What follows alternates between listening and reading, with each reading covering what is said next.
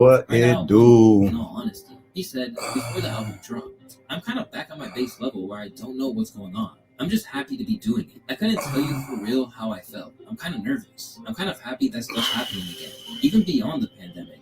Everything. I'm excited, but I'm just nervous. I'm always nervous before stuff comes out. When the album did emerge, it did so with a very polarized response. While some loved it, others felt it was a mixed bag of a project. But while that likely wasn't the career renaissance he was looking for, there were about to be bigger problems on the horizon.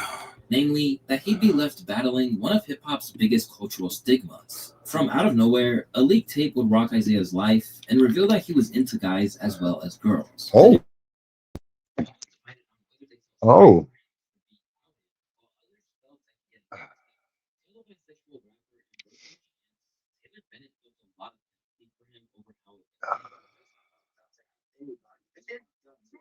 Feel that you have the control to dictate when somebody expresses themselves. And I think that that is a big issue with social media because it's given people access to say things about people without having to have a conversation. And it's also double-edged sword because, like I said, I came out on Twitter and I didn't have to tell my mom, dad, and my brother. I told them after I put that shit. Were they not? I was very, very happy. Bro, if you tell you it's gonna come out, Lord gonna make that come out. Lord gonna make that come out for you. Don't tell me. You just gotta forget it. All seeing the same. God gonna make that shit come out. You ain't gonna be in there fine. What it do, chat? What it do, chat? Welcome to today's live. Oh, we are streaming live, chat. We are streaming live, chat. Welcome to today's day. Ah, I have to take these pants off. Don't worry, I have shorts underneath, chat, so you're not gonna be. It's just I can't have too much warmth around this wound. Ah, oh shit! What it do, chatteronis? What it do? Ah, ah, ah, hope everybody's doing good. Welcome to today's episode. Where's my phone? Where's my phone? Where's my phone? Chat, you just saw me with my phone, right? What did I do with it? Did I bury it again? That's my thing, chat. Bury things. So I'll be needing something and then I'll, oh, here it is. And then I'll bury it. Oh,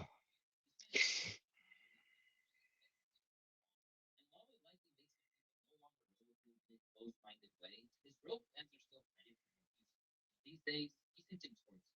So now, his audience is excited, but still cautious that in typical TDE fashion, it might be a while till the action begins.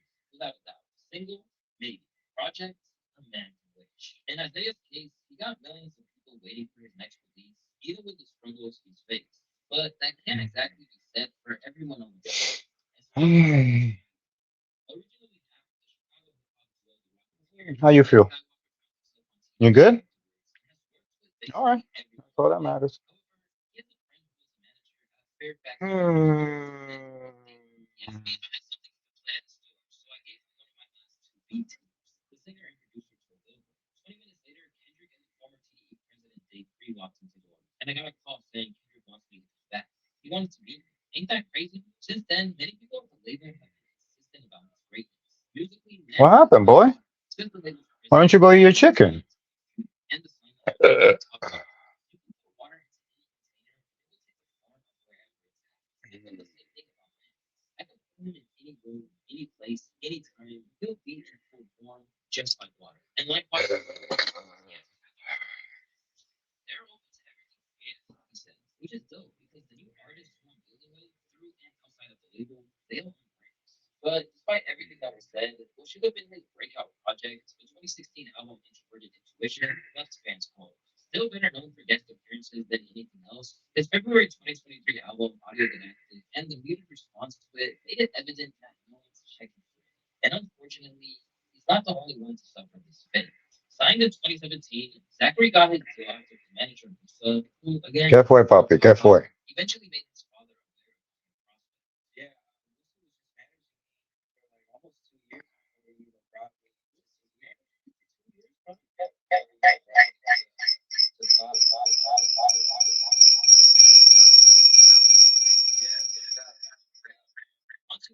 Well, features on Isaiah Rashad's what's wrong and absolute raw backwards. Zachary Sanders plays and he was a lot of work. No less than that wrong to the attention of the school. And then in itself, basically nothing. After delivering various features together to the two artists, Zachary got into the bag by just really being special as far as vibes. Like really very great for us. Very good. Not a lot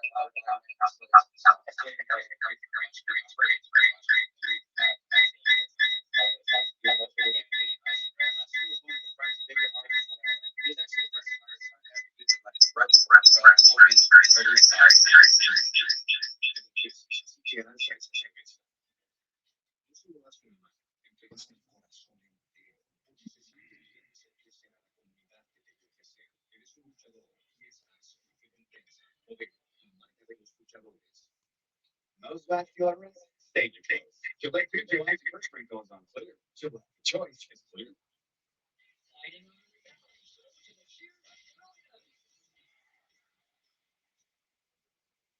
With Thriven, their personal finances start with you, but their impact can reach even further. This Christmas, your money can be a force for good for the people, causes, and communities. It was honestly a trip.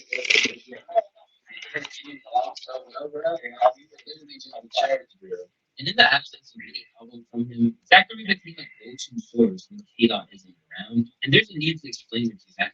Finally, Zachary dropped his debut album, Eclipse, but it happened to land on the same day as Eminem's The Deathless and Shady. So unless you were a hardcore Zachary fan, chances are you didn't even notice it. Even during interviews meant to promote the album, he spent more time talking about the pop out and Chi-Athon than his own work. That family, bro, Topic and everybody, Hugh, all them, they've been through so much and grew together, grew up together. It's never no hate or ever disconnect between them. Yeah, it was. Can you kind of speak to what it was like for you? Like how much did your life change? Before that, I had like a few songs on SoundCloud. Yeah, that changed everything for me. And to work with an artist like that off bat was so important. I think too to just even be able to be around and watch the process on what it takes to make an album, make hit records, his work.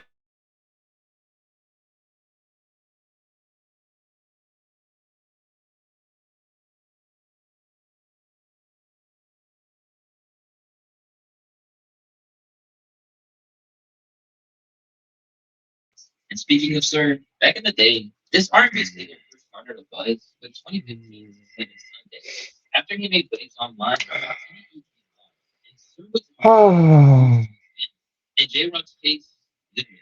So I put out a project a couple years ago called Seven Sundays, and I released it to a friend of mine. His name is King Fresh. He has a label recording called Fresh, and it did well. You know, we didn't really like know what to expect from it. Put it on SoundCloud, put it on iTunes, you know, did shoot the visuals, put the music out. And a couple months into us like putting it out, Kenny got a call from one of the managers at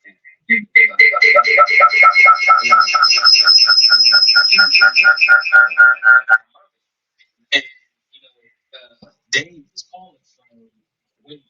You know what I mean? So Kenny called me like,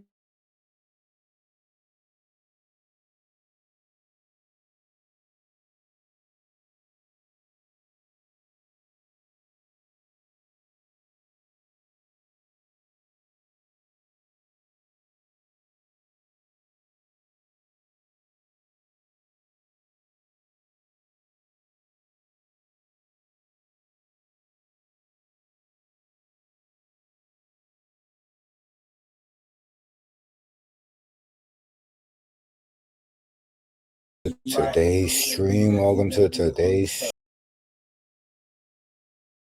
We got two camera angles. We here and we're over there. So you already know, chat.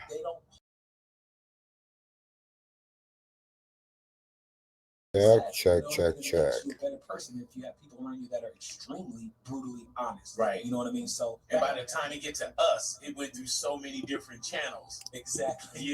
but rather than deal with this pressure, he wound up battling with an addiction that he channeled into the release of his new album, Heavy. And apparently, this came to a head when he had to go under the knife.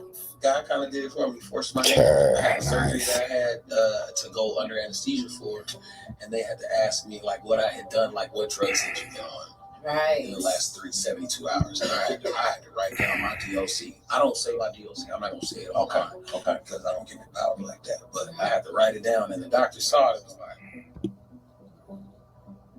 "Oh, so you did this and this and this yesterday, huh?" And my wife was sitting right next to me, and I was like, "Yes." And she found out that way. So after I woke up from surgery, that was the first conversation I had to have. This was 2021. Wow. And we checked in probably like 4 days after that, you know. And that was the beginning of the journey, man. And, you know, with tracks from his 2019 album Chasing Summer like John Redcorn outperforming anything he's doing now, Sir is another artist on TDE who is struggling to catch up to the high point of their career, particularly when with the birth of a new generation. As he took more of his frontline role in the company, Musa began making signings and insisted it was a continuation of the early successes they had seen.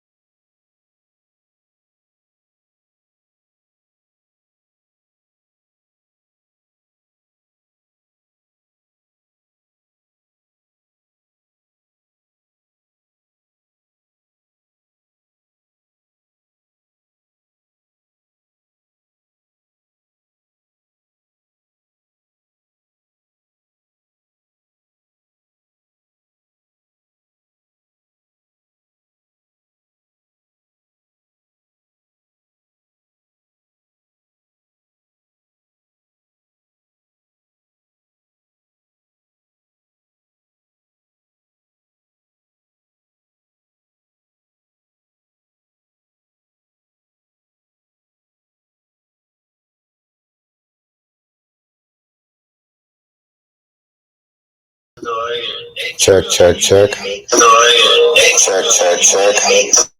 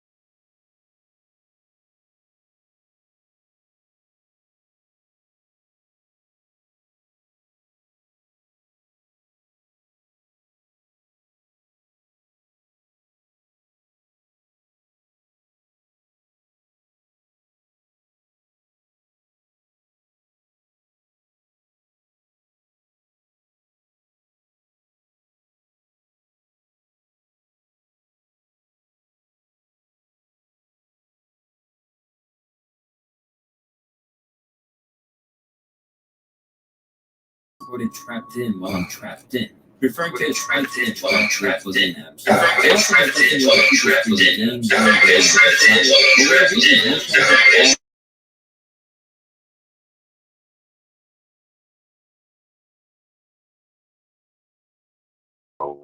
What it do, chat? What it do, chat? What it do, chat? Welcome to today's live.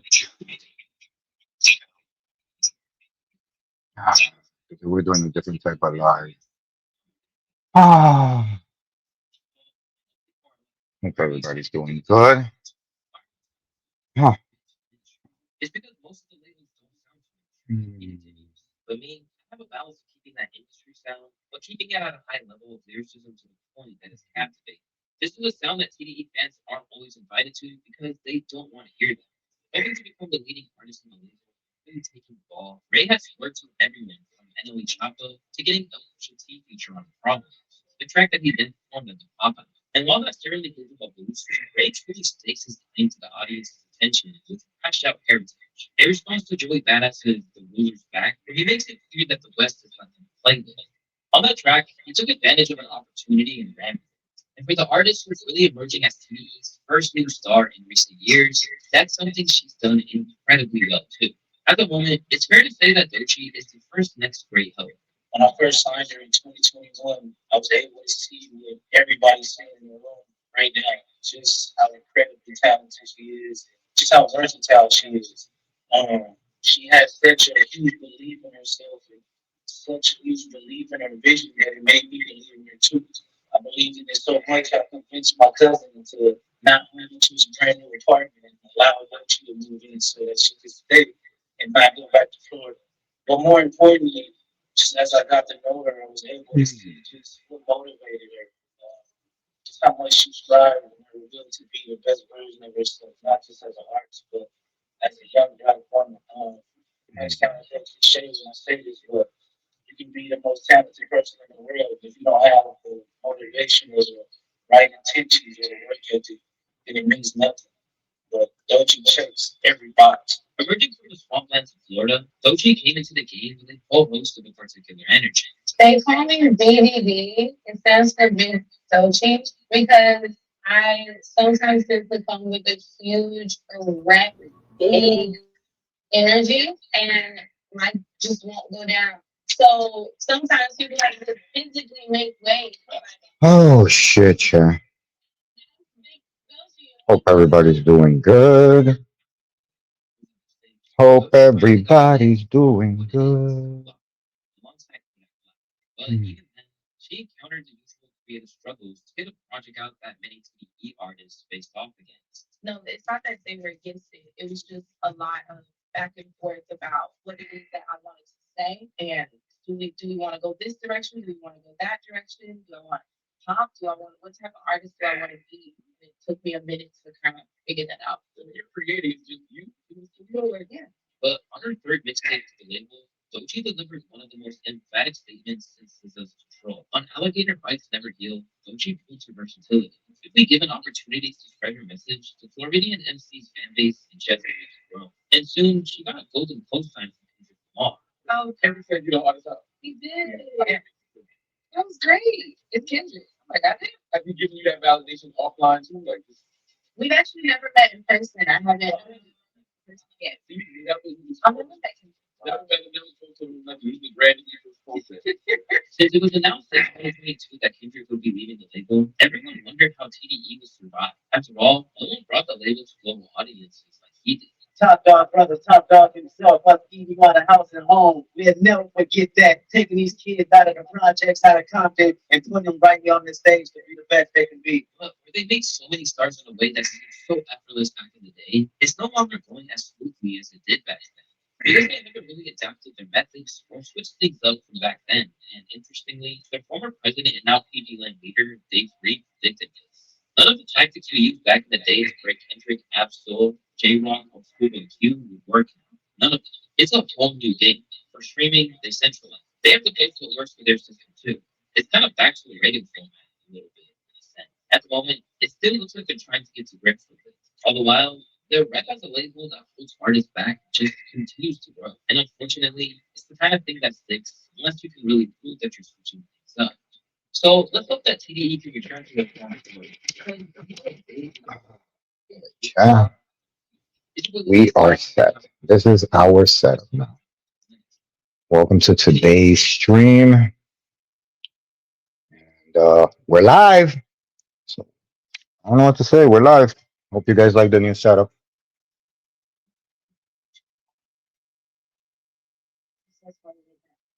I'll be playing some Fortnite in a little bit. For now, thank you for tapping in. Everybody who is logged in, thank you, thank you, thank you for showing up. We are live, guys. We are live, guys. We are live. Watching some stuff on TV, but we're gonna slowly but surely.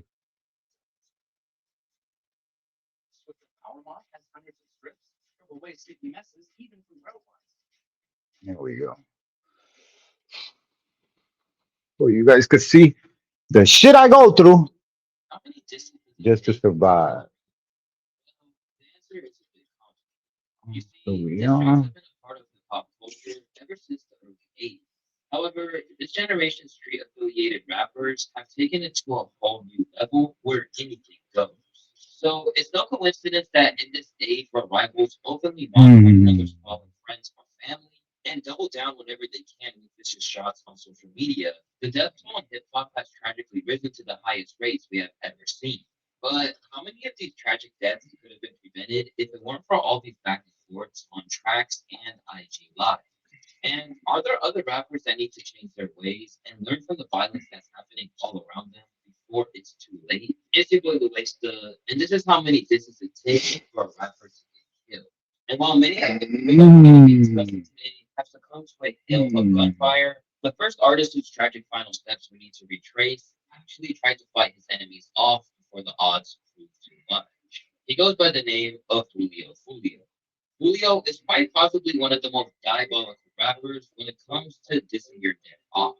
You might have heard how the 26-year-old rapper was fatally shot in Tampa, Florida on June 24th, 2024, while he was out celebrating his birthday. What's crazy is that this was just one of the four deadly encounters that the rapper embraced in the last 4 years. Ah.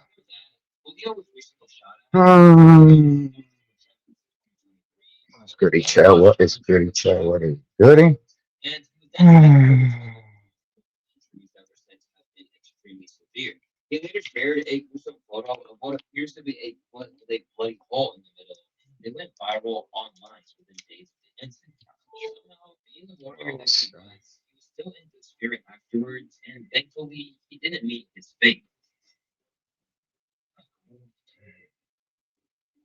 Oh, God. Good.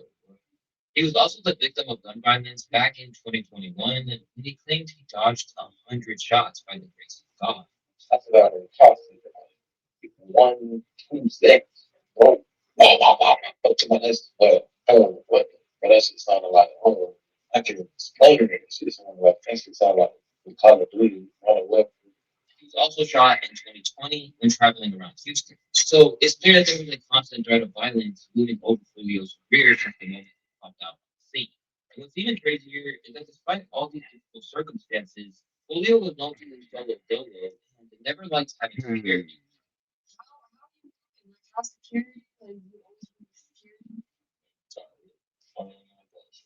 Julio claimed that this lifestyle was simply regular. To me, I'm just like, that has to be scary. Like, it doesn't phase you at all. You shot at. Right. Like, we being him in two different lives. That's right. No, I agree. It's true, but somehow like I've always known you, deja vu. What's poppin', y'all? It looks like Rakai's finally getting the chancla. He's finally getting the belt. Hey, yo, did he just say chancla? Did he just say chancla, bro? Because if he just said chancla, this guy right here is a native from the Americas. Chancla, that's Caribbean talk. That's Caribbean talk, chat. That's South American talk, chat. Chancla. Chancla, chat. Chancla is not. It's not a word you hear everywhere, chat. Chancla. Feel me? Mm.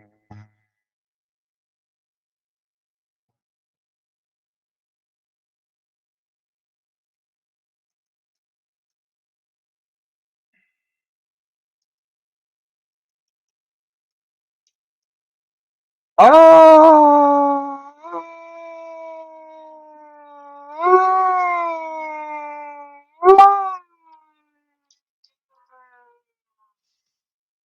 I did something wrong. So I'm sorry. I sounded like a siren. Da da da da da da da da da da da da. Da da da da da da da da da da da da da. Yo. We did it, chatarones. We did it. Did it. Did it. Did it. Did it. Did it. Finally drink this. Because we need to drink our medicine. Our medicine. Shorty said she wanna be my medicine. Shorty stop fronting property medicine. I've been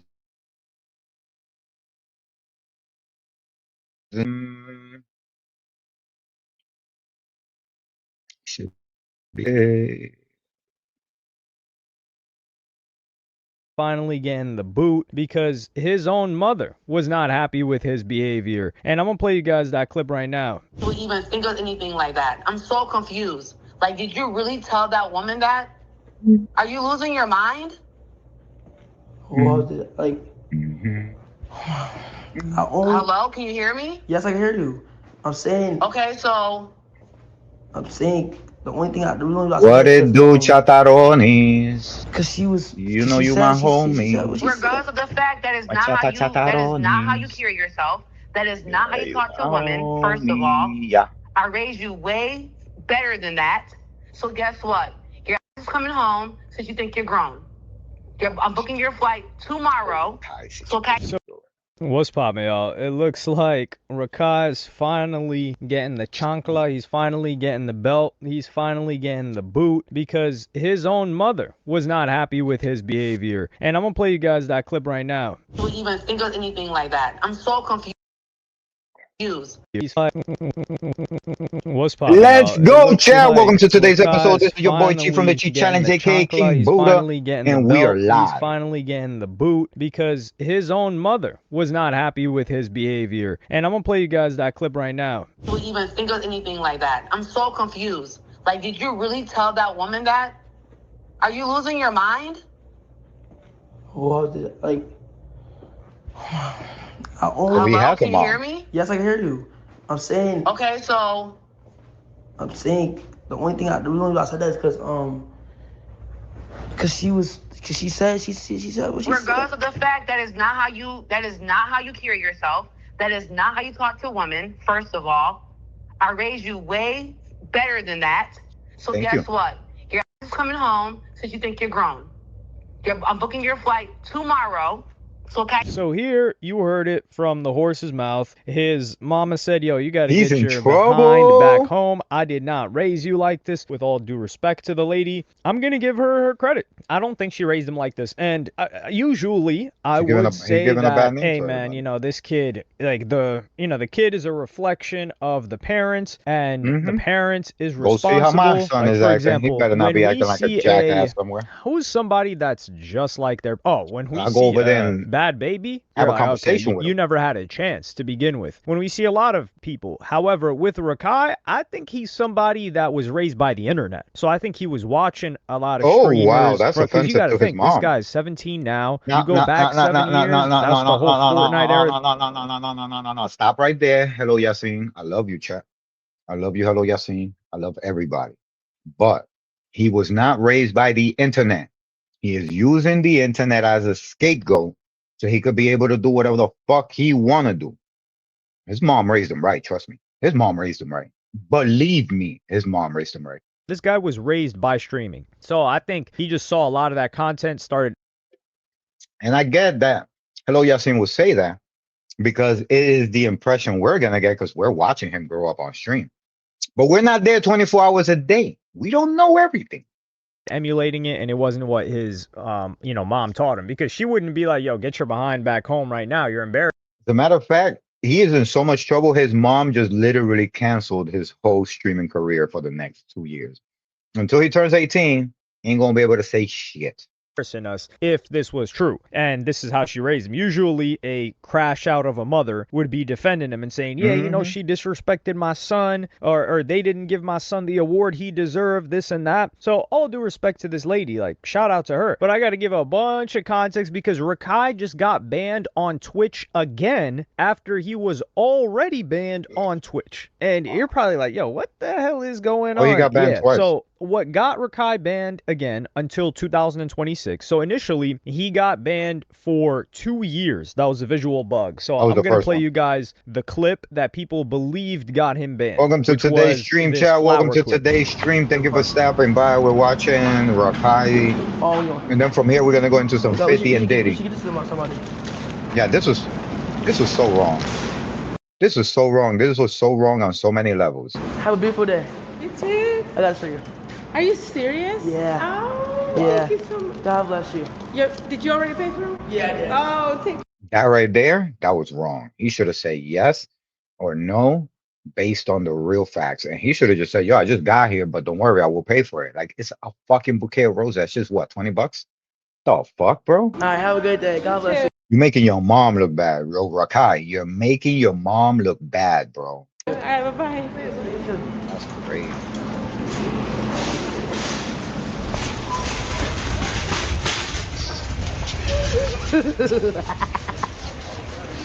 Merry Christmas. Crazy. What?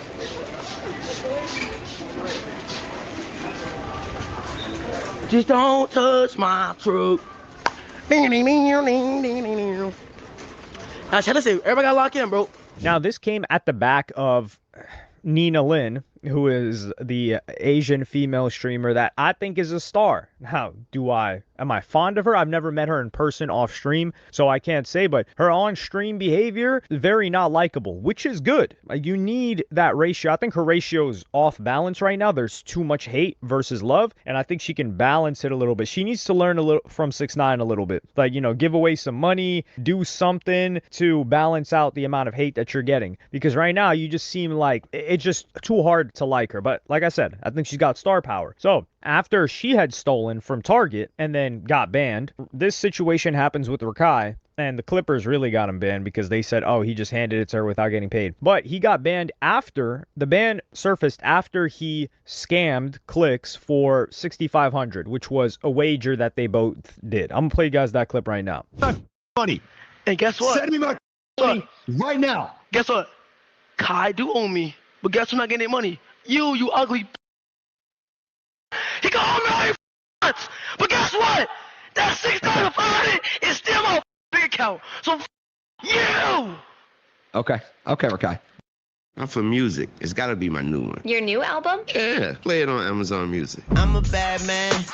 If you live in a New York zip code and have 0 DUIs Wayne made a partnership with Amazon. I'm weak. That's crazy. This fucking little kid.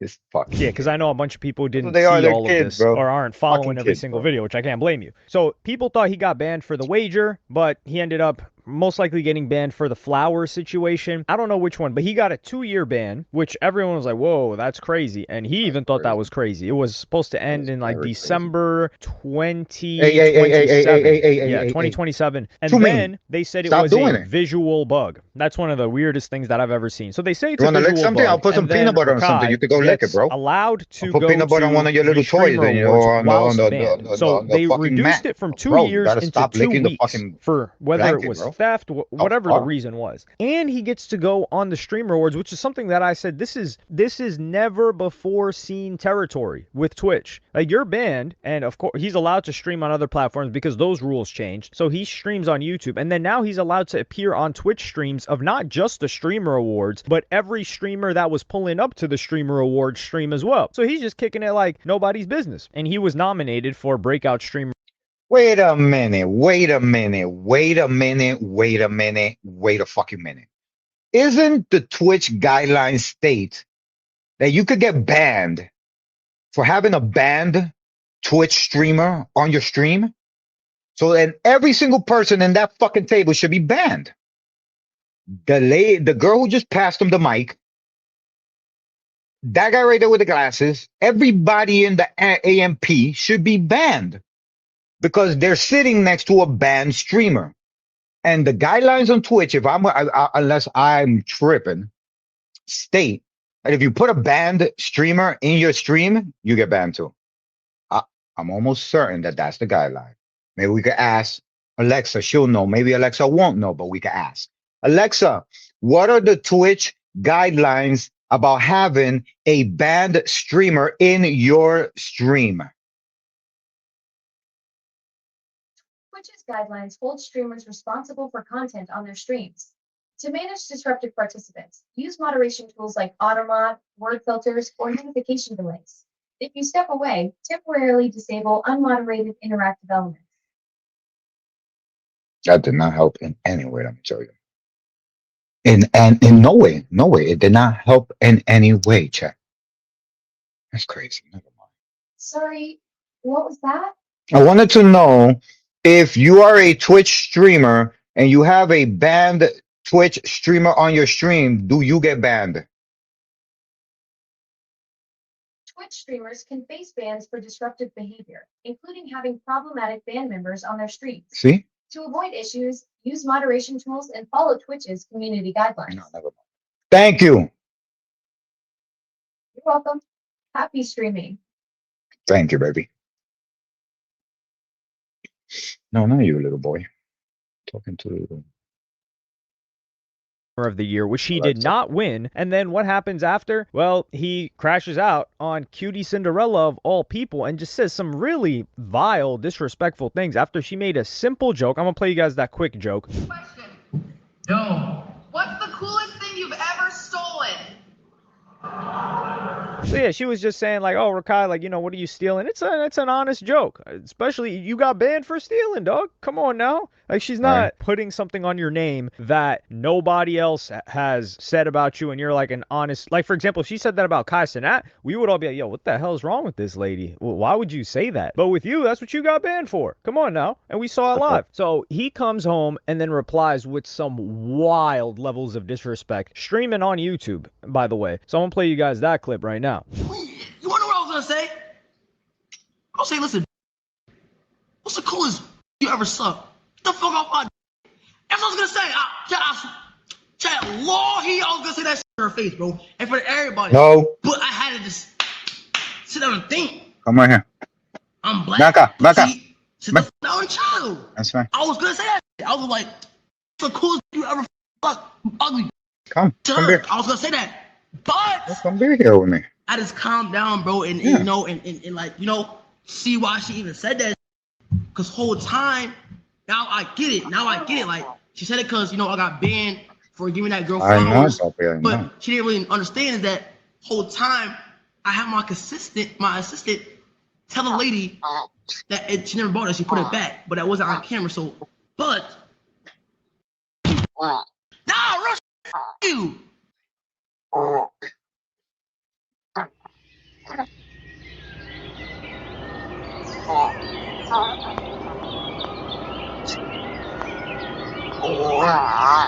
So he calls her a B, like he's going in on her. I'm just like, man, like she put together this show. You were invited, number one, and your invitation was not rescinded after you were banned, which they had the right to do that. And you couldn't even say thank you for the invitation. You couldn't humbly assess the situation. This just felt like not a level of entitlement because I do think he could have been upset. Like when he said, oh, this was rigged. Yeah, I understand. You're allowed to be upset. Like DDG, for instance, he spent a lot of money. So he was upset too, but I think he handled it a lot more professionally. But DDG's been in the game for a very long time. So he goes on this crazy rant about this female streamer, and then they tack on another 2 weeks to his ban. And this is where I'm like, yo, this guy's getting real deal special treatment because this is off-platform behavior. You can get banned for off-platform behavior. I didn't even know you could add to your ban. A Twitch streamer, partner Twitch streamer. Guys, first time in history I ever heard that if you already got banned, they can add to your sentence. That's insane. big Twitch streamer, whatever the case may be, and they're on a YouTube stream and they're ripping, let's just say, not Twitch TOS stuff, because, like, for example, you're not allowed to do substances on Twitch. But if somebody's doing substances on somebody else's stream outside of Twitch, I don't think they're going to get banned. But, like, let's say you're ripping some very disrespectful words, slurs, etc. at an individual that is also a Twitch partner streamer, then you can get into a lot of trouble. And even if you do that on Twitch, it's called, like, targeted harassment. Like, you're not allowed to talk disparagingly about another Twitch streamer. And this rule got applied maybe 2019, 2020. It was an odd rule, and I do feel like it's unfairly applied at times, and I'm going to get into why in just a second. But he got banned for this, and it's only 2 weeks too. So I'm like, yo, you guys gave him the 2 weeks the first time. He's hopping on stream still on YouTube and otherwise, which he's allowed to do. But then he says something crazy after you just gave him the privilege to go to the Streamer Awards, which Twitch greenlit him. They said, hey, you can appear on other people's streams, and then you just give him the same length of time. I think they Now should I have at see why least they doubled don't it. do They should have that. been like, okay, 2 weeks, you're going to go away for 2 months now. Or not, That's doubled it would be 4 crazy. weeks. But yeah, it should have been at least 4 weeks tagged on. Because 2 weeks for both of these things, people have been banned for longer, for less. Like we said, Speed got banned for 2 years for an edgy joke. Granted, it was different times, and I think people are a lot more sensitive back then. It's like 4 years ago. But still, I just think it's whack how they're allowing this kid to get away with so much. And I like the guy. I think he's entertaining. I don't think he's the brightest, but he shines bright in the He sky as a is star. definitely He's just not the not, brightest. the He's brightest a kid, walking amongst a us on fucking the ground child. here. So he's gonna have to sit No down offense, until Rakai. Fucks with 2026. you, His shorty. mom But sent you him back is too, a or hot boy. brought him back. But one thing that I Hot found boy. interesting was this He's guy a hot boy. Asmongold, who calls out the botting on Rakai, and I'm gonna play you guys that clip right now. Not like, okay, this one is.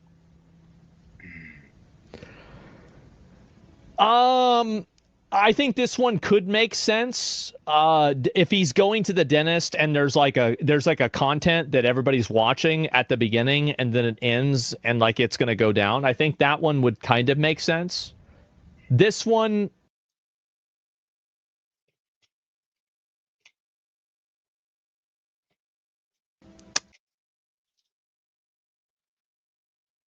it's not as shameless.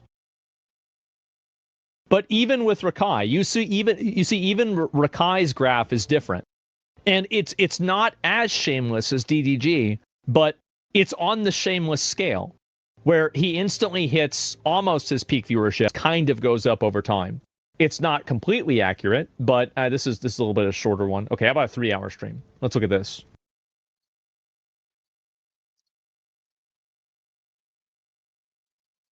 Where is he looking, man?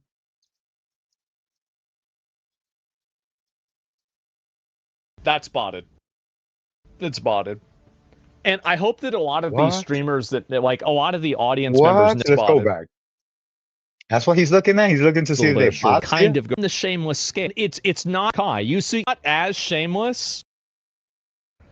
This ends and like it's gonna go down. Like a content makes sense.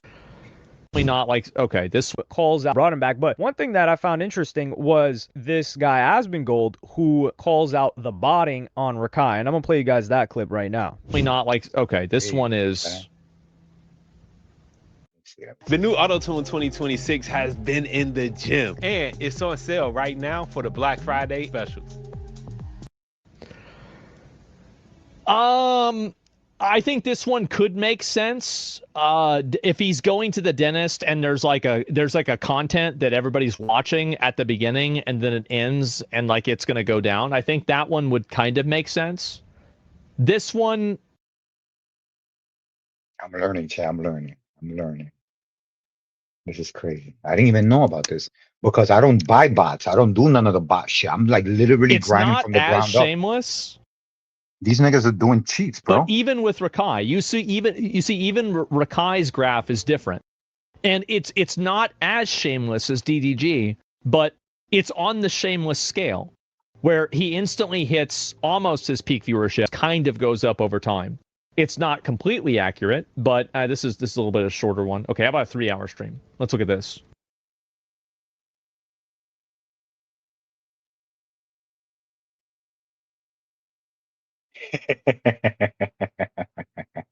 It's so disappointing. That's botted.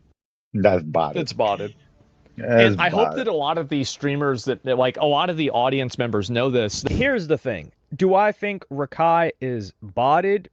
Sure, yeah. Like to start off your stream and spike to that high of a viewership is insane, but you got to think. He was getting similar YouTube numbers on his stream on YouTube as well. Like this guy's got motion. We understand when someone is popular. Like Rakai is popular. But one thing that I think that there's a disparity of that doesn't get talked about enough is how many of these guys are popular on clips versus how many people are actually watching them live. And that's why I think the botting is happening. I think it's like 60% bots, 40% viewing. Because, for example, like a Nina Lynn, right? Which is a little bit different because I said a lot of people hate Nina Lynn. She gets about 1,000 viewers on her live stream when she's streaming, maybe less than 2,000 for sure, sometimes in the 800s. But when you see her, you're like, yo, this chick is one of the most popular faces online when she's doing her thing, or at least like in the US, of course. But also Asmongold, what I want to circle back to is he's had some really aggressive comments towards Nina Lynn, and he didn't get banned for them. Now, I'm not saying Asmongold should get banned, but like, let me play you guys a clip right now. Bro, that weird mother that lives in the basement of his mom's house It's an attic, excuse you.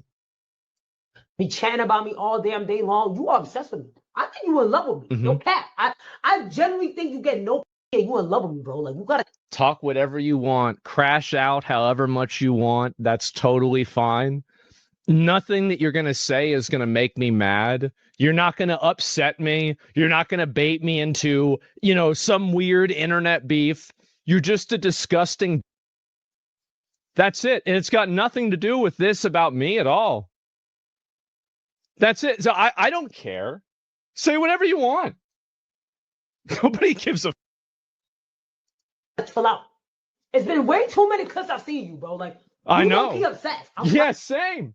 So here he is. He's like calling her a savage beast. Just wild levels of disrespect, which granted, I mean, is he wrong though? Like there was times when he's like, oh, this animal is gonna do this again, which she ended up doing it again and getting banned. But if if Rakai got banned for saying something less, I feel like Asmongold should have caught like a 1 day for something like that as well. So that's where I find it a little bit odd. But we don't know if Rakai's ban got extended specifically because of the comments at Cutie Cinderella, or if they just decided to extend it just cause. I don't know, but it has to be the Cutie Cinderella situation because he already had a 2-year. They reduced it to 2 weeks. There's nothing else that happened for them to extend the ban. So I think that's the situation there. Hopefully, he enjoys some time with his family, with his mom. He gets to have a nice Christmas off stream. But one thing I like about this guy though is that he really loves the streaming game. Like you can see the passion for somebody to get banned and hop immediately on YouTube the next day. He's just itching to do this, and I hope that he gets it together because this is one of those cases where people will say like, oh, people around you, he's got to have the right people around him. Nah, nobody can save him from himself. I just hope that he realizes the opportunity that he has and how talented of an entertainer he is, especially for his audience. As like, yo, I need to get it together a little bit. I need to learn the rules. Let me see what I can and cannot say, or what I should and should not say, more so than what you can and cannot say, because those are two different things. And I hope he has a long career, man. But let me know what y'all think about this in the comments. Like and subscribe and hit the notification bell if you enjoyed. And I'm gonna see y'all in the next one.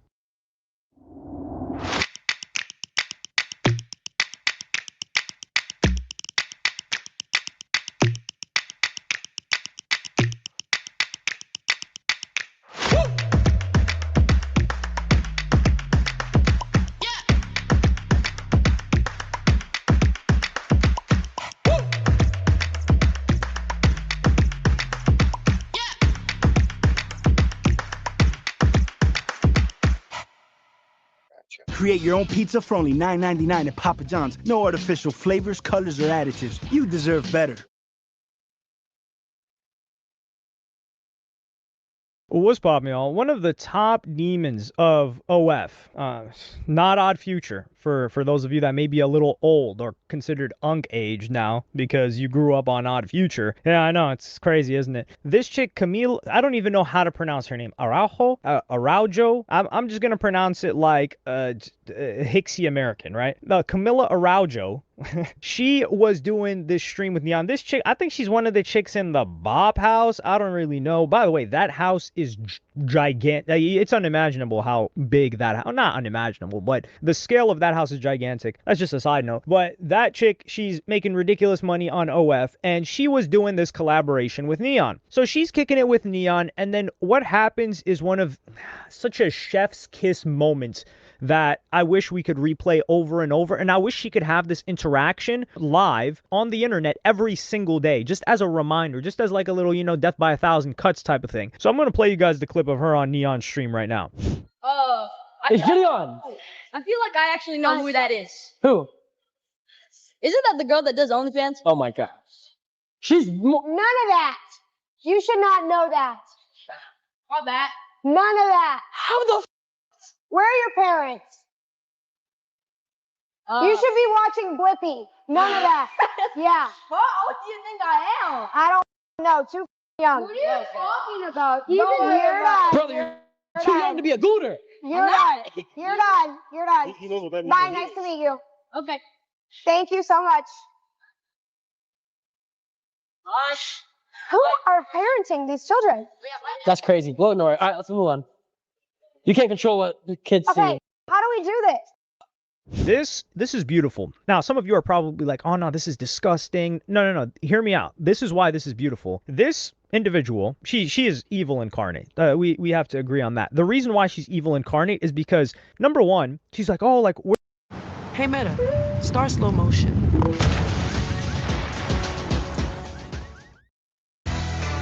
Chevy Silverado.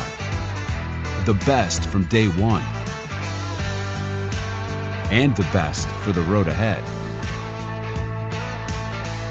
Chevrolet. Together, let's drive.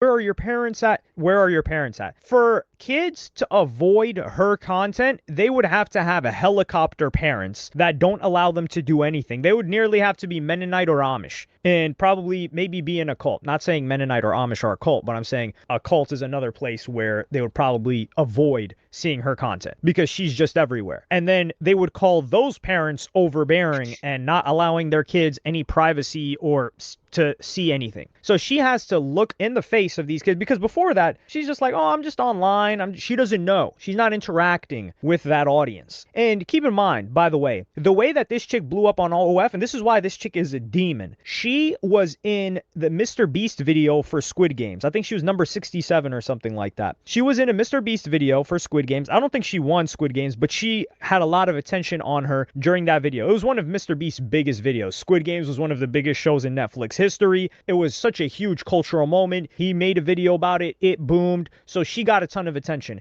And what did she do with that attention? Did she try to, I don't know, maybe start a streaming career? Did she try to be an entertainer and do YouTube and maybe do her own type of thing? No, she hopped directly to OnlyFans. She hopped directly to OF. And what is Mr. Beast's audience? Are we going to pretend like Mr. Beast's audience is adults? It's grown men, it's older guys. All of the people that were watching you were kids. This kid that came up to her, he's like, what, probably 11, 12? He looks middle school aged. He was like 6 years old probably when that video came out. Yeah, he saw you in the Mr. Beast video when he was a kid and you started promoting your OF. So to act shocked like, oh my God, like you're not supposed to be seeing that. What guardrail is there for him to not see you? You were in a Mr. Beast video. This is the craziest part about it. And she was talking about like levels of fulfillment in the car with Neon. I'm gonna play you guys that clip right now. 0.5 too. Dipped a little bit.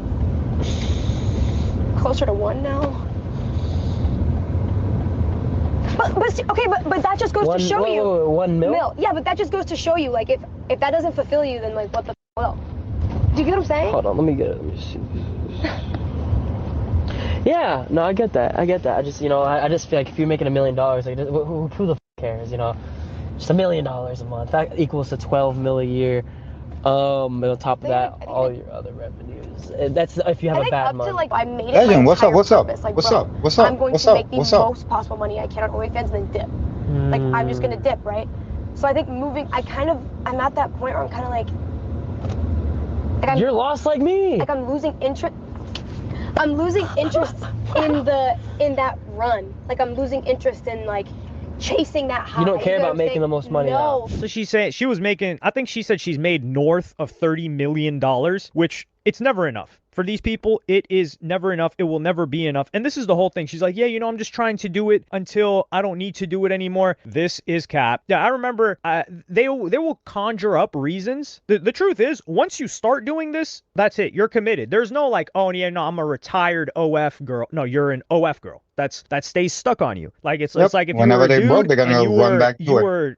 were doing some weird freaky frog activity, that's on you forever. It's not like, nah, like just like 15 years ago, I used to let my chick get cracked by other dudes. Now I'm not on that anymore. No, you are No, that. Permanently, you are that. just like she would be that. So there's no reason for her to quit. But the cap that they talk about is not, I'm gonna quit at this point. I remember, I don't even want to name her. Some of you gooners probably know her, but I remember I met her in LA years ago, and she was talking about like, nah, like I don't be getting cracked on my OF. It was in a group setting, by the way. It wasn't like a one-on-one type of thing. And she was like, she was a nice enough girl, and we were I was just asking questions. I'm not a judgmental guy. I don't judge people. And I was like, oh, so like, what's the point? She's like, oh, I want to create this animal sanctuary, just a bunch of hoopla, right? And she's like, yeah, I wouldn't be getting cracked on camera or anything like that. I just do this. I think at the time she was definitely bare on there. That's what she was saying. But a year later, she's getting cracked by Adam 22. So like that stuff all goes out the window and changes once they see the bread dipping. Like this chick, she's talking about, oh, now she's making an M a month. An M a month?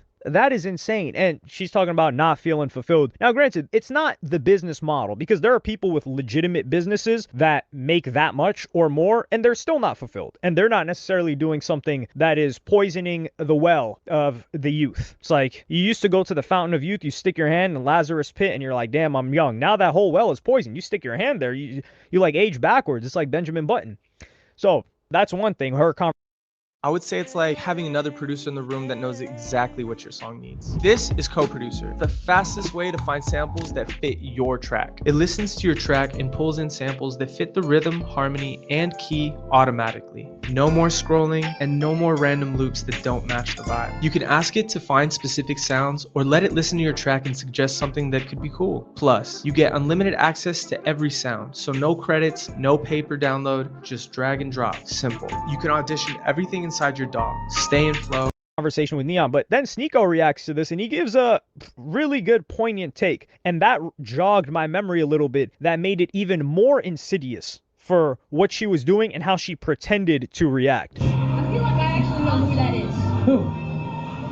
Isn't that the girl that does OnlyFans? Oh my god. Yeah, this is this is not like borderline. Why don't people call this creepy or weird? You know, like when a dude is in a relationship with a 19-year-old and he's 22, and they're like, that's so weird. Why is it not weird for these women to be noticed by 9-year-old boys for doing? That is super weird. That is definitely dystopian. None of that. You should not know that. Actually, yeah, you do whole campaigns on TikTok so that people know what you do. You blew up farming your brother, making him feel ashamed that you do OF. I saw the campaign. It would be like you'd sit on a podcast with your little brother who was in school, who was a minor, and he'd be like, hey, little brother, are you ashamed that your sister does OnlyFans? And he'd be like, yeah, you're stop doing it. I'm getting bullied. And he was probably in on it too. And then you blew up. And then you're going to see these kids in public and be like, you shouldn't know that. Hey, then what the... Actually, yeah, that's what you were targeting. You were trying to get kids who are in school on TikTok to goon you. And people don't never call her a for that. None of that. You should not know that. Then delete your OnlyFans and get off social media. Like, do you think that he wasn't going to see it? How the Where are your parents? Where are your You parents? should be watching Blippi. What? Why is she lecturing the kid? Oh, everyone glazing capitalism. This is capitalism. This is free market capitalism. She's free to do what she wants with her. Whatever business you want to do, free market capitalism. Brother,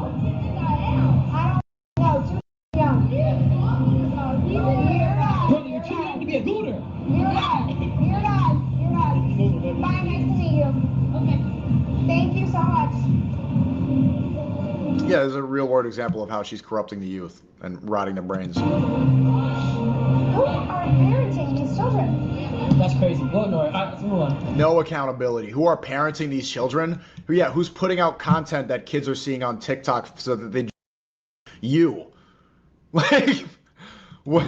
That's crazy. Go ignore it. Let's move on. You can't control what kids see. How do we do this? Oh my lord, man. To be fair, it is the parents' fault. Is it really though? If we're being like, these kids don't look like... Yeah, they're hanging out in an arcade and they go on TikTok. What? So does every other Gen Alpha kid? Are the parents gonna know how to like block out whatever popular OnlyFans girl for the month? Are they gonna know how to do that? I completely forgot that this girl, I don't even know how old she is. I gotta look up how old this chick is. Give me a moment, guys. Okay, yeah, I'm not used to like taking a break while recording. So she's 23 years old. I thought she was like 26. Not because she looks older or anything, but just because I'm like, what? I feel like she blew up 5 years ago. She didn't even give life a chance. She just hopped right into OF. So she's 23 years old. And he's talking about, yeah, you were doing content with your younger brother, who's a minor. And then I thought about it and I was like, wait, hold on. That's right. And I'm going to play you guys 2 clips with her brother. And there's 2 different sides to the story, but both are evil. I'm going to play you guys them right now. Do you really think I'm not a good sister? It's so easy to become a podcaster with Riverside. First, go to Riverside and open an account. When you're ready to record, just hit rec to capture high-quality audio and video, all from the comfort of, well, anywhere. Even if the only camera you have is on your phone. With Riverside, you'll still look like a pro. The equipment doesn't matter. You'll get a professional-looking Sister? Well, it's not that you're not a good sister. It's just you gotta think that your actions don't just have, like, doesn't affect not just only you, but it also affects me. Like, next year, I'm gonna be applying for colleges, and I'm not sure if I'm gonna be able to do that with things that are on the internet. I might not even be able to get a girlfriend because people, like, they already know. In public, people ask me, do you really like your sister? Do you really approve of this? Like, I actually don't think this could work in my future. Christian, with everything that I'm doing, like, I've never once wanted it to affect you like this. Bro, I'm sorry.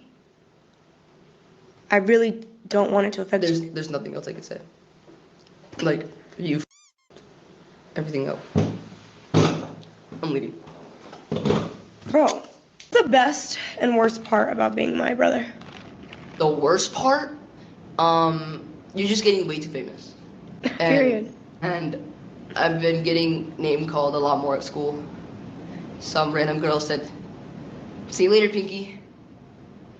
Pinky? Pinky. Pink. Pink. And then... Well, it's only going up from here, so I'm only going to become more famous. Deal with it. Don't be so sensitive, like a little bit. Pinky. So here you have her younger brother. Either the younger brother, and he's done multiple pieces of content with her. Now, this type of content that this chick is doing, it was pioneered by Jack Doherty. Jack Doherty does this type of stuff. It's on IG Reels, it's on TikTok, and she makes like this short form stuff. And you see, she's doing an interview with her younger brother. With I had to blur it out. With her legs just up and completely spread, like she's about to give birth on the operating table. Well, already horrifying. But then she's talking to her brother like, "Oh, what do you feel about this?" And where I said there's 2 sides to this coin. One side to the coin is the brother is actually like not in on it and he's upset by it and he's just like, it wouldn't be a multiple time thing. That's why I'm saying that this is the lesser likely scenario. But if this is the lesser likely scenario, it's already bad because you know you're causing your harm to your brother emotionally by doing this, and you still have him on a platform where millions of people will see his face. So even people that don't know him locally will know him digitally now. So now he will suffer the digital bullying on top of the local bullying. The second approach is that your brother's cool with this. And he's like, "Oh, okay, I'm down to play along for your business, big sister." So your brother's just cooked at that point. That's not even your brother. That's your sister. He might as well transition right now. If he's cool with like, "Okay, yeah, I'll be humiliating and I'll pretend like I don't care," because if he actually doesn't care, or I'll pretend like I care about you doing this when I really don't and I'm so proud of you, at that point, then he's just cooked. And maybe he just looks at it like, "Hey, I'm benefiting because she's buying me a bunch of stuff." And then you've even got her dad in the picture. picture, but this type of content, it's specifically targeted for that audience. You can just see the way that it's promoted. Because there are certain OF chicks, like, for example, how do I even give an example? Who's popular that would likely be marketed to adults? It's hard because they're all on TikTok, but there's a type of content where you can tell, okay, this is tailored towards younger people. And even the people that she collaborates with.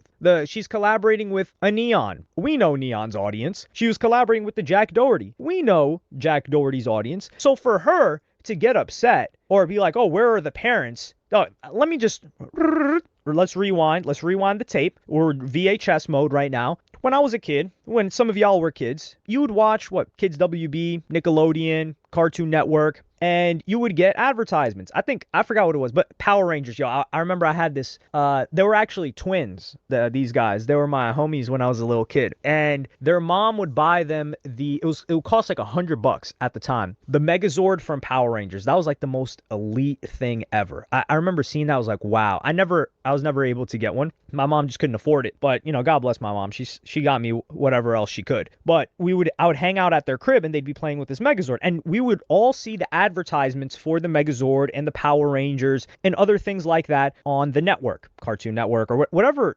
I forgot the actual channel that they aired Power Rangers on. The point being is that this lady, this woman, she is creating the type of content. It's like she's the Megazord / Power Ranger. So she is advertising her wares on Kids WB and Cartoon Network. And then when people come in public and they look at her and they're like, hey, you're that girl that does OF. She's like, how do you know that? That's like saying like, yo, how you kids got these Megazords? Why do y'all have them? You were advertising them to the kids. So, and this is why she gets to see this right in her face, because it's not real when you're detached. It's kind of like these streamers that promote gambling. They're like, yeah, like I'm doing giveaways and this and that, but you don't see a person that's ruining their life, ruining the life of their family, potentially deciding to end it. You're not seeing that. And if you had to look at that every single day you see a live stream of someone ruining their life, you see the debt piling up, and they got into that because of you would feel pain. Unless you're like completely detached. I don't think this chick is completely detached. I think she's just coping. Like she's just suffering some cognitive dissonance. But if every single day this scenario happened to her, it's like you're slapping her in the face with like, this is what you're doing. This is who's watching your stuff constantly, again and again and again. And she should feel terrible about it. She should, consistently. And that is the deal with the devil that she made. Because nobody can defend this. I don't care what you're doing. And like, sure, like there is like parenting, quote unquote, but are we not going to say that this is like Sneeko made a really good point. Like this is not predatory, her making kids type content, but making it very lewd. And her, dog, if you're interviewing a little kids relate to that. They'll watch that. Like I'll give you a great example of a kid that like kind of matured in a great way in transition. Like that dude, Matan Evan, he just used to show up everywhere. And usually people go viral and you're like, yo, where is this meme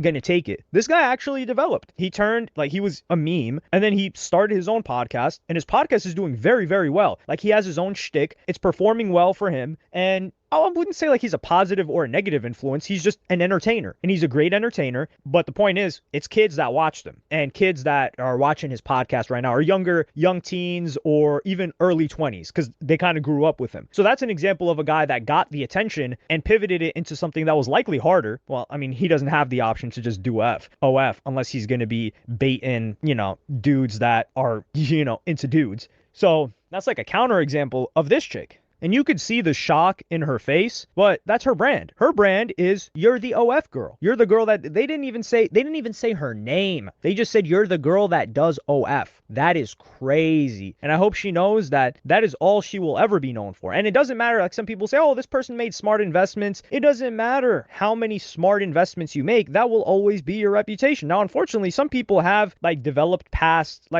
for example, like Gunn, all right? Like Gunn is known for good music. He's going to beat the rat allegations. Like, no, not too many people are going to consider him that in the future. He can shake that off. She can't shake this off because everything was built on top of it. It's like when I criticized 21 Savage, where I'm like, yo, somebody that's talking about, oh no, stop the violence, anti-violence, don't rap about negativity, or Jay-Z similarly, you can't do that after you've already built you went from 0 to 1 off of that. You made your money off of that, and now you're kind of like taking the ladder up from underneath you, because people that were like you, now you're telling them like, oh, nah, you should. Well, they're not telling them, but the point is, you're already rich off of the negative things that you did. Telling people to stop doing that is a little bit, it's not hypocritical. You've grown. Maybe you can preach that stuff, but people are looking at you like, that's how you got on. That's how you got popping, and you're from where I'm from. So why wouldn't I do what you did? And especially if the person didn't suffer repercussions and they're not serving life in prison like a Dirk or something, you really can't say much to combat that. And I think that's why 21 Savage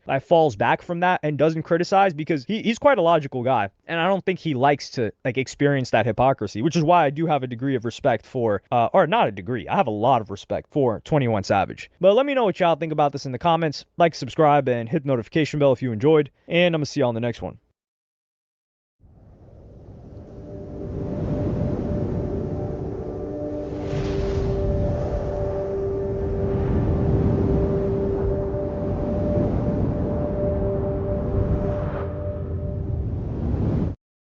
Really what we've seen is what used to be more of a middle market financing landscape in private credit develop into something that is a multi-billion.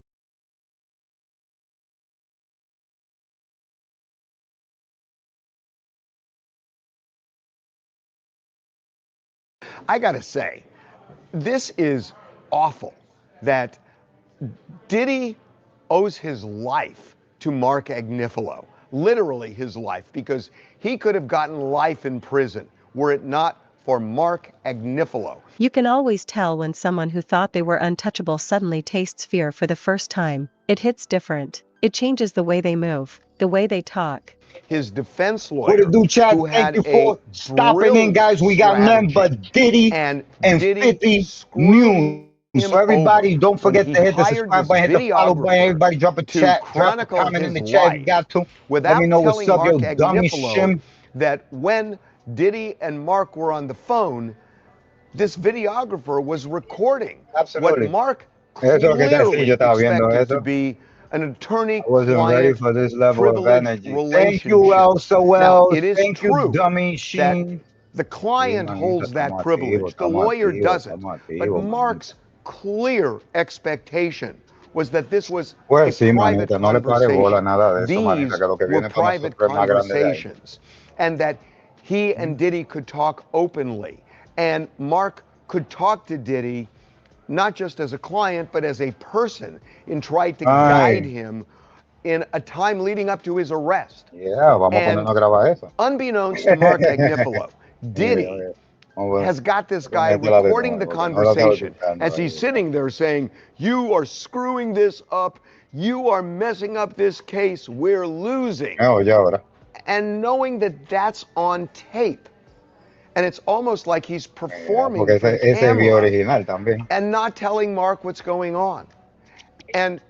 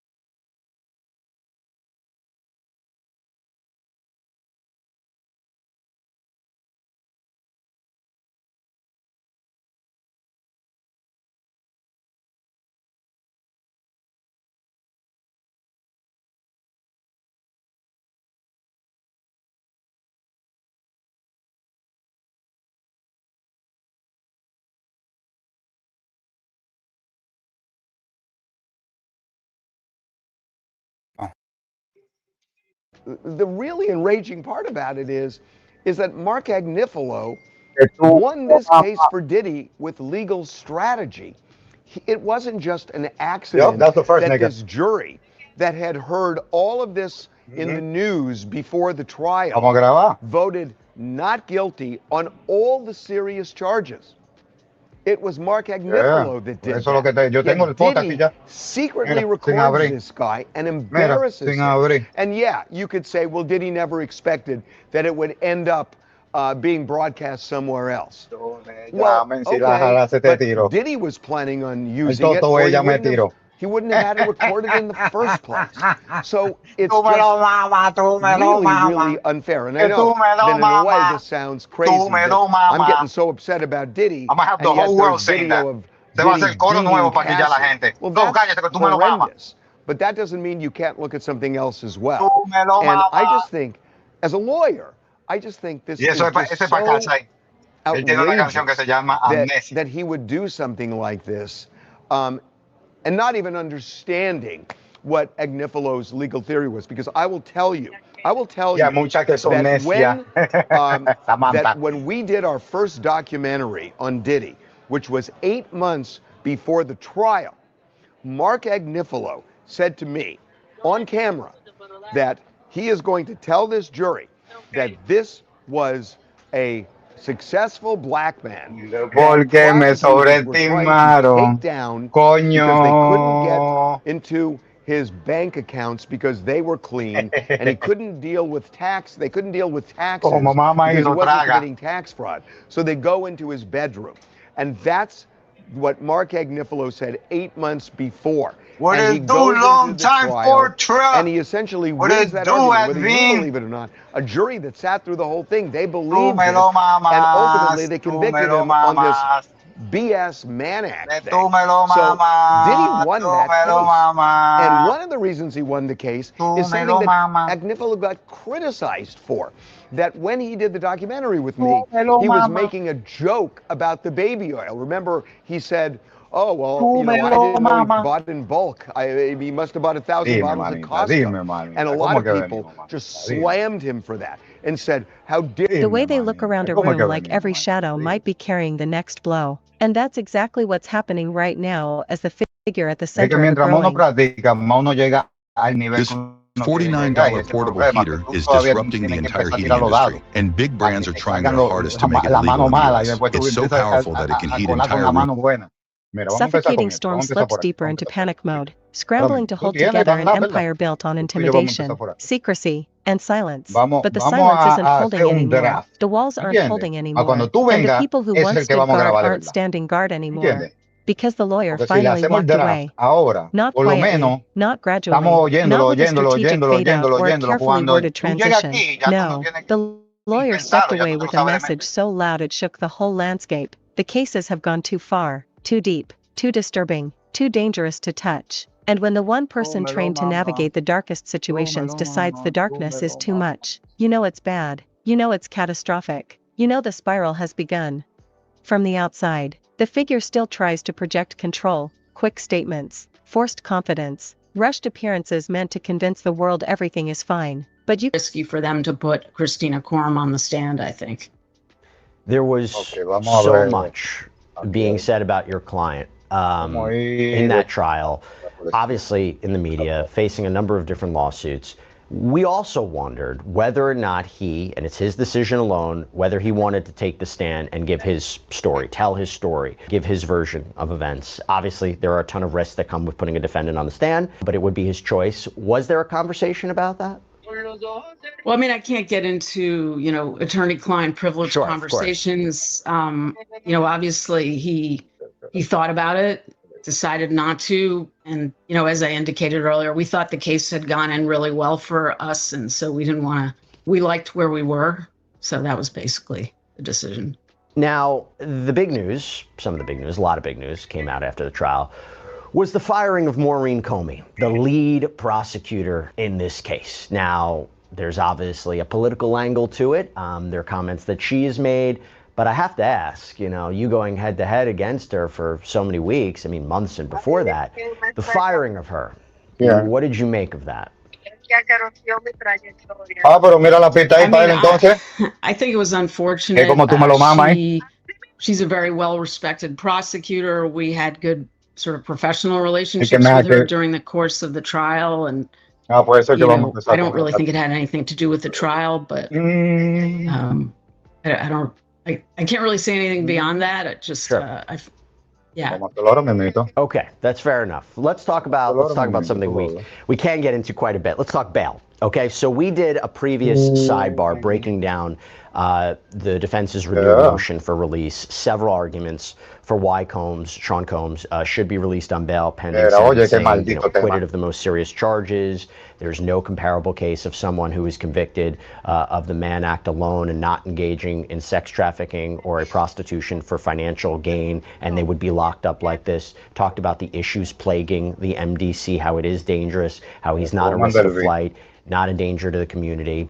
But do you think Judge Arun Subramanian is going to be persuaded by your letter, by your motion, because obviously he specifically highlighted after the verdict your client's violence, how the defense asserted at trial that Combs was violent. Do you think he's going to have a change of opinion now based upon the legal papers? You got to do some shit that your mother Well, I says, think yo, we you certainly should, hope that's too much. so. And If your mother says it's too much, you know, as we pointed out in the papers, the unfortunate violence that occurred was mostly a really long time ago, other than the one incident in June that Jane testified to, which was kind of unusual. I mean, they had been together for 3 years. There had been no violence, and she essentially started the fight. I'm not excusing anything, but it was kind of a one-off, and I think the government really hadn't put in any evidence of any recent violence. The Intercontinental video, remember, that was almost 10 years ago.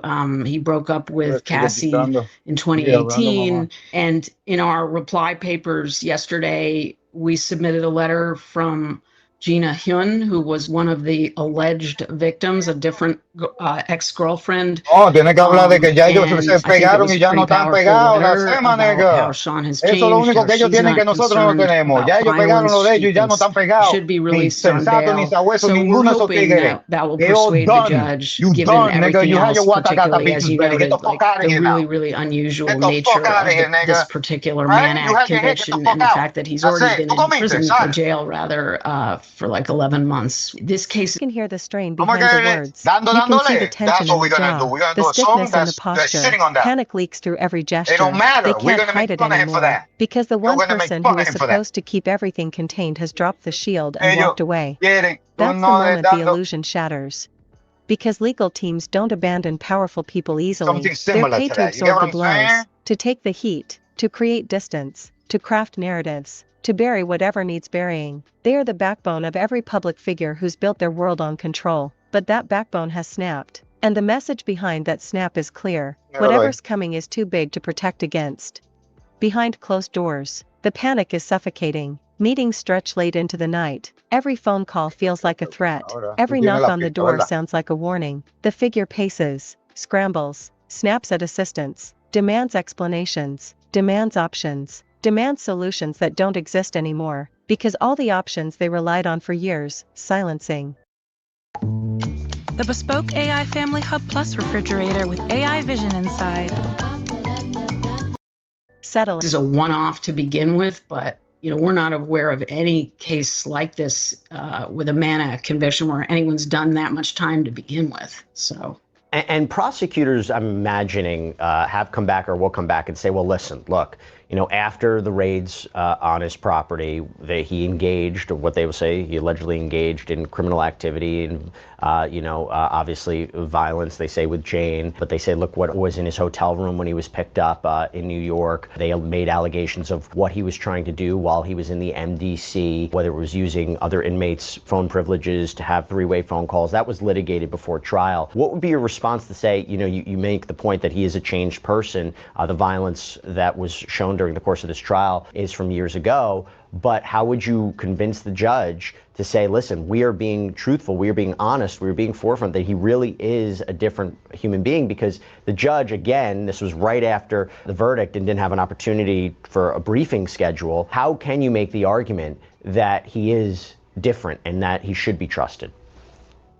Well, I mean, I think, you know, the point you mentioned about the arrest, I mean, unfortunately, Sean has struggled with drug addiction for a long time, and I think one of the good things and No, they're positive gonna go things down that that road. has come out of his Diddy es incarceration is un given him an adicto a droga, que por opportunity, eso es que él ha hecho todo you lo que know, ha hecho. to Diablo, ni rehabilitate. vi ese He's ángulo, committed to manita. continuing Didn't that. see that He's coming. committed to a He's a drug long-term addict. program of You think that he's therapy suffering from and drug addiction? ¿Qué lo helping que with the era? domestic That's violence crazy. problem that he's had in the past. So, you know, at a certain point, you Crazy. have to just I didn't think of that angle, maybe it man. is a leap He's of a drug faith, but addict. you know, you He have to has just been give a making a lot of person another mistakes. He chance, and needs he really rehab. is He don't need committed jail. to He needs change rehab. and to there being a new chapter of Sorry, service no on his abogado de part. ese So, tigre. I think we No have to hope duro, that déjame decir. the judge will agree with that, and I think we've made a strong case for that. Do you know when the judge might make a decision on bail? We don't know. Okay. If he Deja que él denies llegue. release again, does that give you a sense Ahí es que of van a what coger, sentencing could be like? van Now, a to be clear, coger my duro. understanding is Judge Arun Subramanian even said at the point, if I Esa, make a esa es la primera decision que on se va a joder. release, it's not indicative of where I'm leaning towards sentencing. I know there's a pre-sentencing investigation still being conducted or has Esa been la van a conducted. meter There's a lot of presa, hasta factors to demanda va a consider. aguantar But esa. I Esa va have a to tener que ask about pagar. whether this is going to, have an effect on sentencing. Do you believe it's going to have an effect on Que lo- sentencing? Does it give y you a más si tú preview of where the firmaste el judge NDA. is lining up? Because Ahora, my si hubiese understanding, sido que tú rompes el correct me if I'm NDA wrong, you are y probably el going to be tigre cae arguing for preso, está time todo, pero el tigre served, no maybe cayó a preso. minimum of 21 to 27 months. Where do you think the judge is going to go here? Salazar, your Yeah, I mod, mean, tell your mods to I chill, think I that you beg. have to I take each I step at a got you, no time, and problem. that the judge is not going to prejudge that. There's a lot more information he needs to get, not only the pre-sentence report, but we're going to make a very fulsome sentencing submission, and he's going to have, a much more detailed picture. Even, the trial was about the charges, right? And he doesn't have the full picture of all the factors about Sean's life that he's going to consider. There's going to be a big fight about the sentencing guidelines.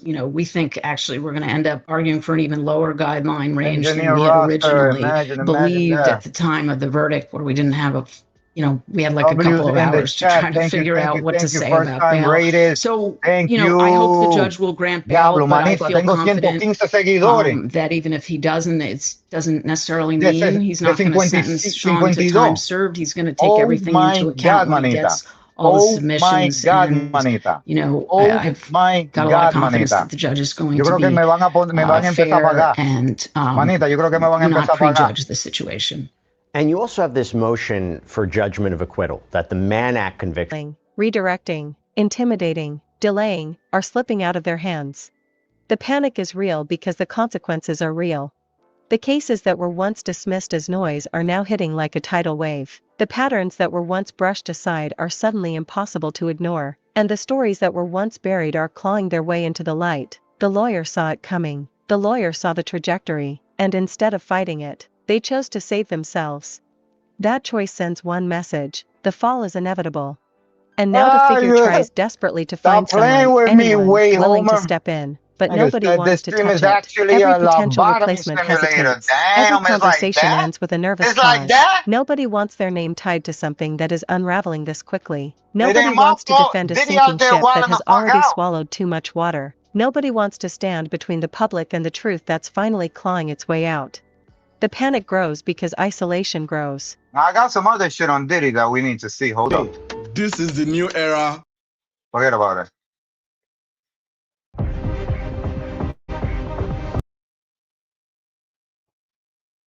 Oh, that surprise witness. Let's go watch what she's saying. Anyway, Shouts to that surprise witness. We love her. do I ever find the hate comments or smear 183 campaigns people. came from Let's people you go. used to know personally, like ex-friends or bullies or just strangers? I mean, I would not be surprised in any way, shape, or form, girl. I got a long line of people that haven't liked me having the confidence that I have. I mean, I think my love first her. She real looks so haters in amazing. life Shouts to were the that surprise mothers witness. of That's people the I level was we friends trying to with. get to, bro. But I she was is prettier, on top smarter, 10, making yo, better for real. grades or whatever than Manita, tú quieres this, meterte en este live these conmigo, tú particular puedes, kids or manito, whatever, porque and no. their moms. I could tell, like I would go to the birthday parties and the moms would be Claro. mean to me. Pito, And lo it's mismo que like at estamos the haciendo time I aquí, pero didn't tú know estuvieras why. viendo lo I que was estoy like, viendo. I actually had like a Y, lot of tú tienes un PTSD. Twitch. Me and my mom even had like a safe word to come pick me up. And Si tú I tienes never un got Twitch es bullied by mejor. like Te kids ayuda a really. tu Like Twitch. you know, everybody ¿Entiendes? gets Todo el into mundo it va a ir with para donde people tu at school. Twitch There porque was van a people ver that que tú didn't estás like en me, live con but ellos. I wasn't like a target Vamos a like ver that. cómo, It was, vamos a but ver the cómo first digo. people I remember being bullies to me were the mothers of daughters who I No, was no, tú no tienes actually que tener foto friends en with. esta They were my vaina. friends. I was not in a competition with them like that. And truth be told, my dad used to tell me, yeah, you ain't like them.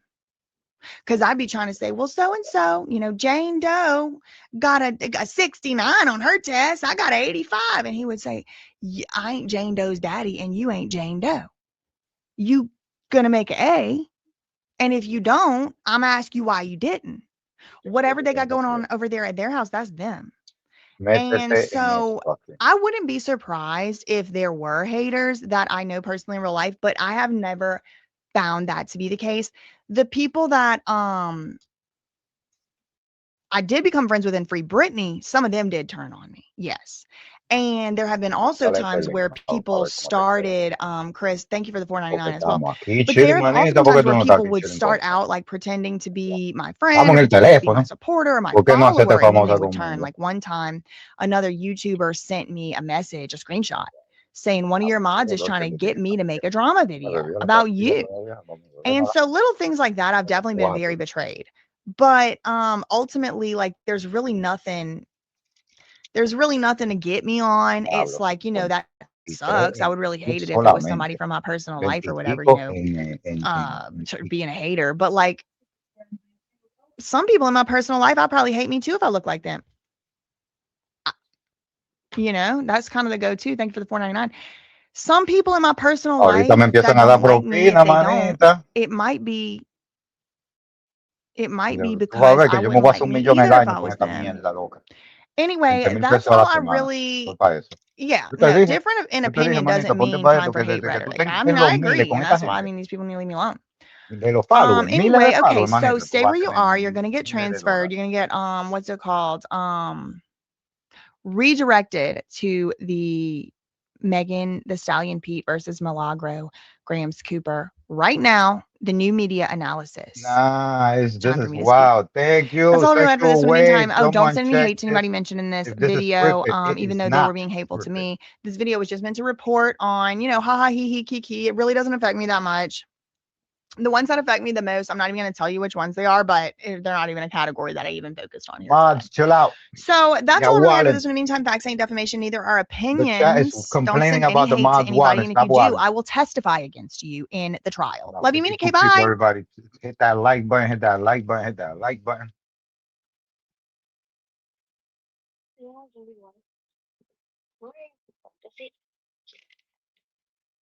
My energy bill dropped from Finish your live like $150 to that? $50 by That's doing fucking this. crazy. My friends laugh. No way. We fucking well. Did she cut us off? What the hell's going on? Did she just start a new live? That's what it was? Le di el botón. Al link que te mandé. Sí, yo no tenía una, no, en esa. De que, what would you use StreamYard for the most? Recording, webinars, live streams. Live streams. Mhm. You have to pay for this? No, eso es gratis. No. Where, Kayla? Sí, date el nombre de trae el teléfono muy tarde.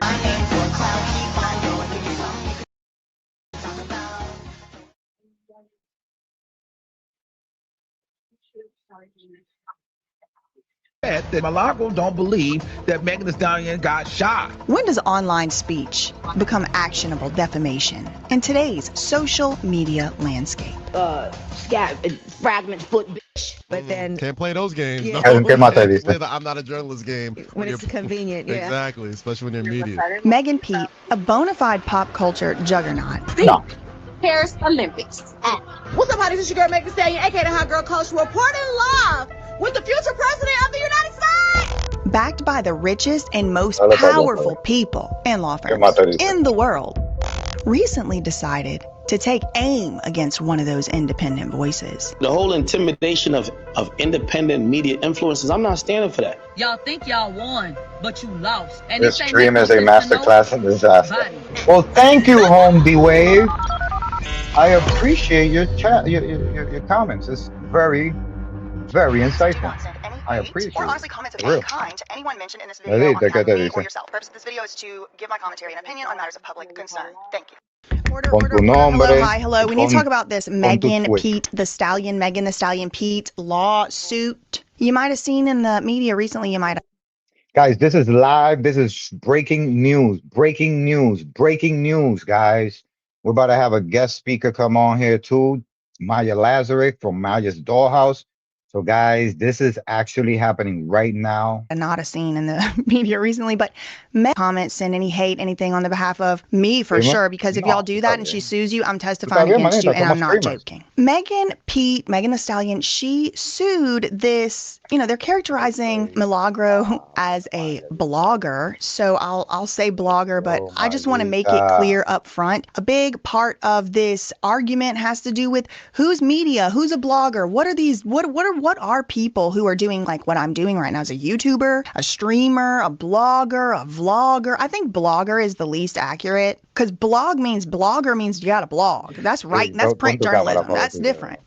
Print blog, print opinionism, whatever. So I'll call her a blogger. That's what they're calling her. But I think that's very O ponle inaccurate una foto because tuya we're ahí, talking about vloggers at para que no the te very toque. least. But Cámara. anyway, Megan Pete the Stallion officially in court papers Con una sued foto, la foto que tú Milagro tienes con for los lentes. 3 different things. One was If you defamation. confuse two One Pokemons was together, which ones would intentional it be? infliction of It would probably emotional be distress, which is a Charizard separate and tort. You can Pikachu. sue, private citizens can sue. And finally, I the could third roast thing them was and fry 'em. promoting an AI altered depiction. What am I allowed Laris to say over here? Corn? 92 star. The At least make the lies typography. Deep believable. fake is kind of a Oh, colloquial word for it. So it's like this a is all fake opinions, video baby. All purporting or opinions, trying baby. to be passed off as if it's a Megan the Stallion. But again, it was like AI, it was like Tú estás oyendo lo digitally que, tú estás viendo altered. lo que yo And estoy there's a new poniendo. law in Florida, promotion of a digitally altered depiction of a person in an sexual act, willful and malicious or whatever. That's a civil tort and you can sue for it. And so Megan the Stallion did. So there's a hablamos. lot of media, again, traditional media out here. Traditional media. Here reporting that Megan the Stallion sued for harassment, cyber. But why does Megan Thee Stallion get to sue for harassment when she made up a lie and the guy's doing 10 years? That's crazy. She should be sued for lying. Right? I think so. All this stuff that she didn't actually sue for, from what I could tell. Like I said, the 3 things the jury decided on were defamation, intentional infliction of emotional distress, and the promoting the deep fake. That's the only 3 things the jury decided on. And then within the defamation category, some interesting things happened. So the jury did end up having to decide another issue. It kind of seemed like a 4th issue having to do with, is Milagro media for the purposes of a statute? Because the case is now over, the jury has rendered their verdicts. Let's go through one by one those 3 different things. And I'll tell y'all, I followed this case pretty much every day. I made videos on it most days, and I followed all of the reporting that I knew of coming out of there. This is just my opinions. This is just my impressions. This is just my understanding. I was not in court for any of this, and there were some people who were. So I encourage you to go and watch their reporting, all of it, all of their different reporting, and come to your own conclusions. But this is my understanding, so we'll go through that in turn. First thing was defamation. And just to recap, defamation is when a person, a defendant, delivers a false statement of fact, as if it is a fact, to a third party. You could say it, you could post it, publish it, and that statement of fact is harmful to the reputation or the well-being in some way of the person you uttered the statement about. Okay, so has to be a statement of fact. That's why I always say facts ain't defamation. Because if it's a true fact, it can't be defamatory. It has to be false. False fact, something false to a third party, it has to cause harm. Now, there's a few little, I don't know, you want to call them wrenches that get thrown into this. It's not so straightforward in the Megan Thee Stallion case because she is a public figure. A lot of people know who Megan Thee Stallion is. So in a case where somebody's providing their opinion or statements or whatever about somebody who is a public figure, especially like a politician, someone who's thrust themselves into the public light, there's something else that the plaintiff, in this case Megan Thee Stallion, will have to prove, and that's called actual malice. Actual malice has to be proved by the plaintiff. That would be Megan Thee Stallion in this case. And what that is like the person who said the supposedly false defamatory statement, did they know that it was false? Did they really think that what they were saying was true? That's the first thing. The person has to know or have a really strong reason to know. They put their fingers over their ears when somebody was trying to tell them the truth or something. Okay. So Megan had to prove that as well. But in Florida, we got the second wrench that gets thrown into this situation. Okay. And that is in Florida. To sue somebody in Florida for defamation, if they are what's called a so-called media defendant, you have to tell them you're going to sue them beforehand. You have to give them what's called notice. You have to make a demand. Megan Thee Stallion, if she was going to sue somebody who's a media defendant, she had a duty under the Florida law to tell Milagro or to tell, any media defendant. Let's say she was going to sue the news or whatever. She had to send them a letter, a cease and desist, a demand letter, some type of notice. Hey, putting you on notice, I'm going to sue you if you keep saying this false, fake thing. You're supposed to give the media defendant an opportunity to cure the defected statement, the false statement, whatever. Megan Thee Stallion, I guess, assuming Milagro wasn't media because she was a blogger, so-called, or a YouTuber. She did also have a radio show, which is a big deal in this case, ends up becoming a big deal, in my opinion. Megan Thee Stallion did not send that cease and desist, that demand letter to Milagro before suing her. She just straight up sued her. So when the jury just a couple days ago, I think it was like December 1st or 2nd, the jury decided and ruled on the first part of defamation. Yeah, they sided with Megan Thee Stallion. They said, this is defamation. We think so, yes, liable for defamation. However, there was that second part of the question that ended up getting left to the jury to decide. I don't know why the jury decided this and not the judge. There was some type of information coming out of the courts.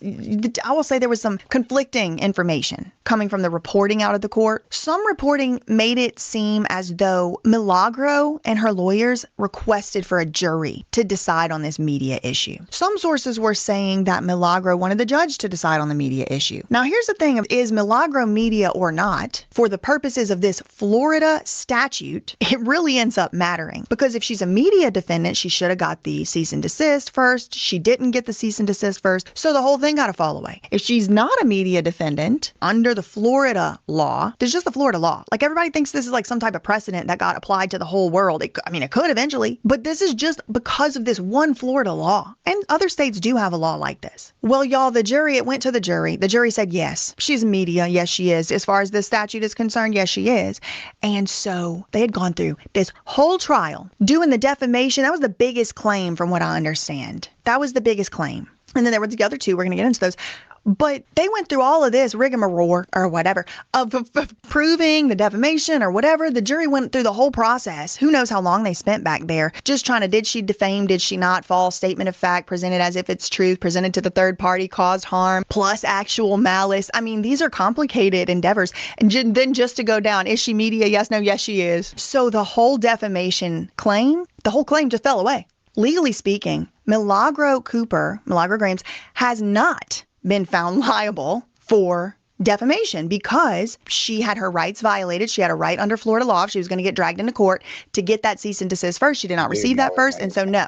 So there ended up being a little bit of back and forth because this is a big PR trial. It's the old guard versus the new guard, right? The whole media apparatus is kind of like on Megan Thee Stallion's side. They have been, in my opinion, this is how I perceive it, for a while. There were news articles coming out that were saying Megan Thee Stallion wins defamation case.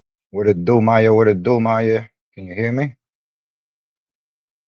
Yo, yo, yo, yo. Turn your microphone on.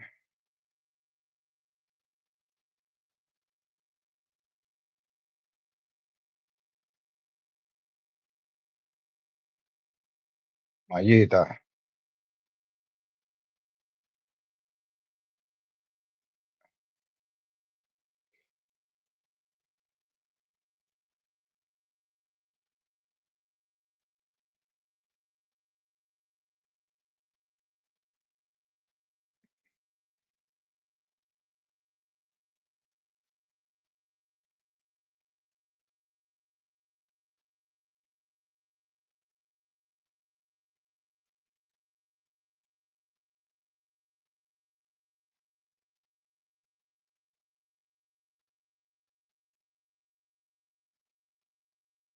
case. And like I just explained to y'all, that's really not true because she didn't do her part of things. So she didn't win. Everybody She go didn't follow win. And in Maya, fact, and indeed, the biggest judge dub reduced the amount of of all money that the time. jury had POG, awarded yo, to what it do, Megan by like Lazarus, $16,000, which non-star, is the welcome exact back. amount that the jury had Everybody don't awarded forget to hit Milagro the for just the big defamation champion stuff. energy. So the judge said no because Big she follow, wasn't held guys. Hit liable the for follow, defamation. man. So Show you can love, understand man. how We that's a trying to little grow bit the community, confusing. guys. Like, was Thank she, you for was she stopping not? I by. guess technically she was, but then, well, like, it was a technicality, but like, Because the truth of the matter is that this shit is all a lie, and I can't wait till Megan Thee Stallion admits this shit, and then she gets held in contempt for fucking lying in court. none of that was about Megan Thee Stallion. None of that was about any of that. That's what Milagro said had nothing to do with this case. There was nothing that Megan could have found in there that would have been helpful for her case. It was unrelated to this. Well, they went to a little pre-trial kind of like hearings, little mini trials before trial on the evidence suppression and evidence spoliation. And Megan Thee Stallion's side was saying, obviously she's trying to hide something and she should be punished. Milagro was saying, I ain't trying to hide nothing. And what the underlying allegation was that, Megan Pete, maybe you know this, maybe you don't, she was shot. And Tory Lanez, a singer, a performing artist, recording artist, he was convicted for shooting her. So, and I've done videos on this. Y'all probably mostly have seen them, but the intentional infliction of emotional distress claim in this Milagro case was based upon the assumption by Megan Thee Stallion that she got this restraining order against Tory Lanez. So Tory Lanez couldn't talk about her, couldn't contact her and all that. Well, according to Megan Thee Stallion, Milagro was acting as a mouthpiece for Tory Lanez. So Milagro, according Yo, to the Chad, let's allegations in this go. lawsuit, she was working with Tory Lanez, working with his family, saying the things he basically couldn't legally say. And the intentional infliction of Chad, emotional let's get distress is some that F is the in claim. the chat. Well, there's this whole That's 2,000 messed deleted text up, messages yo. thing. And Megan's argument was Stop basically, playing with had me, I had bro. access to all the information I needed, I would have been able to find evidence of Tory Lanez and Milagro talking to each other. But I don't have that information because she deleted it, Milagro deleted it, and so I should be given, some compensation in some way. You know what it is, Chad? I'm gonna come back to this because I really want to watch this video right here that we got on Diddy. Cause this is whatchamacallit, his bodyguard, Gene. And this is very interesting because it was left out of the Netflix documentary, and I always wanted to talk about why was this left out of the documentary. Yeah, so let's go check this shit out.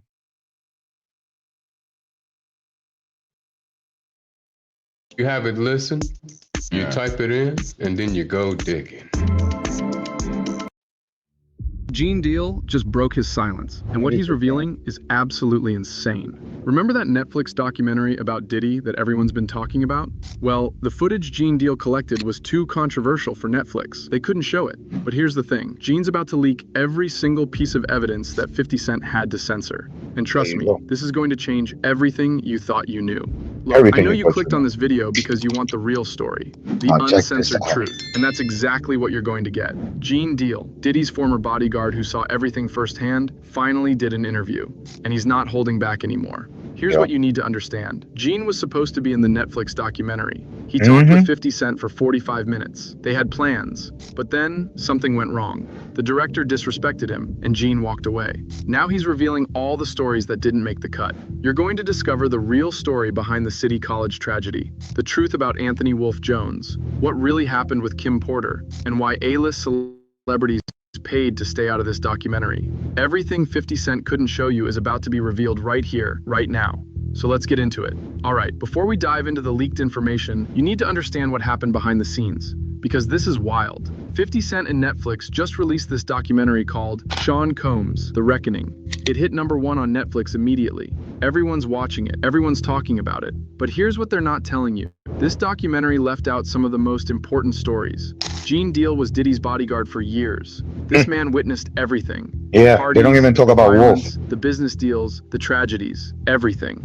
He's been collecting footage and evidence for years, just waiting for the right moment to tell the truth. Now, Gene initially wanted to be part of 50 Cent's documentary. He believed in the project. He thought this was finally going to be the moment where the real story came out. But then he met with the director, a woman named Alex Stapleton. And let me tell you, that meeting did not go well. It don't even sound. I want to put her on blast because she was telling me, she was saying to me that what I was asking for was crazy, and they wasn't spending money like that. I'm talking about you got footage, you got clothing, you got. I was doing footage. I had pictures, all the stuff that I had. You know, you could figure out a way to pay a brother and stuff like that. And then I was telling her about some prices that I've already received, and I had the invoices to show it. And then she was calling me like I was lying. I'm like, yo, who do you think you talking to? You know what I'm saying? And she was talking about, you know, there's no way nobody paid. Nobody what? I say, first of all you people come with these documentaries and stuff. The first thing you tell me, y'all tell these people out here that y'all don't pay, and y'all pay. You give, if you can make a picture look like $10,000-$15,000, you know what I'm saying? You can sit here and tell me that you're gonna pay me for my time sitting right down here with y'all. You understand? So then, you know, one thing led to another, and I was like, yo, all right, well then, you know, F you, you know, I spoke to 50, and then she said 50, and this is exact words that came out her mouth. 50 does not determine what goes in and go out of this documentary. Gene wanted to do this right. He tried to put together a package deal with two other guys who knew Diddy from the beginning, Tim and Kirk Burroughs. These three men could have told the complete story, from Diddy's childhood to the street stuff to the business empire, everything. Gene asked for $50,000 for all three of them as a package. That's fair, right? Especially That is more than fair. And guess what? Diddy was like, hell no. Is this what?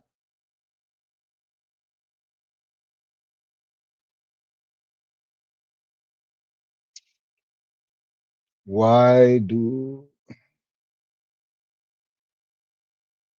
is this scripted? Nope. This is live news, bro. No, this energy is unmatched. Thank you, thank you, thank you, chat. Thank you, thank you, thank you, chat.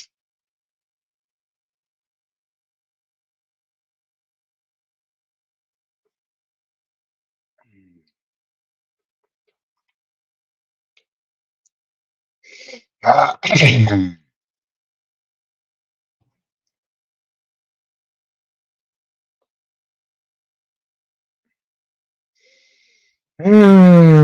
when you consider the value of the footage and evidence they had. But here's where it gets messy. Alex Stapleton, the director, told Gene something shocking. She said 50 Cent doesn't determine what goes in the documentary. He doesn't control who gets paid. She basically said 50's name is just being used for promotion, but he doesn't actually have power over the project. Gene felt completely disrespected. He had invoices showing what other documentaries had paid him. He showed her proof, but she called him a liar. Can you imagine?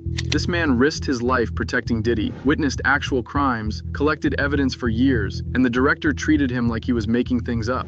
And here's the crazy part. While Gene was trying to negotiate a fair deal for everyone, Kirk Burroughs was making secret side deals. That's how the industry works, right? Everyone's looking out for themselves. Gene was trying to help everyone get paid fairly, but Kirk was cutting his own deal behind the scenes. So Gene walked away. He refused to participate. And that's why the documentary you watched on Netflix feels incomplete, because the man who knew the most refused to be part of it. But now, he's ready to tell you everything they left out. Let's start with something the documentary barely touched, how Bad Boy Records was really structured. Because this is important. This explains everything.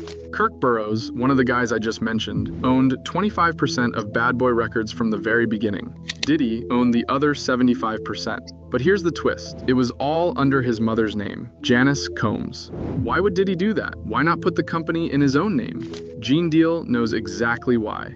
It was a scheme to avoid legal liability. See, Diddy knew he was going to be sued after the City College tragedy.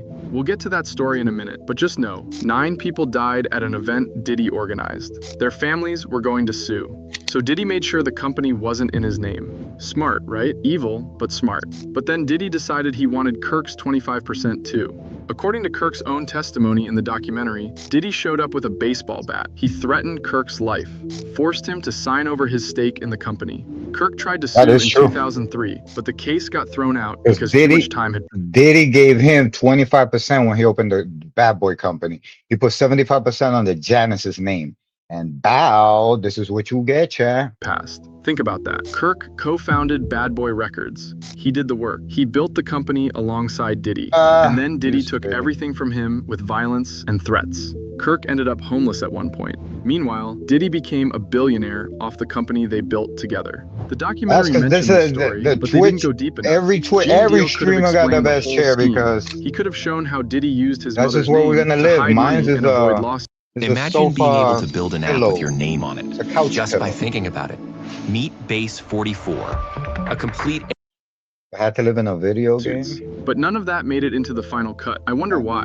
If What you I had feel to live about in the a video documentary, they game, left a which whole one lot would of you key live? things Would out. it If they was be? going to do It something would and they're going to say in the probably reckoning, be Grand Theft Auto. Sean Combs the reckoning or Diddy the reckoning and stuff like that, it should have been a lot of people that we lost because of him. You know what I'm saying? It wasn't Yeah. only Big. It Pay wasn't attention, only chat. Tupac, you understand? For the atmosphere that he put those kids in. You got a guy named Anthony Wolf Jones, who was from Bad Boy, from its conception as doing security and being one of the financiers of Puff having to have some money to keep Big and Craig Mack around. Yeah, because he before was he got to the street Clive guy. Davis. Now this is where it gets really dark. Gene Deal says there's a whole murder story that the documentary completely ignored.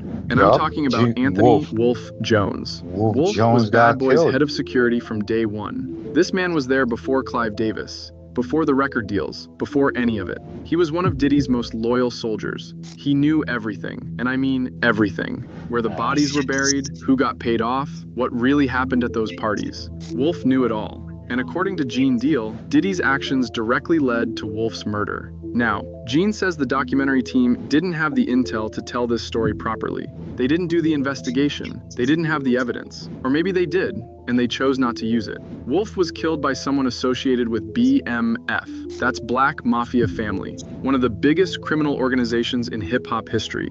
And Gene is saying there's a direct connection between Wolf's death and Diddy. But the documentary barely mentioned Wolf at all. They showed a few pictures, said he was security, and moved on. Why? Because this story is too dangerous. It involves real criminals, real murders, real organized crime.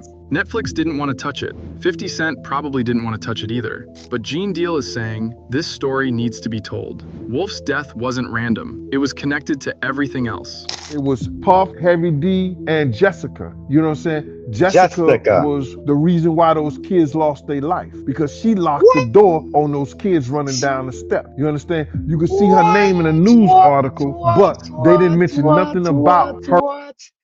Wait a minute. Did he just say Jessica? Oh my God. He just implied that there was somebody else there nobody has mentioned ever? Huh. I wonder why. Taking place, but they try to put Heavy D, God bless the dead, out there and they put Puff out there. You know what I'm saying? She should have been the main one because she is the one who locked the door on the kids. You understand? She is the one who locked the door on the kids, and all those kids lost their life. All right, this next story is going to make you angry. Because the documentary told you about the City College tragedy, but they didn't tell you the whole truth. Gene Deal was actually there that night. He witnessed everything, and what he's revealing changes the entire story. December 28th, 1991. Diddy organized this celebrity basketball game at City College in New York. It was supposed to be this huge charity event. Heavy D was involved, all the big celebrities were coming. Mike Tyson, LL Cool J, everyone. The place was packed. Now, Gene Deal's security team was originally hired to handle the outside. He had 18 men ready to go. They had dogs, Rottweilers, pit bulls. They had gates set up. They had a whole system to control the crowd. Gene knew how people get in Harlem when celebrities show up. He was prepared. But the day before the event, Diddy came to Gene and said Heavy D didn't want his security team there anymore. They were fired. Just like that. No outside security. So the night of the event, chaos broke out. Thousands of people were trying to get in. When Mike Tyson and LL Cool J walked through the front door instead of the back, the crowd went crazy. They rushed the entrance. People were being crushed in the stairwell. Now here's the part the documentary didn't tell you. There was a woman named Jessica Rosenblum. She was one of the promoters alongside Diddy and Heavy D. When Jessica saw the crowd surging, she panicked. But she wasn't worried about the people. She was worried about the money box, all the cash from ticket sales. Gene says Jessica grabbed the money and locked the door at the bottom of the stairs. She locked it to protect the cash. And when she locked that door, she trapped hundreds of people in that stairwell. 9 people died. 9 kids, crushed to death. Because someone locked a door to protect money. Gene couldn't get down the stairs because of the crowd. He had to run around the entire gymnasium, come in from another What? entrance, and start opening doors from the inside. So he was By the there. time he got there, kids were already dead. He What? What? So why isn't Jessica being held accountable here? performed CPR on a 17-year-old boy. The kid died anyway. The boy's older brother was there, crying, saying, "This is the first time I ever took my little brother anywhere. My mama's gonna kill me." Gene Deal witnessed all of this. He knows exactly what happened. He knows who locked that door. But Jessica Rosenblum was never held accountable. Of course not. Her name appears in old news articles, but that's it. No charges, Oh, she no was there consequences, and nobody knows she nothing. was there. The documentary mentioned the City College tragedy, but they focused on Diddy and Heavy D. They never talked about Jessica. They never explained why Gene's security team was fired. They never told you that someone locked a door to protect cash while 9 people died. Gene could have told this story in the documentary. He tried to, but it didn't make the cut. And you have to ask yourself, let's talk about why Gene really walked away from this documentary. Because the drama behind the scenes is just as crazy as the stories he's trying to tell. Gene set up this whole package deal, right? Him, Tim, and Kirk Burrows. 3 guys who knew Diddy from different angles. Tim knew about the childhood and the early years. Kirk knew about the business side. Gene knew about the streets, the violence, the security stuff. Together, they could have told the complete story. But then, Alex Stapleton, the director, started acting strange. She told Gene that what he was asking for was crazy money. She said they weren't spending that kind of budget. Gene showed her invoices from other documentaries that had paid him similar amounts. He had proof, but she dismissed it. Then she said something that really bothered Gene. She told him that 50 Cent doesn't determine what goes in the documentary. 50 doesn't control who gets paid. She made it clear that 50's name was just being used for promotion, but he didn't actually have creative control. Now think about that. What? They're marketing this as 50 Cent's documentary about Diddy. They're using his rivalry with Diddy to promote the show. But behind the scenes, 50 doesn't actually control what gets included. That's wild. Gene felt disrespected. He's been telling these stories for years on his own platform. He has actual evidence, footage, pictures, documents. And this director is treating him like he's not important. Meanwhile, Kirk Burrows was making his own side deals. He was calling Gene, trying to pressure him to take less money. But Gene found out Kirk was negotiating his own separate contract behind everyone's back. That's the industry, man. Everyone's out for themselves. So Gene told them all to forget it. Everybody trying to eat a little bit. That's why the documentary feels incomplete. That's why so many important stories got left out. The man with the most knowledge refused to participate because he was treated poorly. Here's some. What if you can create your own website by saying, "This is what I want"? With Wix, you can. Something that really bothers people who watch the documentary. They barely mentioned Kim Porter. Diddy's ex-girlfriend, mother of his children, died suddenly in 2018. She was only 47 years old. Officially, they said it was pneumonia.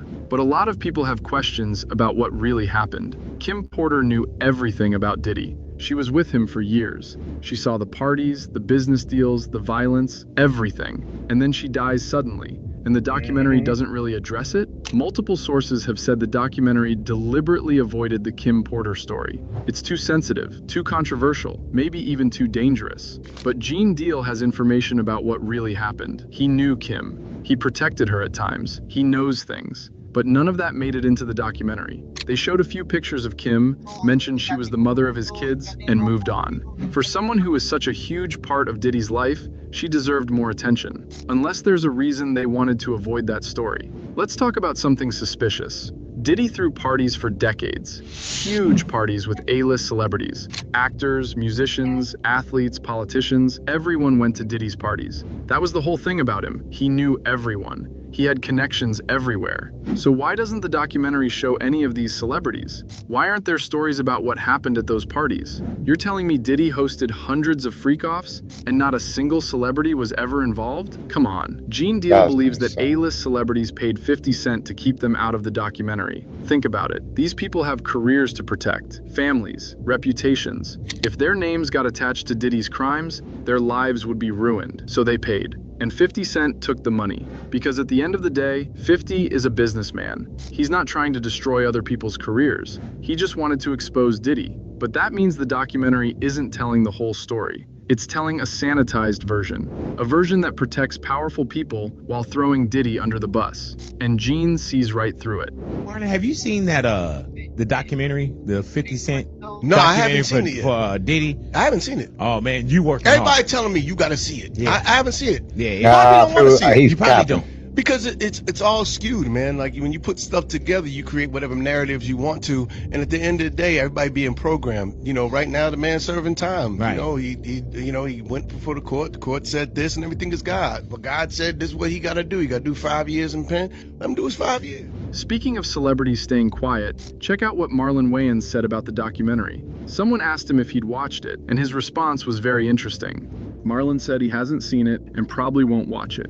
Then he He's said a liar. something that caught everyone's attention. He called it a narrative. He said when you put stuff together, you can create whatever story you want. Everybody's being programmed, he said. Wow. Now, why would Marlon say that? Is he Why would defending Marlon say Diddy? that? Or is he calling out the documentary for Why would he say that, Chad, huh? Interesting question. being biased?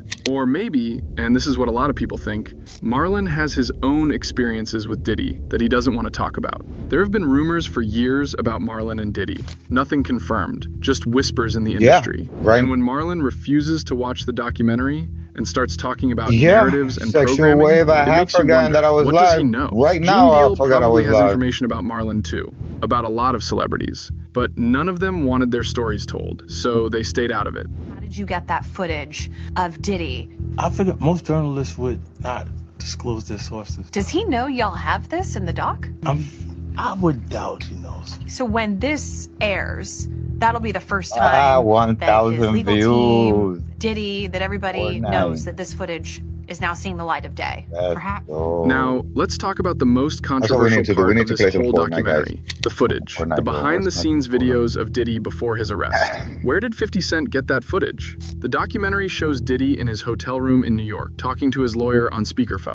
Heating companies get pissed when you do this, but they can't do a damn thing about it. This heater warms entire rooms in under 2 minutes, slashes heating bills by 90%, makes freezing homes comfortable instantly. It's already been sold out multiple times on Amazon and Walmart and all those other big right box to stores Fortnite. because it's been a top recommendation from energy efficiency experts. And now the company behind it is cutting out the middlemen after selling over 2 million units in the last 90 days. All without those big retailers who just jack up the price tag. It's called Helion Heater. And here's the kicker. It's loaded with advanced ceramic heating technology, which was originally invented by the military to help soldiers survive our He's discussing strategy, complaining about the media, trying to figure out what to do.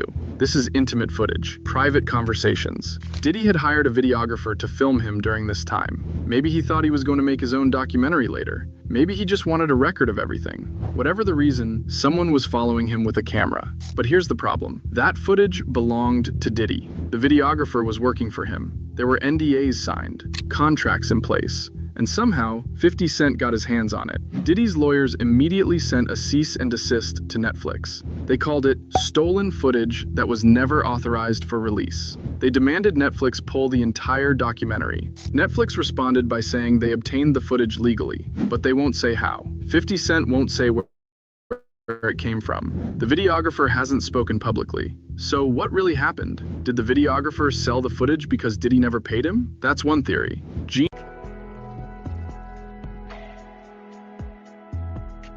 All right, chat. That got boring real fast. That got boring, so we're gonna play some Fortnite now. No, niggas. I need to get back on my Fortnite shit. So welcome back. If you guys are not in tune with what we're doing here, what does it say there?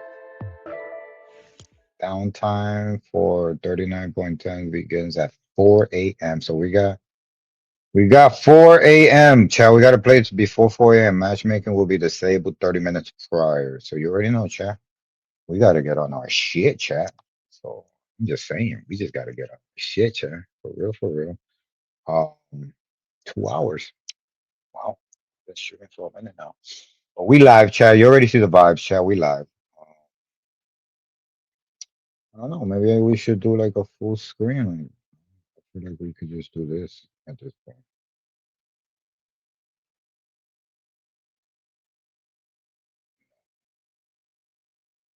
Maybe let's do this.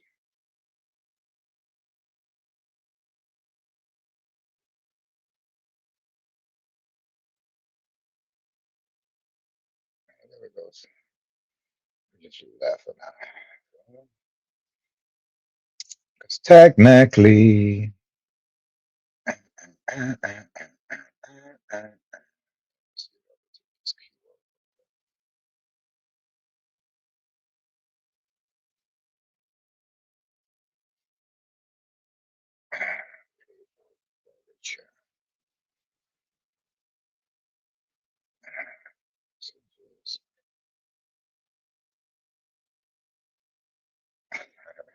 Ultra Instinct heard you.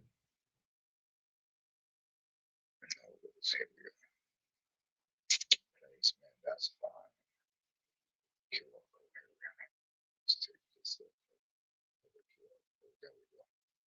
So you guys can see me. All right, now we Lily. Now we Lily. Everybody tap on, tap on. Let's go. Everybody tap on. Let's go. Let's go. All right, shall we Gucci la masa? Gucci con Ronnie con pasta. What we gonna do? Zero bills or we gonna keep practicing our rank? Let's go ranked. Fuck it. Why else would we play anything? Why would we play anything else? Ranked is the only way to go. Hold up, before we go ranked,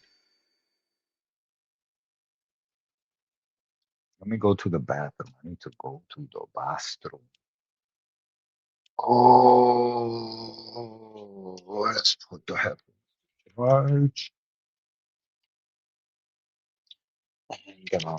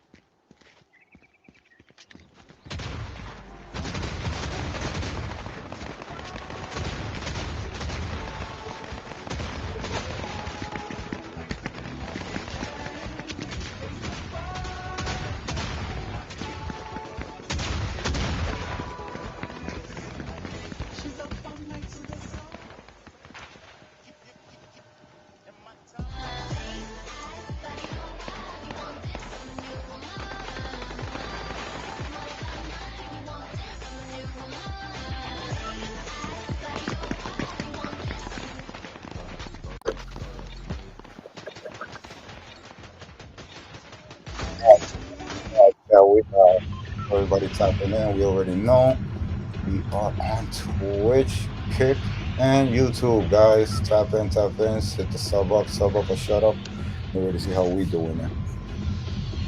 Everybody sub up.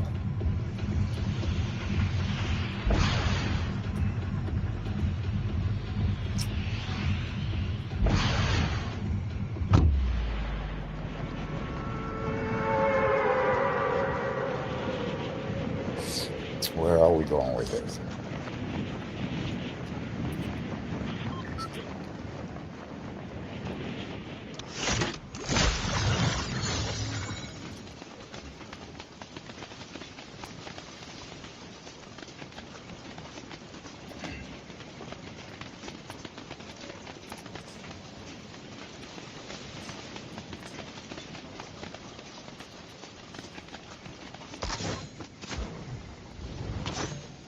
All these.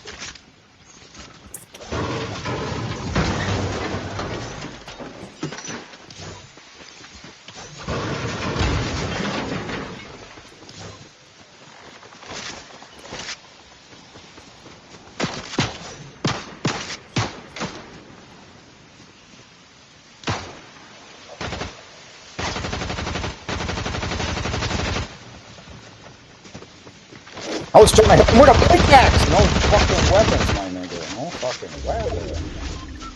You got no weapons, but you got to win.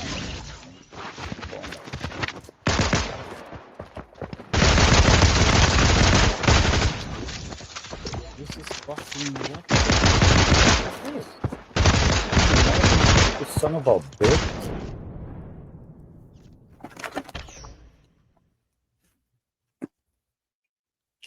Fucking piece of shit.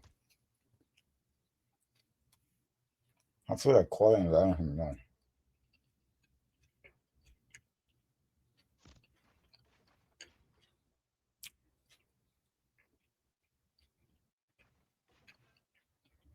Fucking piece of shit. I hate when people do that shit. I feel like they do it on purpose.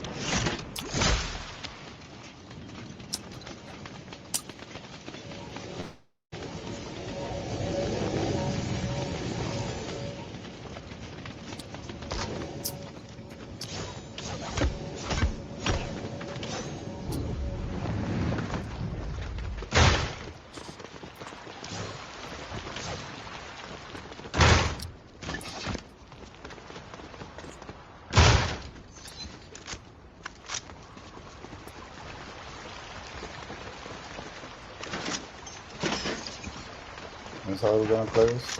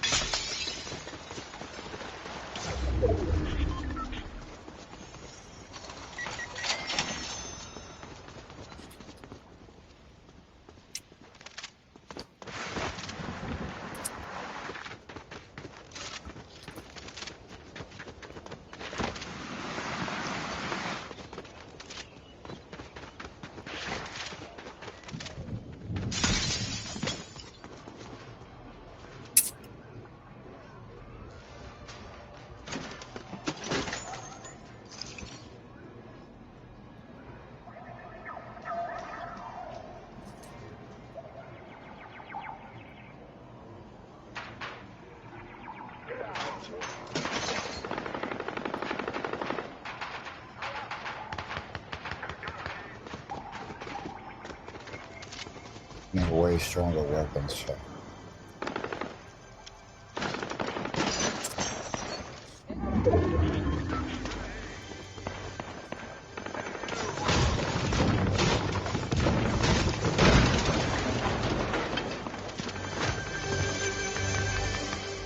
Really? Nothing better than these green ass weapons?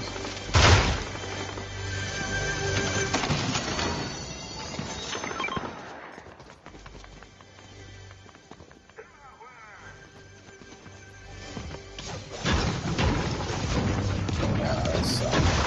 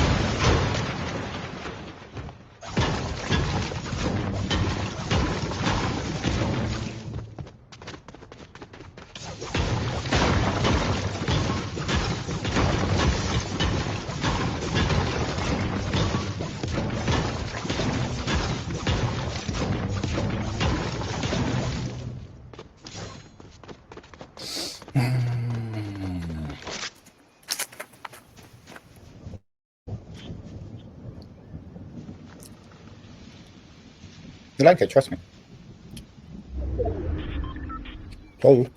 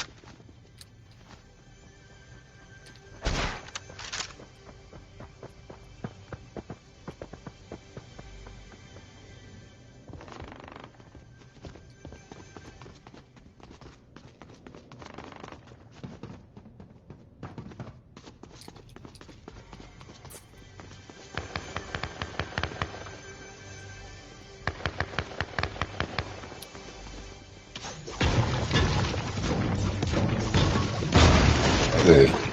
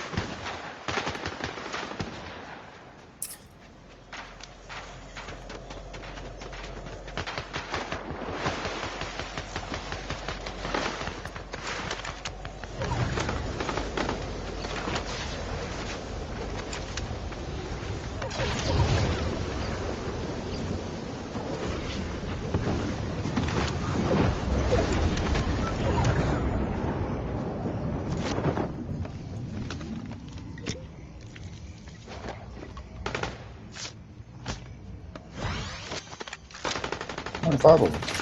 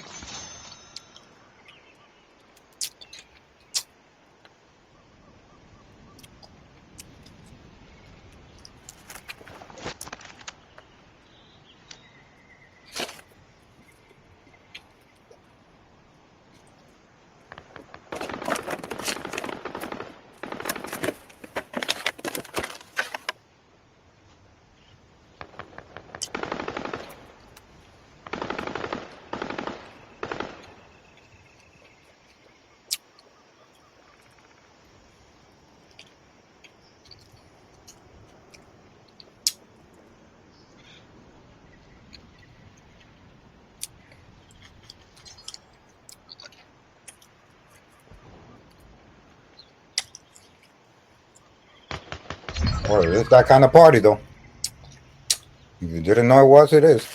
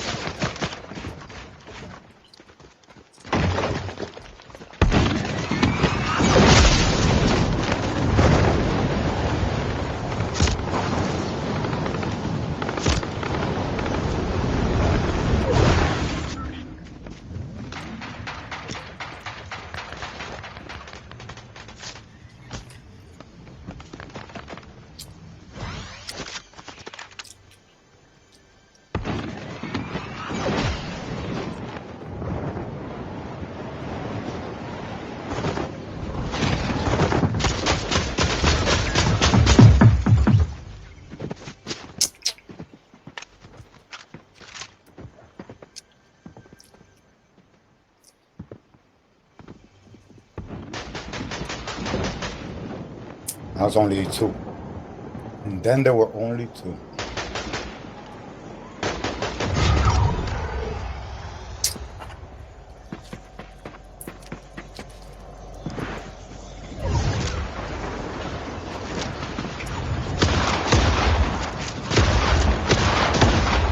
Second place, that.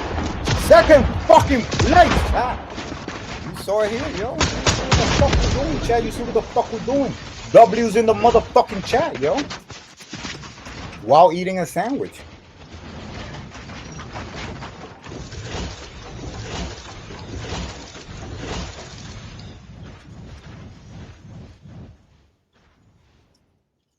That's gonna be good for the standings.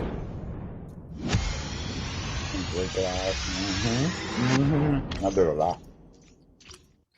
did a lot. We gotta go to the lobby because you already know. Gotta let it marinate.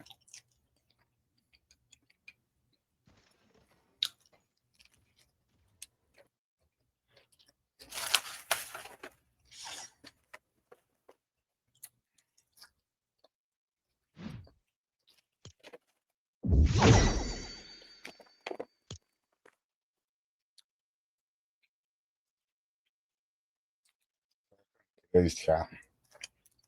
It was good. Ranked solo with the builders. Not no zero building. Zero building, we got top 3. And still always get number 1.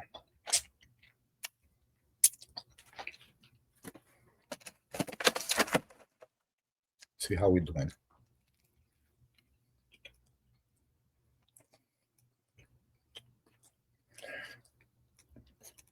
I was hungry. But then again, it's 8 o'clock at night.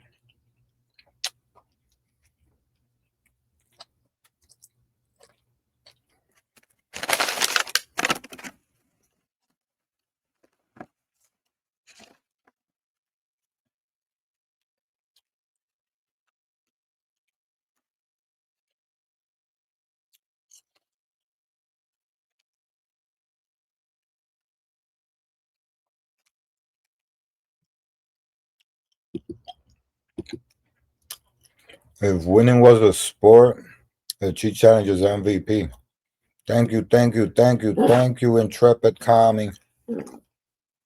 Thank you so much. I appreciate that. That was good.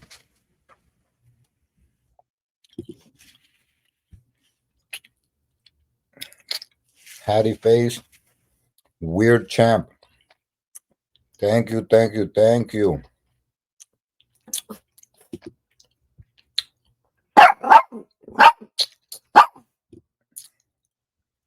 This is a W streamer chat. No room for L behavior here. You said it best. Thank you. Is this a sub of notice chatters? Is there a secret club of Notice Sarah? How to Coach, you are part of that secret club now. I didn't. That's it. I already gave you what I was going to give you. Yeah, that's it. That's it. Finish. Yeah, finish, little boy. That's it. Go eat your chicken. That's what you got chicken for.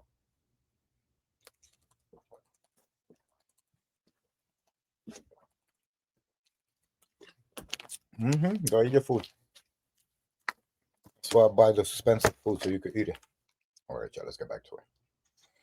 Hope everybody's having a good time. I hope everybody enjoying the stream. We are at an all-time high, chat. We are peaking. We're peaking. We're peaking. You know what I mean, chat? We're doing good, doing good, doing good in the hood. Everybody, don't forget to subscribe, subscribe, subscribe. Hit the follow, follow, follow. We need those followers, chat. Let's do it.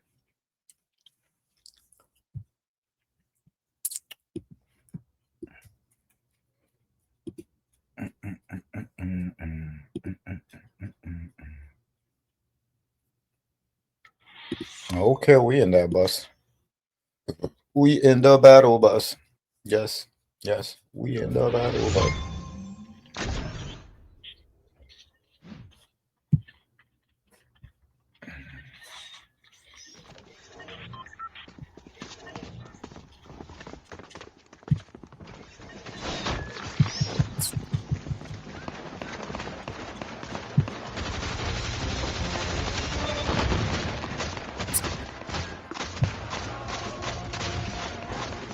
Oh.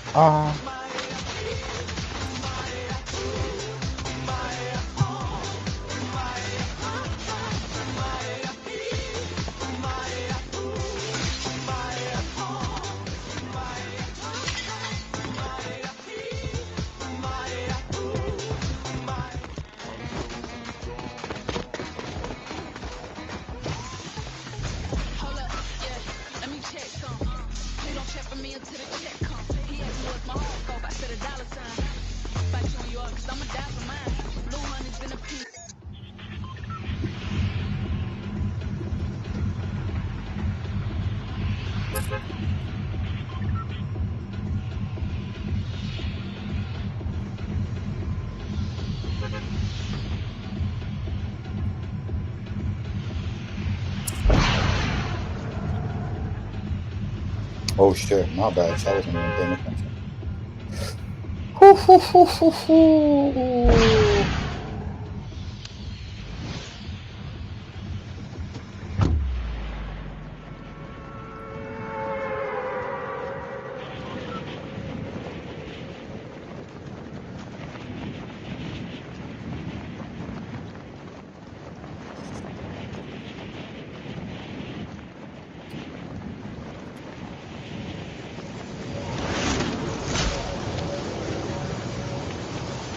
Why is this person following me, bro?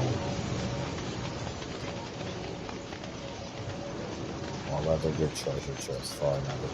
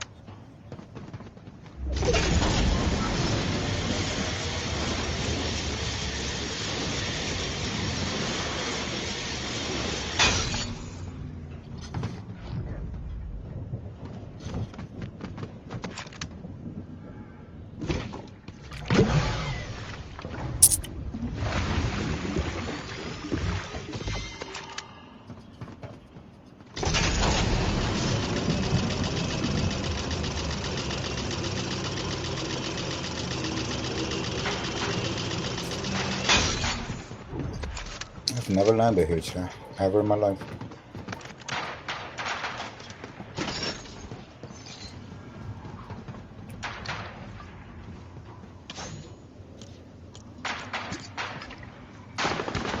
Oh. Oh, is somebody here? What is going on here?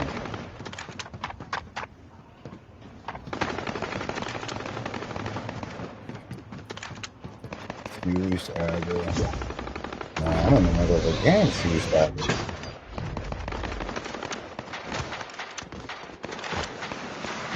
Well, come on, guys.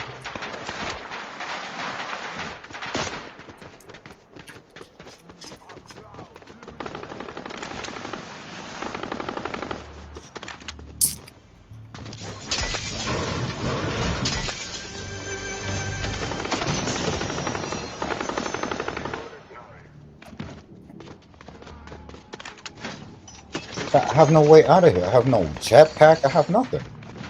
I'm really just stuck out here. Ain't that some shit?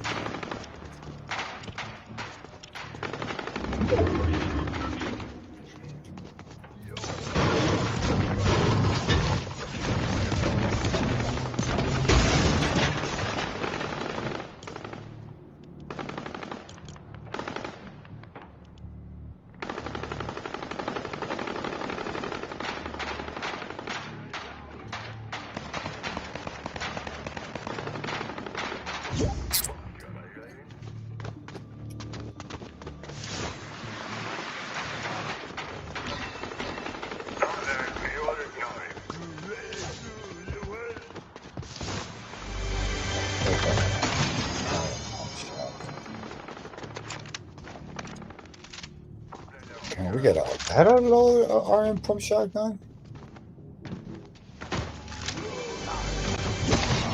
He promoted me to the party leader. Now, why would you do that?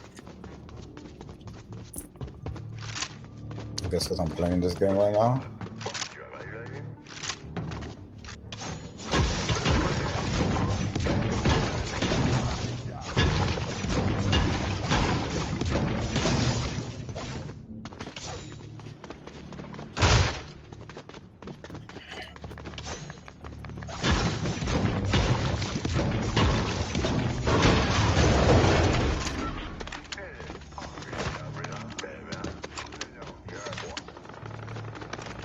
Wow, that's some real shit.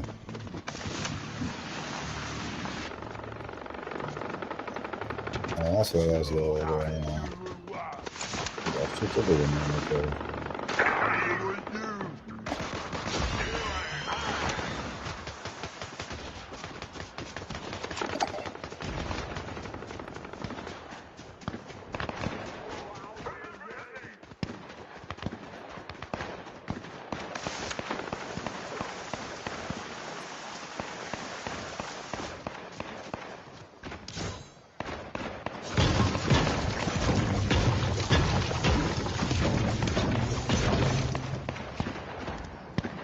What happened, little boy?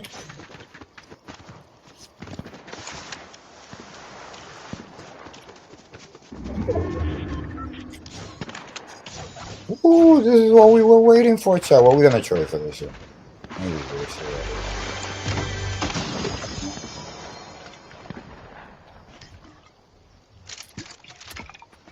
Okay, so far so good. We just gotta look out for people trying to snipe us.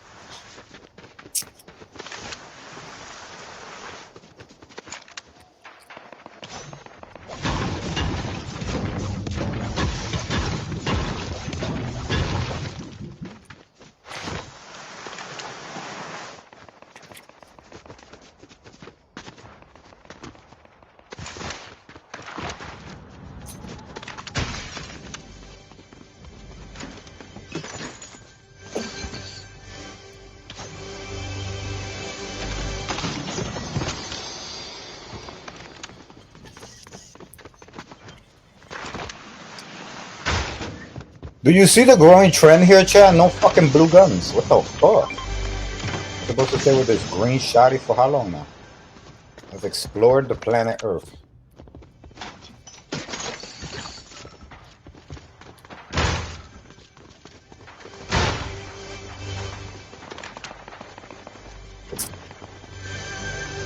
Still?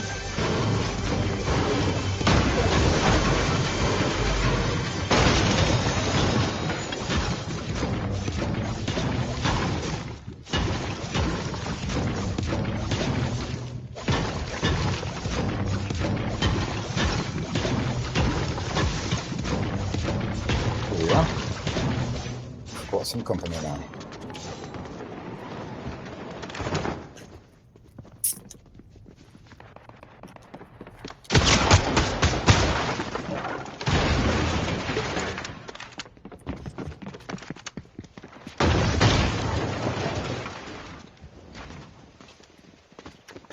Where you at, buddy? No, I gotta kill you now, right? No, no, no, no, no, no, no. I have to kill you. I really do have to kill you.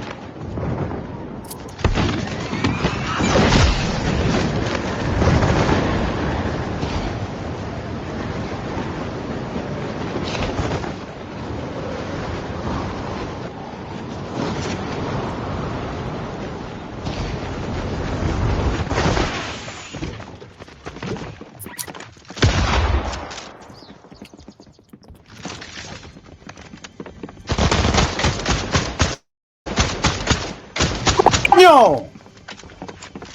Oh, fuck, yo!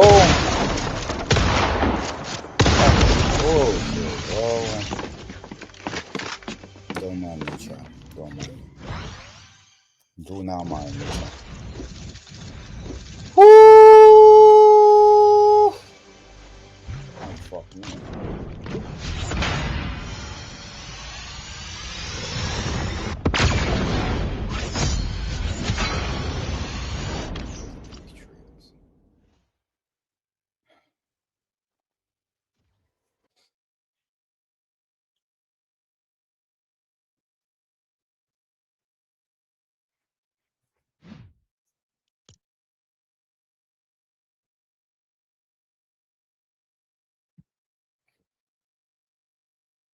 I don't play Marble Rivals, veteran, or vet norm. Chat.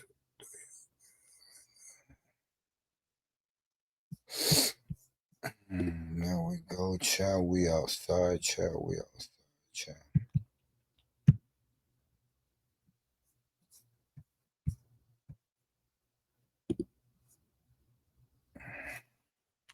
Oh, they're waiting for me on there.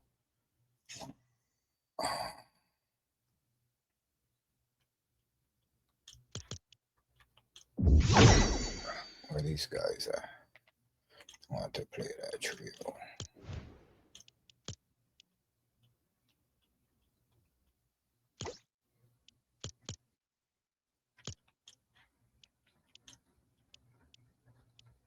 I'm on bronze 3 right now. Let's play a 0 build real quick.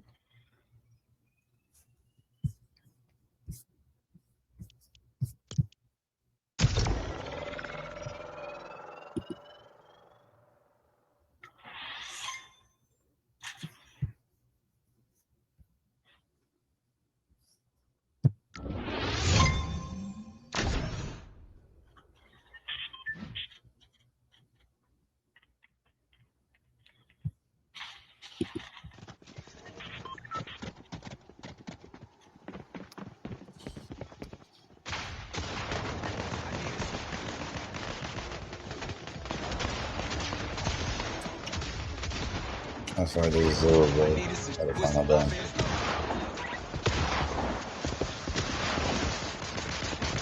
There we go. And then build it.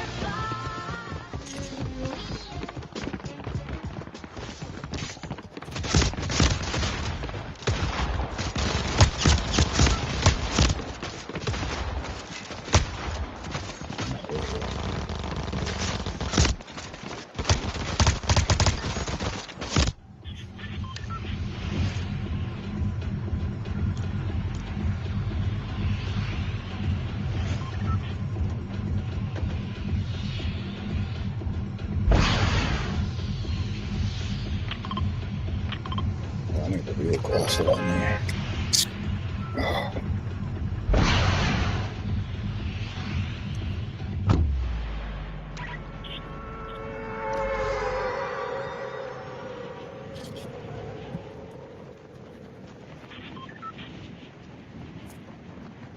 Ah, that shit was better.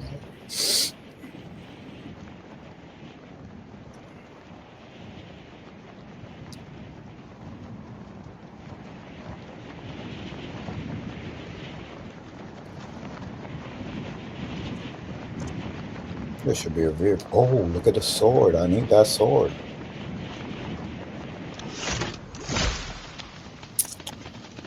Our homie didn't even look at the sword. What's up with him?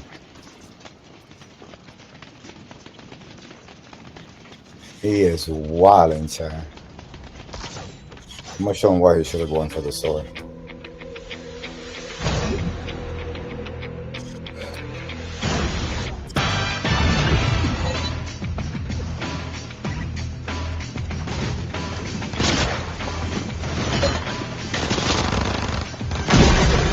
You don't even know there's somebody in here too.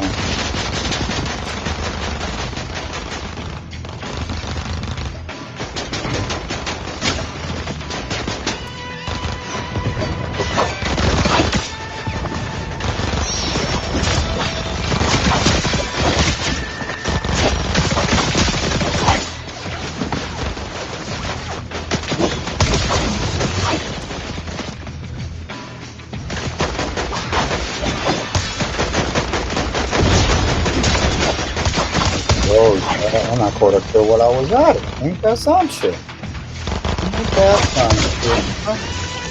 That is so cool. Caught a kill while I was at it. And I did my due diligence. Look at that. Extra added bonus.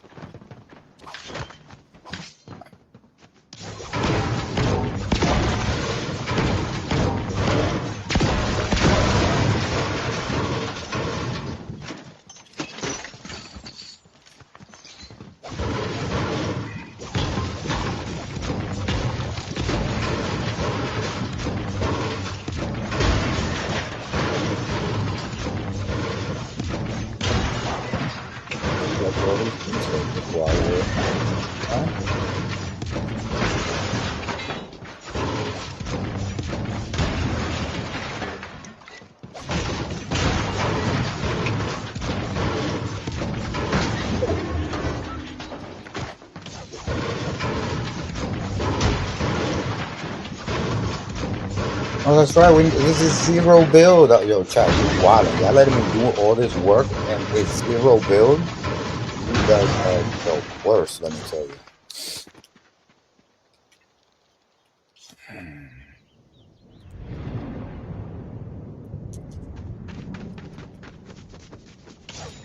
Oh, yeah. There you go.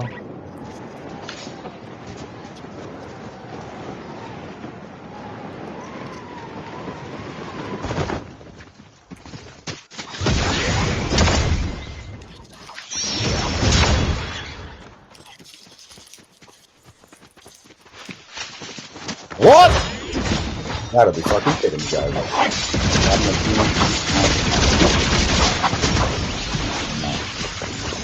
No. We do that again. I don't believe you. You need more people.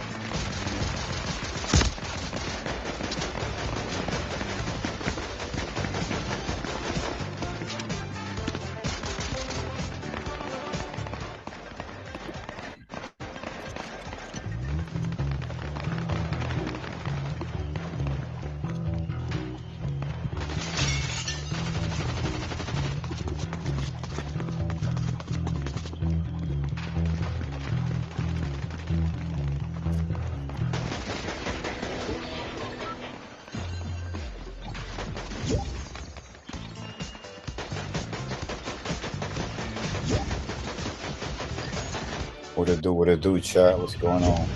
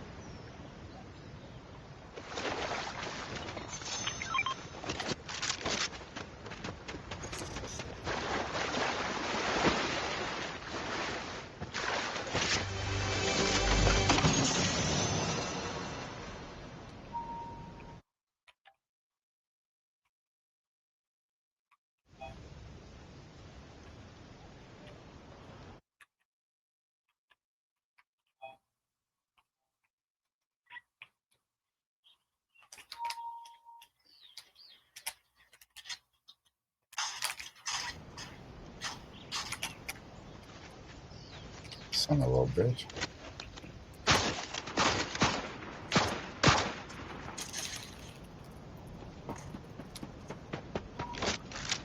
Fuck out of here.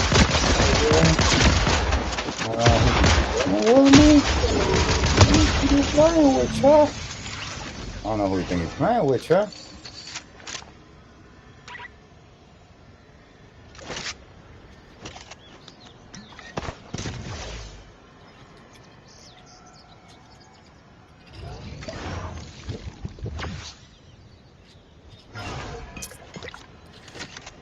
We good. We are good to go.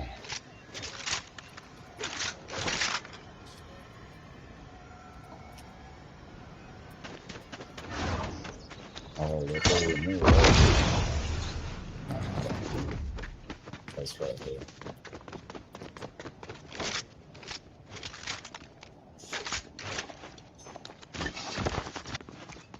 No, we don't need that.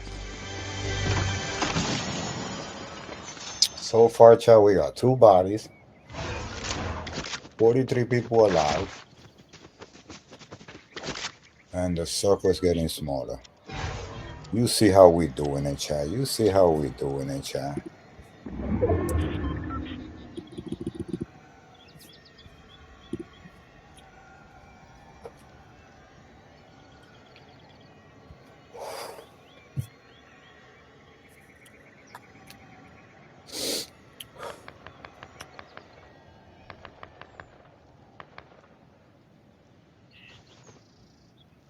Where did those gunshots come from? Something must be coming with the coast, huh?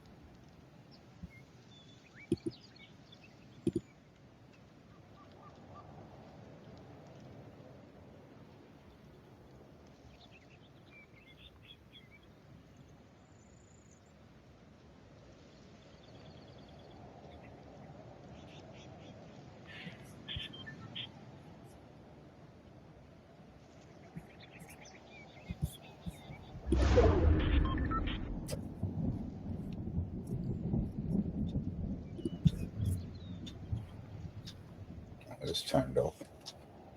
Let's see. Got to check.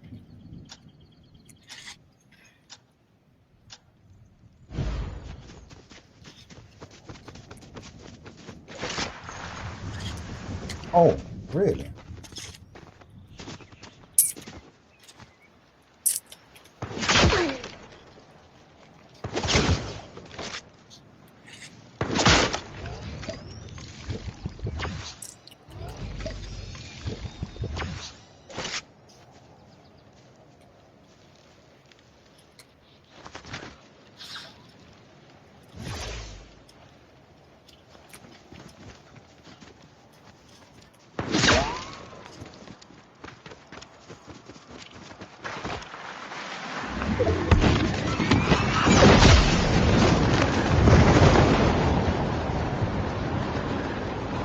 Really, they put this box here, and that's the trash bullshit that I had in the phone. Nice.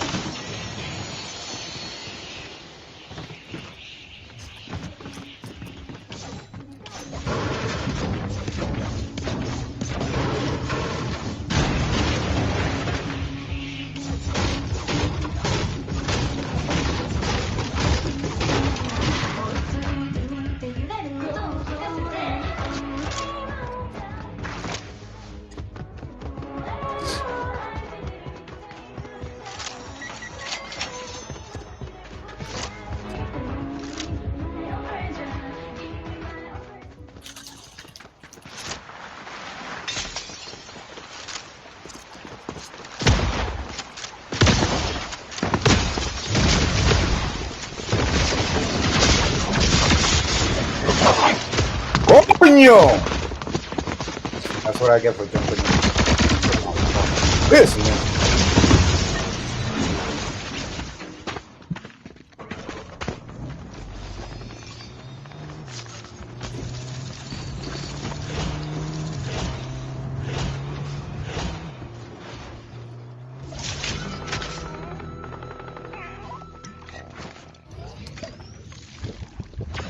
And he got a cat. I don't got a cat. Come on, I don't got a cat.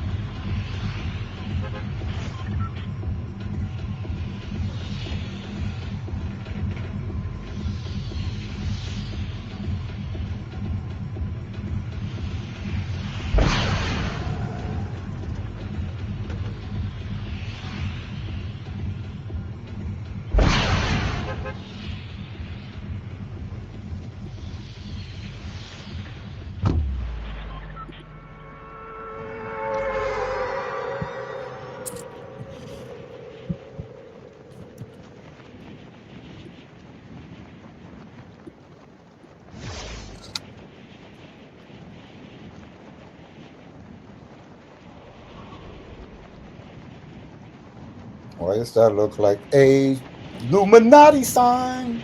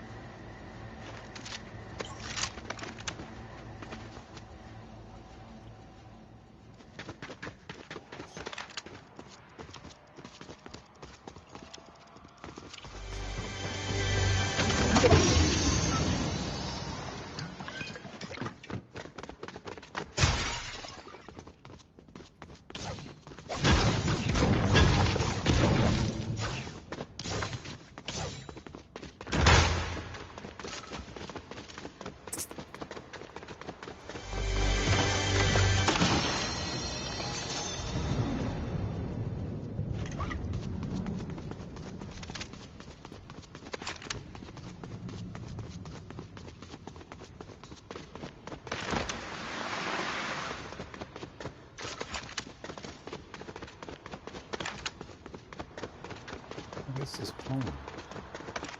Right here.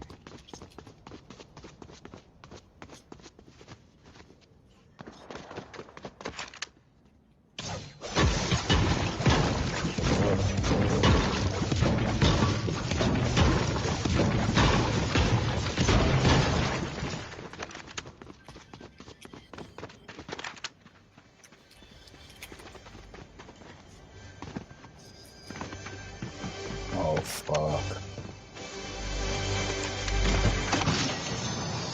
Oh, there it goes.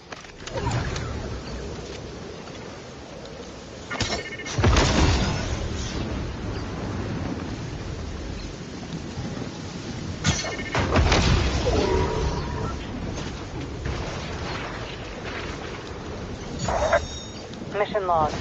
I was scanning the aftermath of the battle for Reality 783 when I picked up a distress signal sent by Agent Jones. It's been a while. He and I have a lot to catch up on. Whatever's going on, odds are the 0 point is involved. Initial scans show this place has an intense concentration of 0 point energies. I'll need more info to make a complete assessment.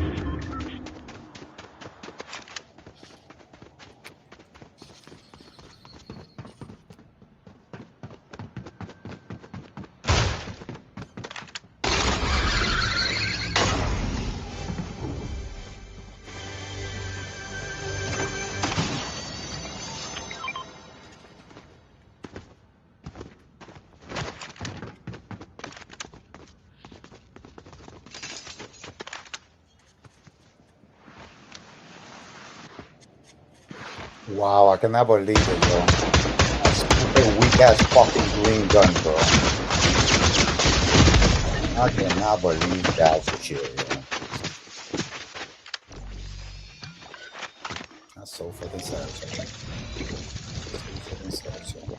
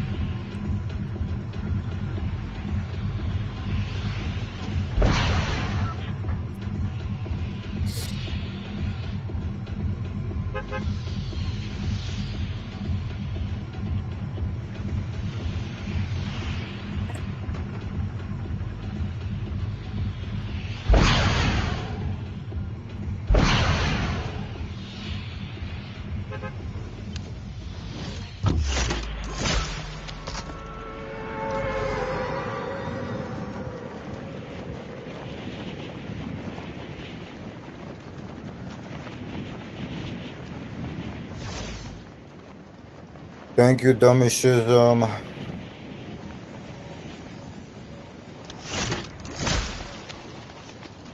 Boy, that guy's following me. That was not tripping. He was. And the only type of work on.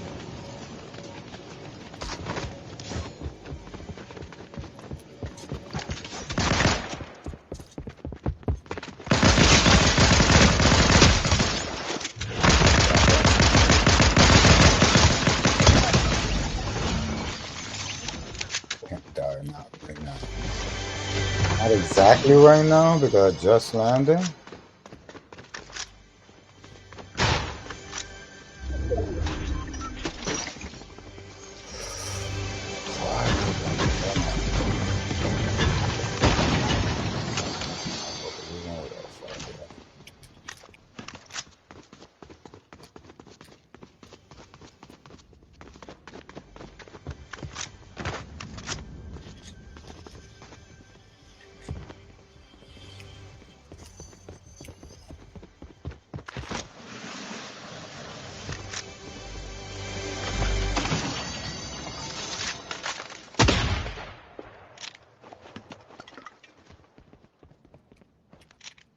Oh, he took off.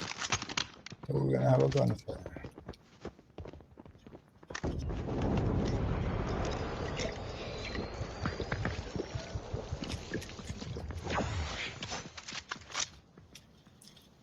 Oh, I see him over there. Oh, I see his point up.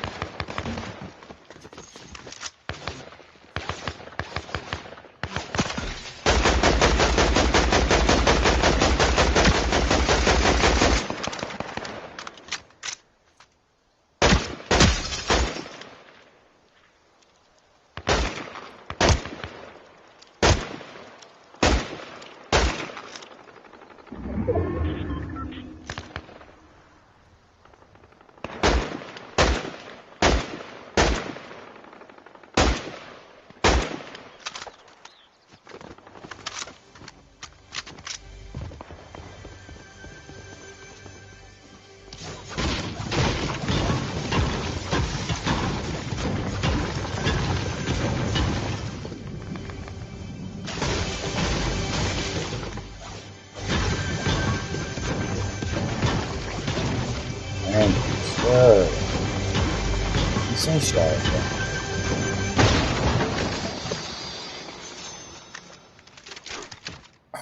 Alright. Now we got our jetpack, sir. Now we're cooking with Chris Skull.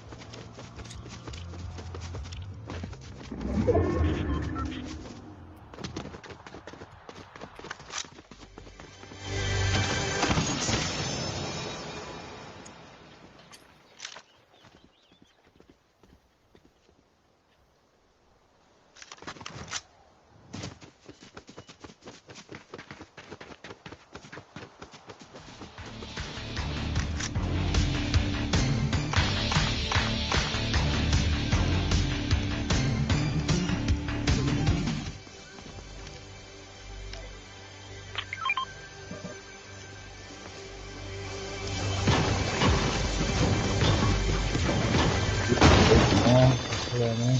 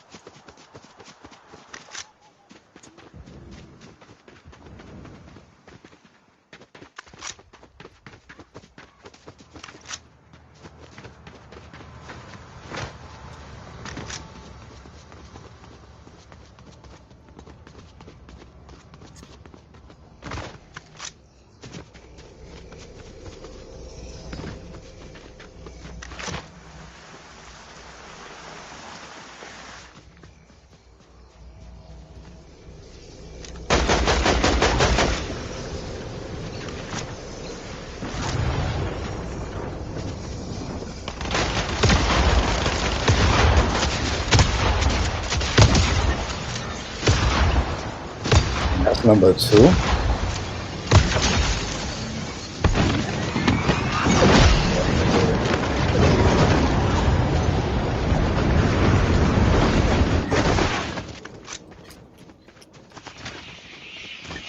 Where's this boy at?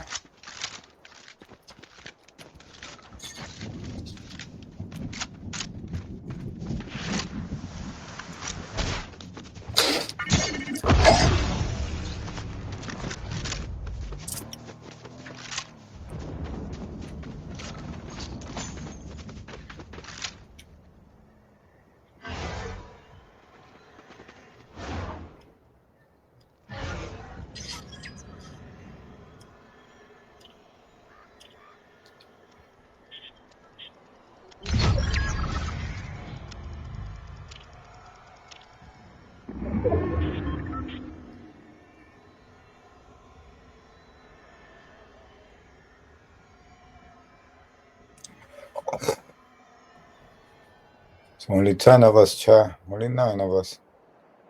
Nobody leaving shotgun bullets? What's up with you guys? For the motherfucking dogs.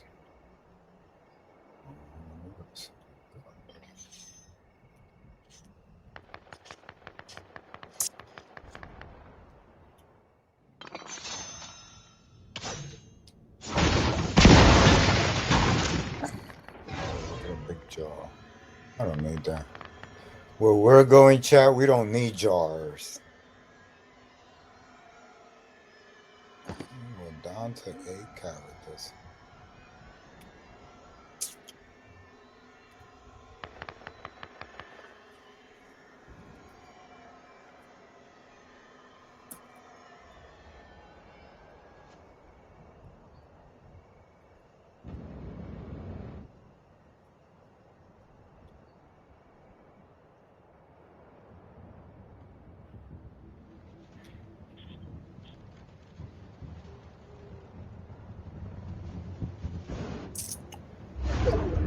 us, chat. 98 of us.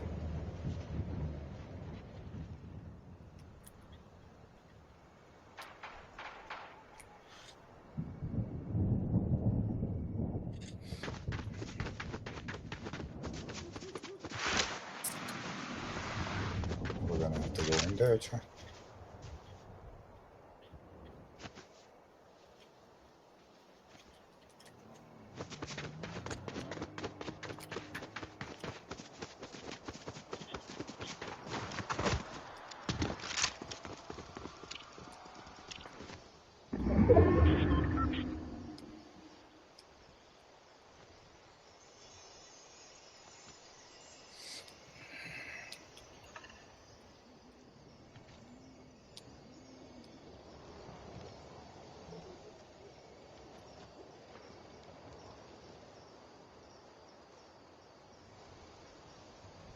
We have to wait to see who's the top 5, chat. We can't run around fighting everybody. That's unrealistic.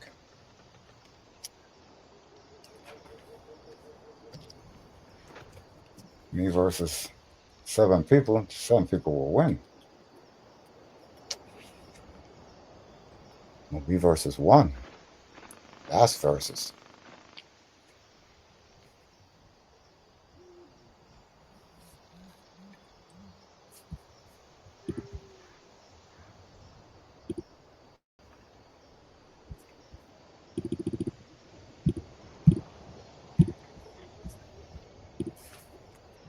Where did he land?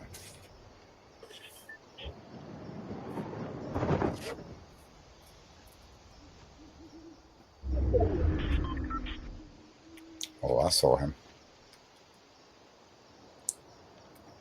He probably saw me too on his way in. There he goes.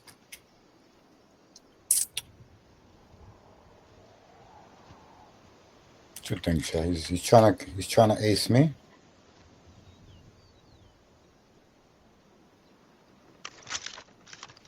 It's only 6 of us. In a minute now, people are gonna start turning on each other.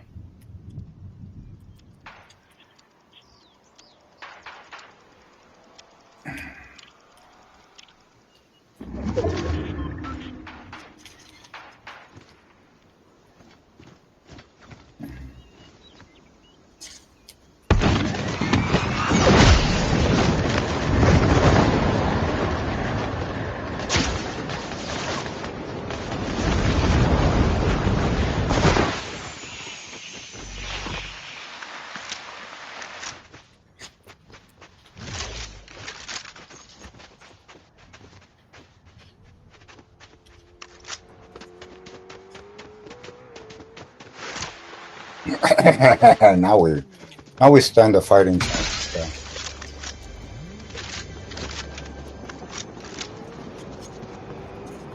Now we stand a fighting chance. Yeah.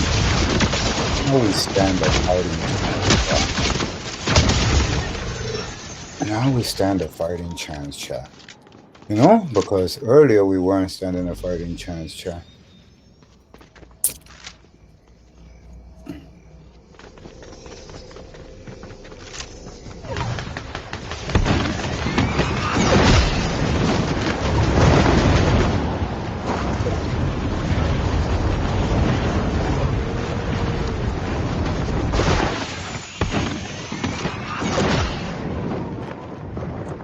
I'm gonna shoot it out, and I'll fight the winner.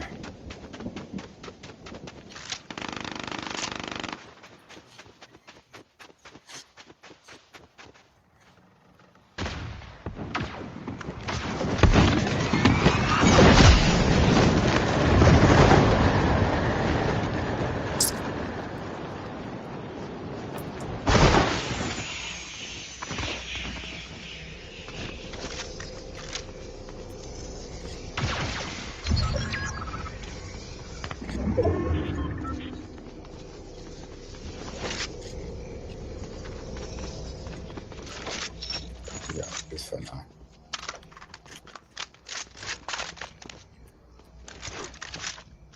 I got 3 kills and there's 3 people left. Pretty awesome.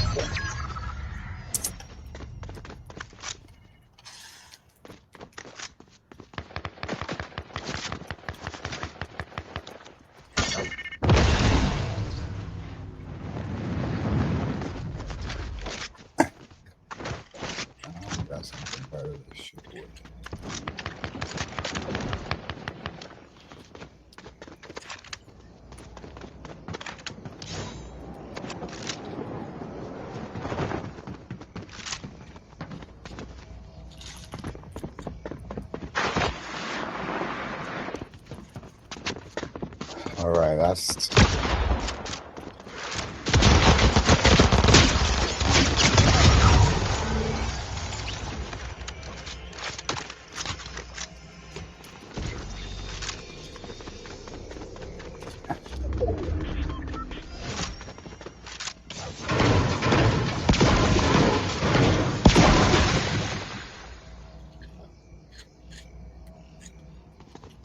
Where is he, chat?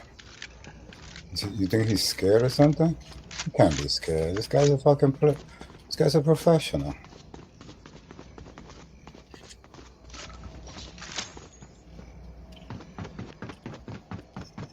Yeah, chat. He's here somewhere. I'm telling you, he's here somewhere. Where could he be?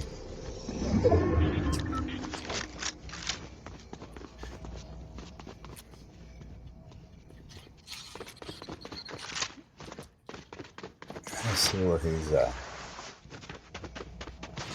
Where is he at, chat? I don't see him. Where is he at, chat?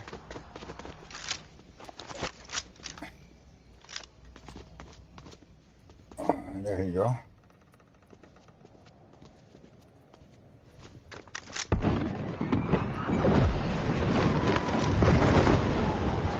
Let's see where he's going.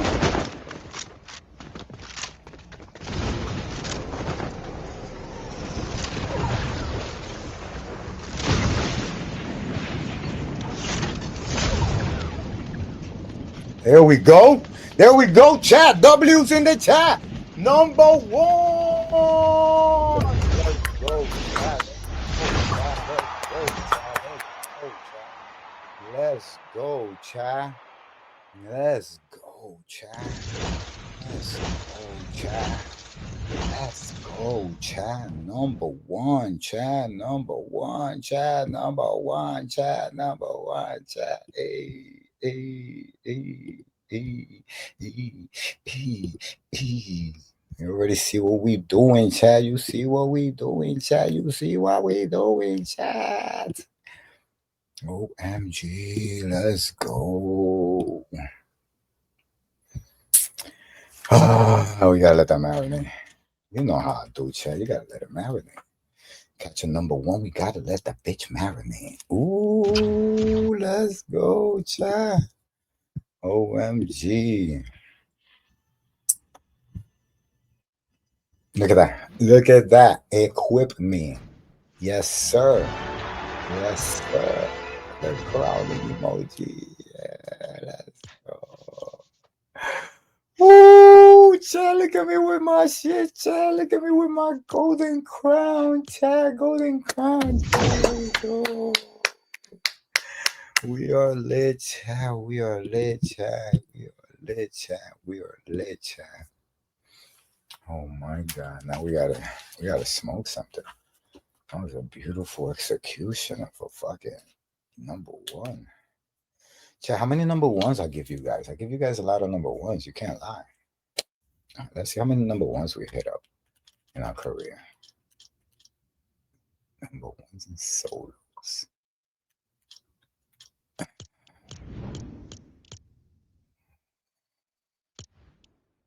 Share, look.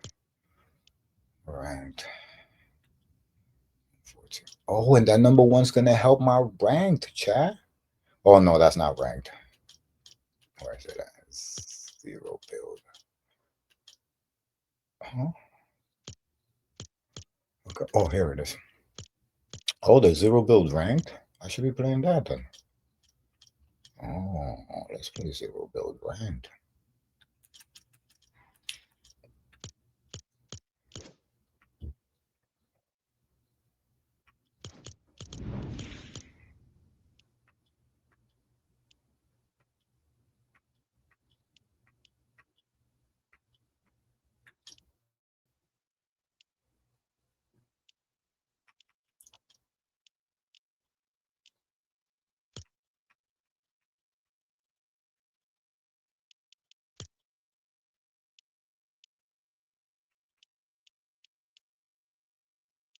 Fortnite OG 0 build? I never heard of this. I gotta check What the hell is Blitz? Blitz Royal. I gotta try that. See, look, zero build. Oh, did I just fuck up every time?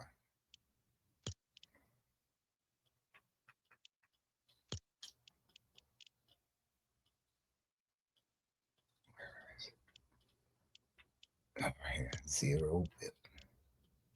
Put that in my favorites. Let's play that shit. Why are we wasting our time with fucking regular shit? This is what we need to be at hitting those number ones. Look at that. I don't even got a rank. Just caught a number one and it meant nothing.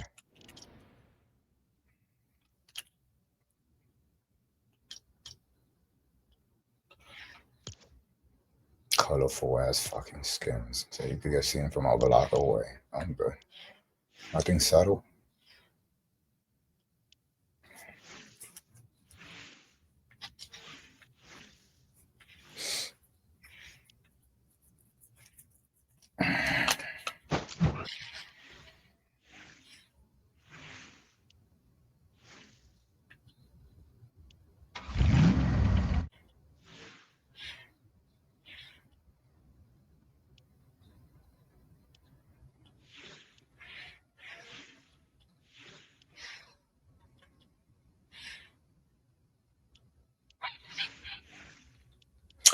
You could buy one of these. I want one.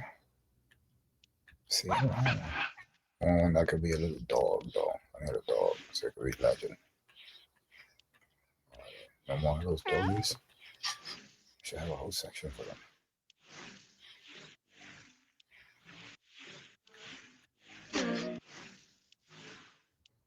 Like I said, Crocs. I'm good. Oh, leaving today, the Yeezys? I feel like getting these then.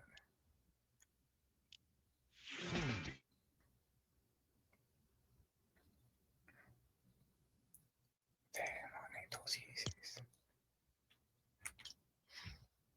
See, those Yeezys go where, bro. I need the Yeezys. I need the Yeezys.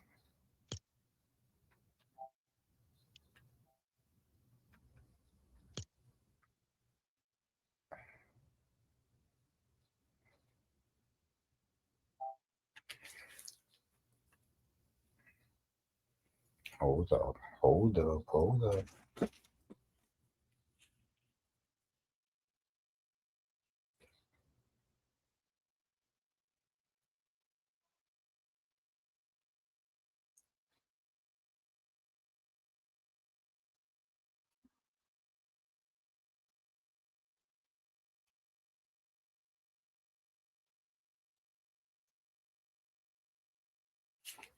I need glasses for this waters. The show.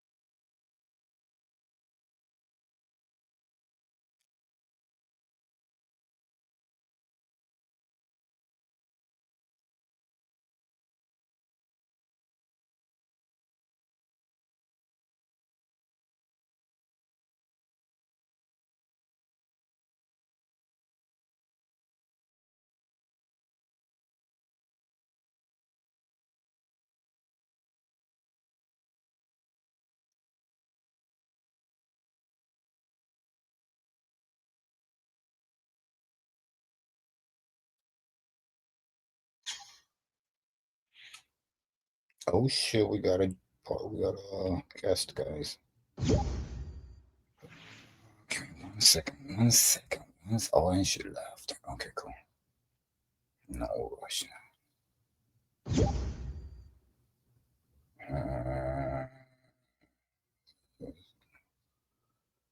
Oh, it's not that, it's not that, it's not that. It is.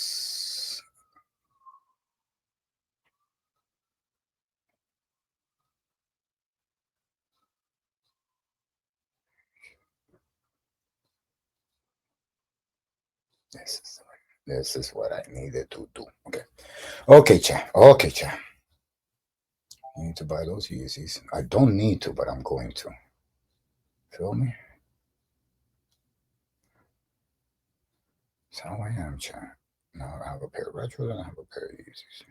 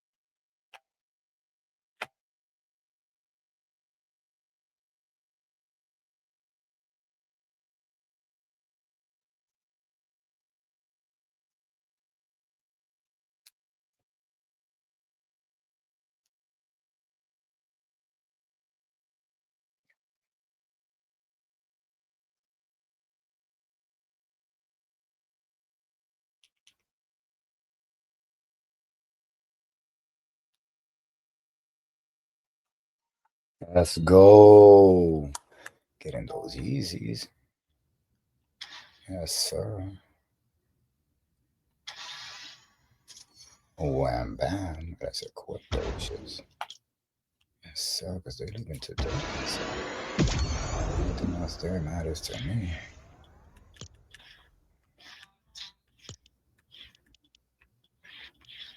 I want a little cow to chase me.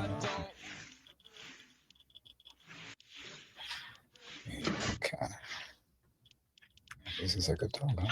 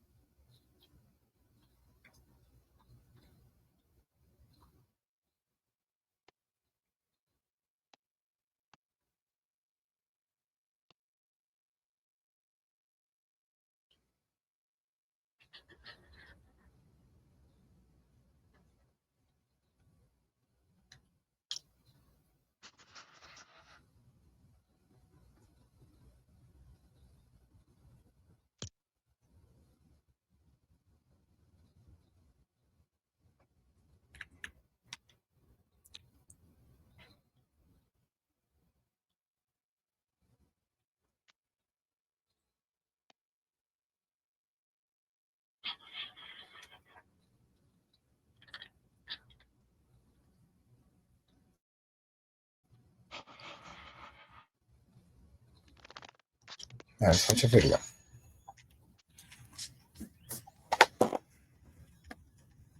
That's fire. I like it already. I need a little puppy running around with me.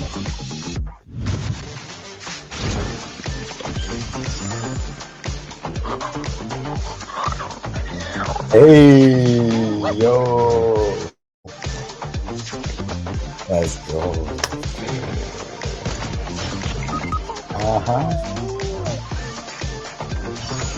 Yes. Yes. Yes. That's a yes. That was 100% Yes. Let's buy them. Gotta buy more V-Bucks, huh? Let's just get 20, 22 bucks.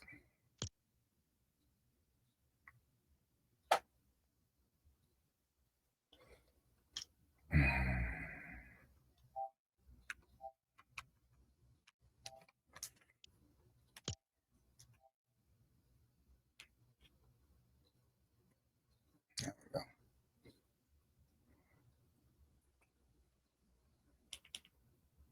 I know I could have extra in case I want to buy something else. Let's customize it. Wonder if you could name them.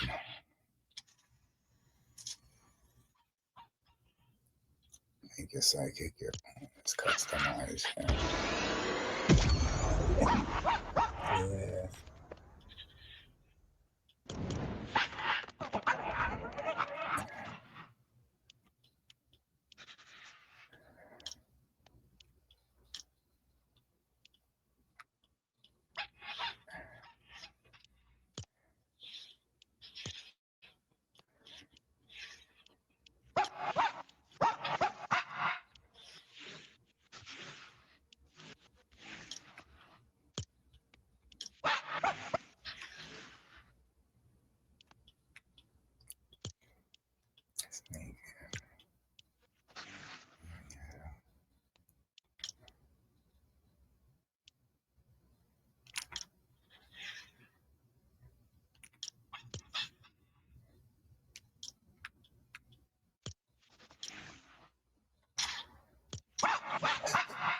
That's it. I wanna. That's it.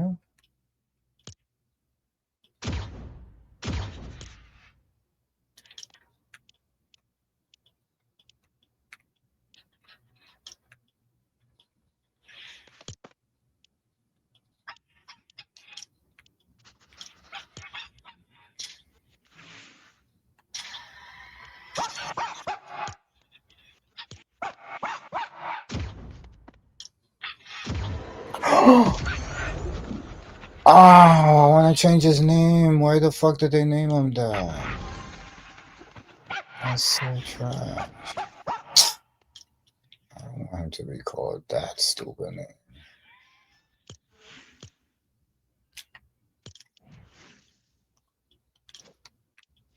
Amen. Yes.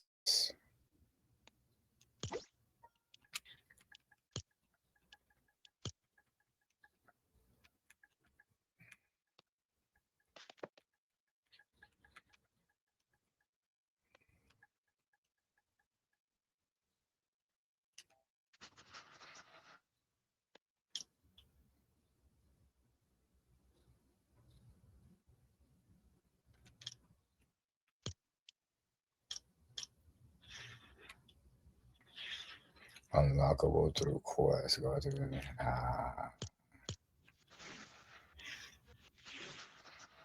What's this? Harness? Yeah, purple heart. Yeah, we need to get those. Oh yeah, chat. We got a little puppy now. Oh, what's this? Well,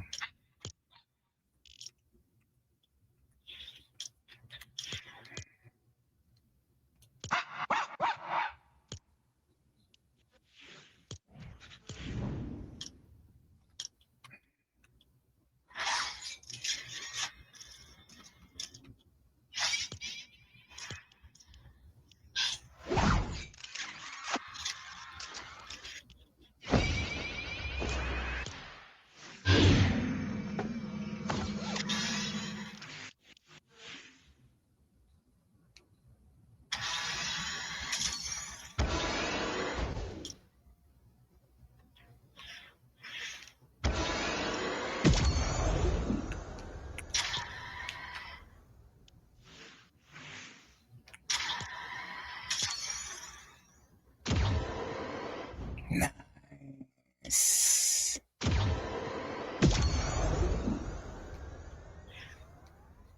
And it came with some shoes.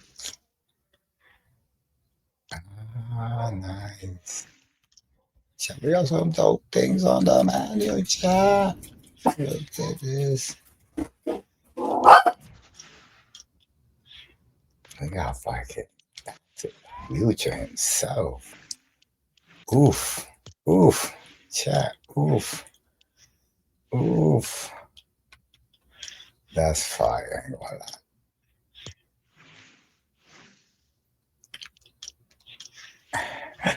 That's so fire, chat.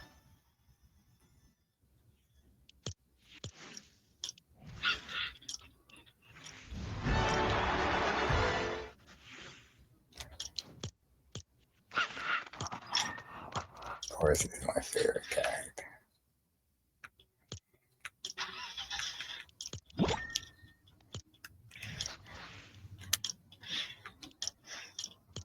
I want to easy that. I want to make some easy right now.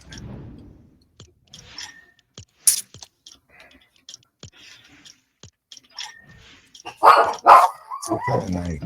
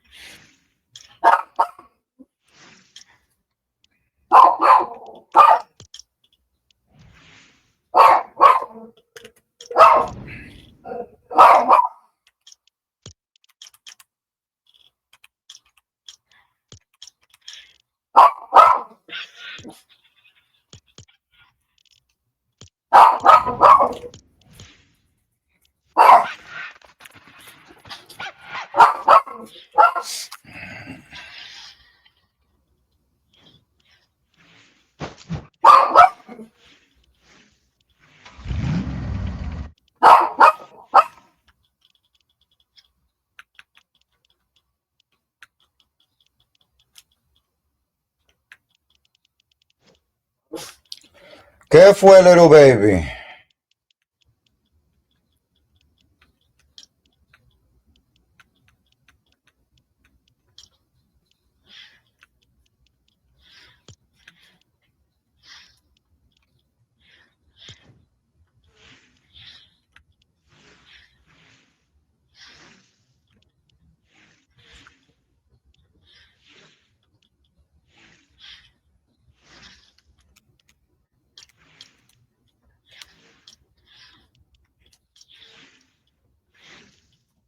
Oh shit, I got the bride. No way.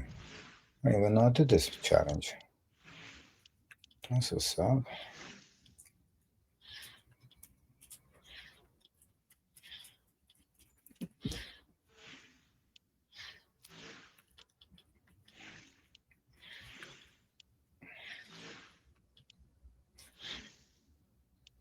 With the Yeezys.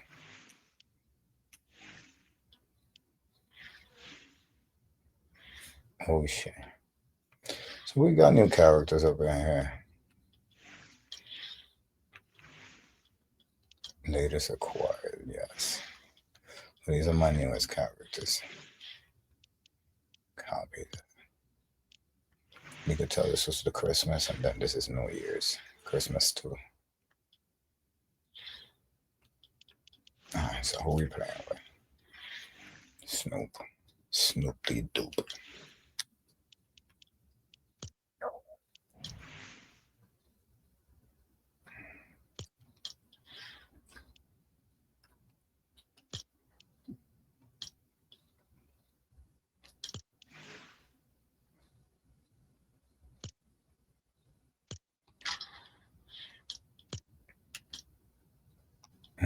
Copy. get to another one. What's up, little boy?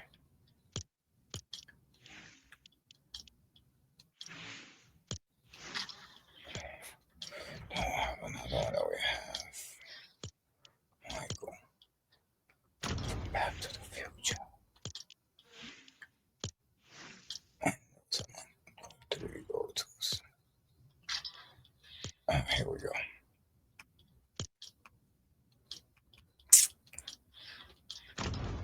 That's much faster. All right, Chair. Let's roll up. I want to eat some. Good day, my puppy. You hungry? I'm hungry. What you feel like eating? Because you licked your lips because you're hungry, right? What you feel like eating, baby boy? Hmm? You don't know?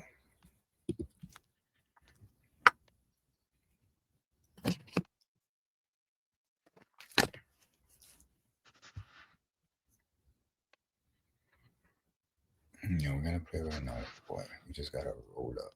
Hold up. How's your day going? Mm-hmm.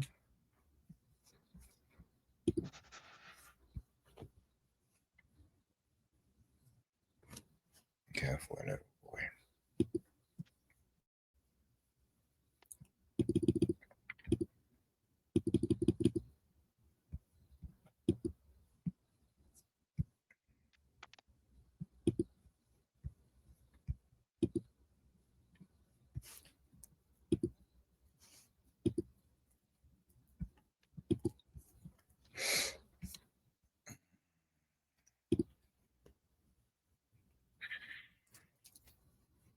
I know, Poppy. I know. You're bored. But did you eat your chicken, though? You don't want to hear about that. I know. Well, what can we do then? You go to your window. I know, Poppy. You always want to give me kisses because you love me. I love you too. I'll give you a kiss. Mwah. How you like that?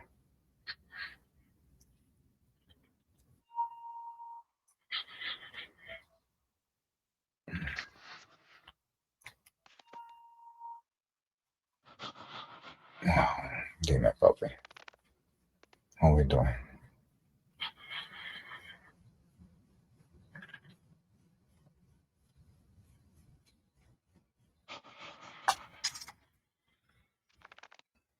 You want to hug? That's what it is. See you know what? Yeah.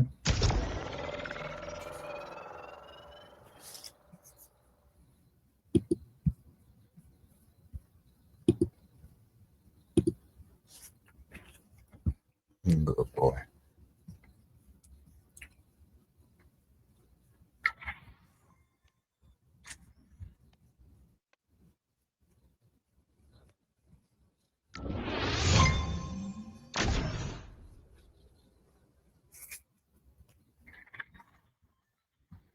Heard you engineering, Ross.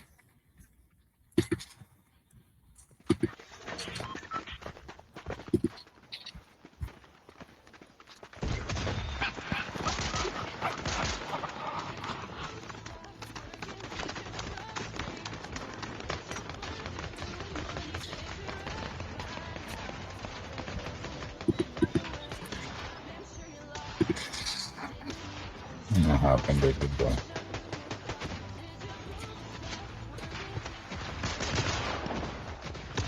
Okay.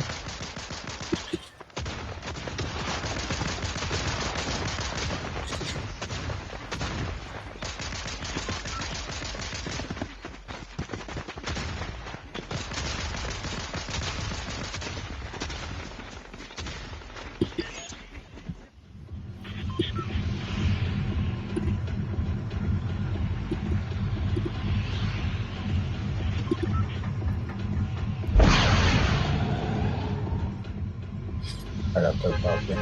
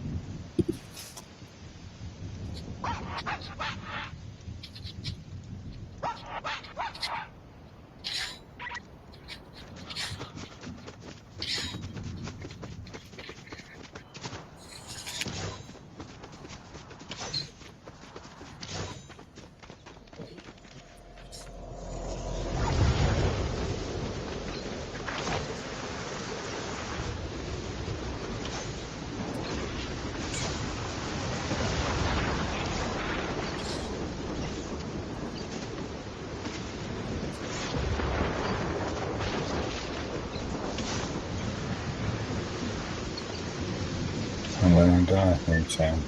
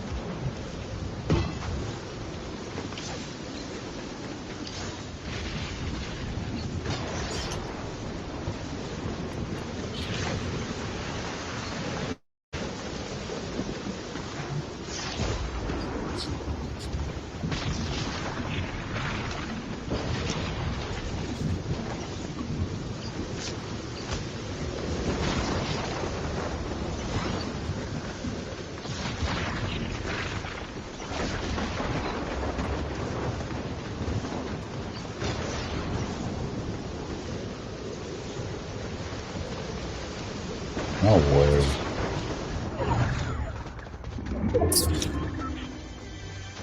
You gotta be kidding me, chat.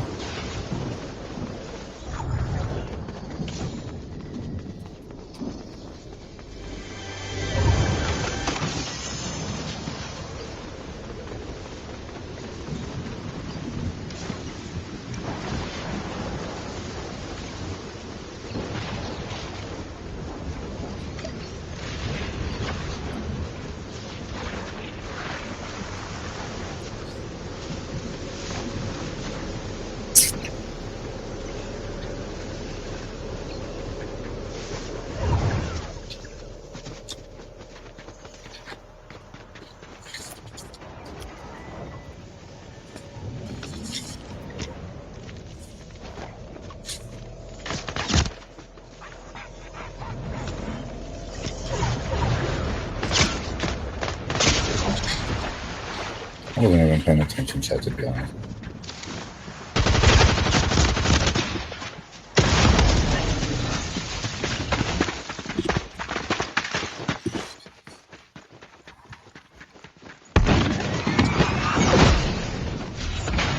Let's go. Mata.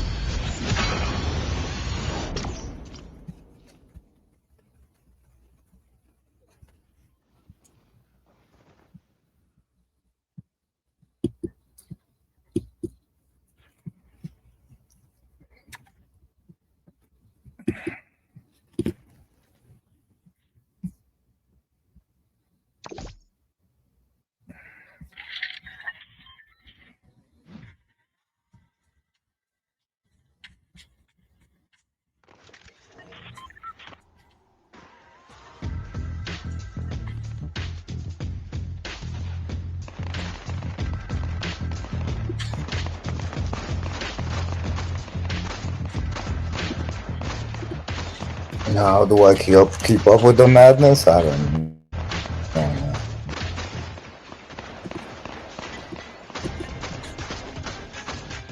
First person, I don't think they could do it. I don't think it's possible, brother.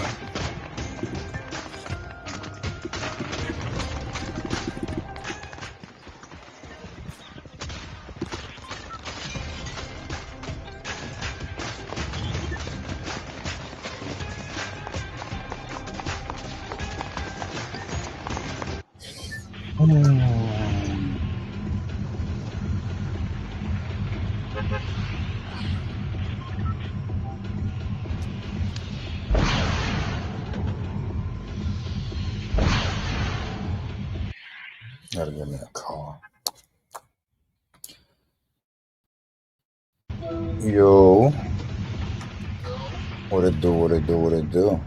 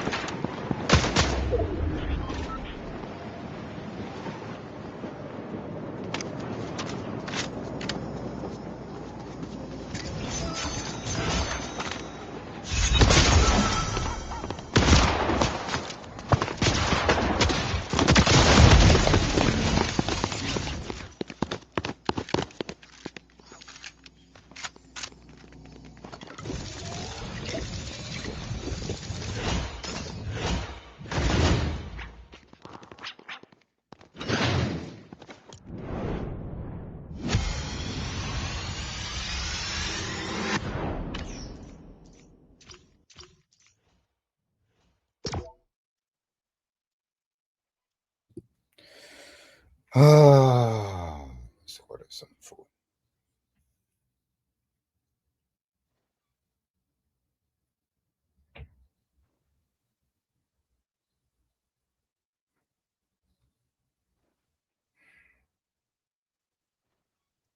Something I could get for legend.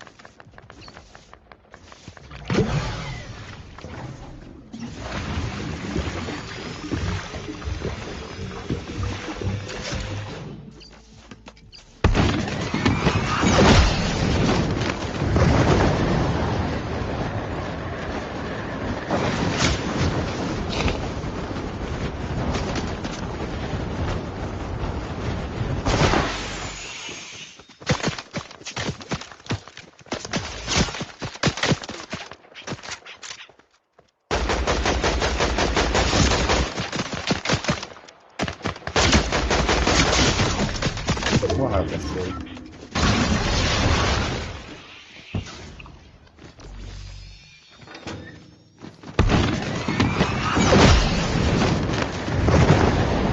Help with me, baby.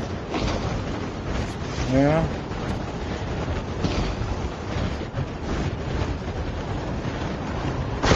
I know. I'm gonna order some chicken for us right now. All right. You gotta eat your chicken, though.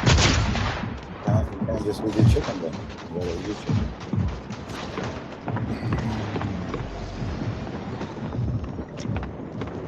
You heard? Gotta eat your chicken.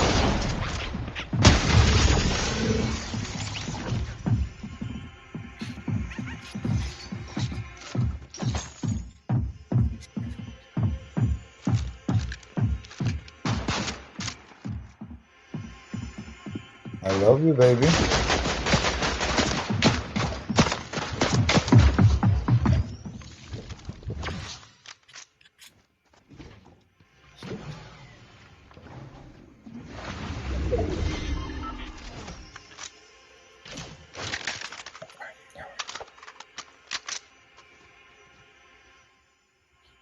Ordering food for us, puppy.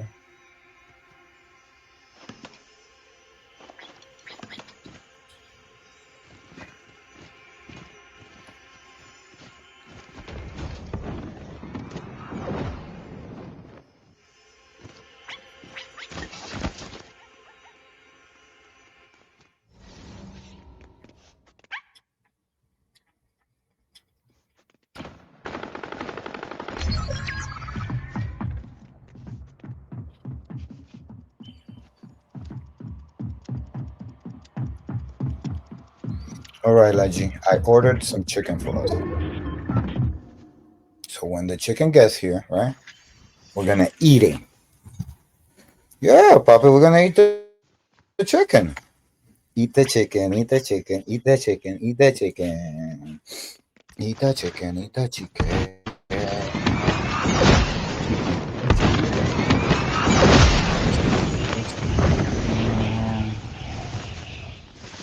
There goes our food.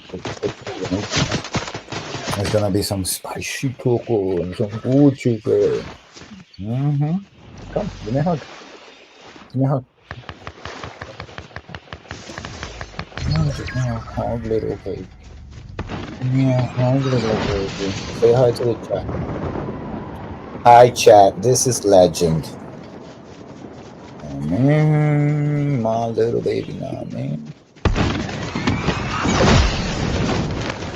Come on, come on.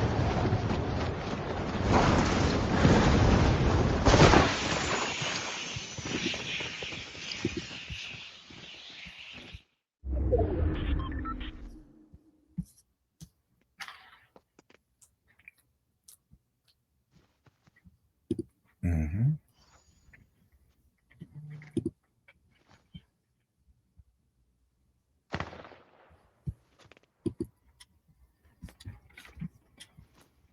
Want you in my leg, baby.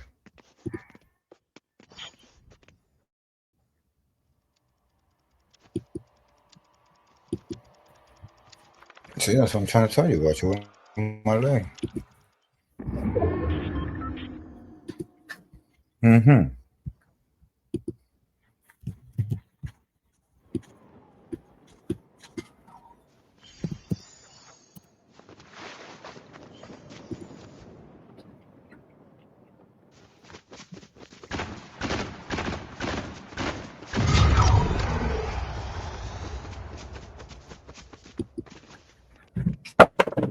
What do you do?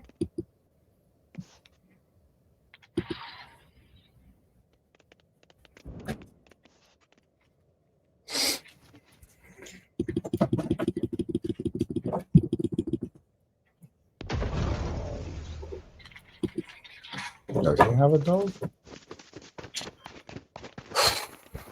What, Bobby?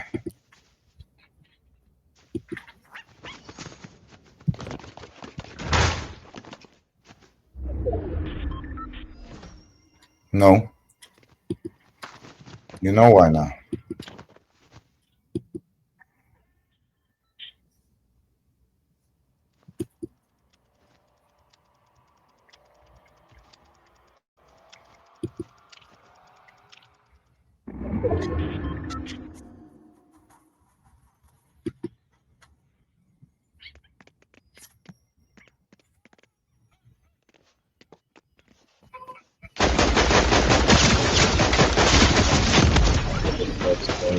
for the subs and the members that appreciate the subs.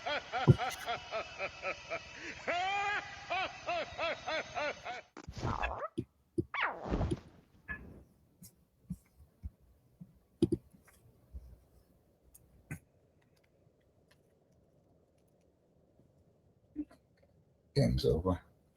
Let's get back to it. Here's my crusher.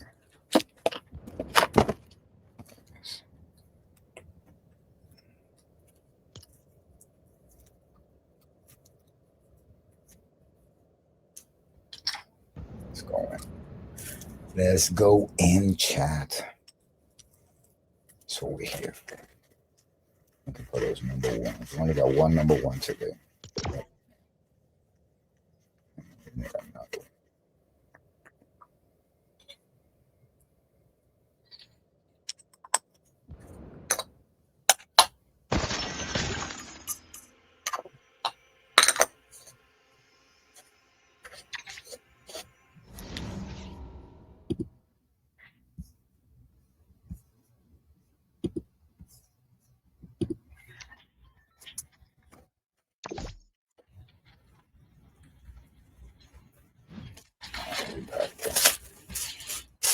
Zero build. One more zero build. Then we go back to build.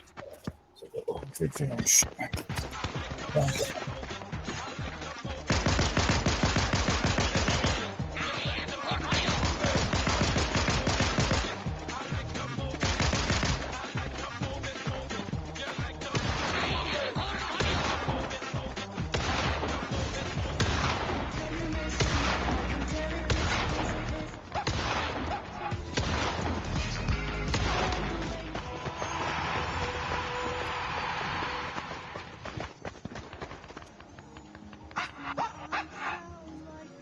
Where's my little thing?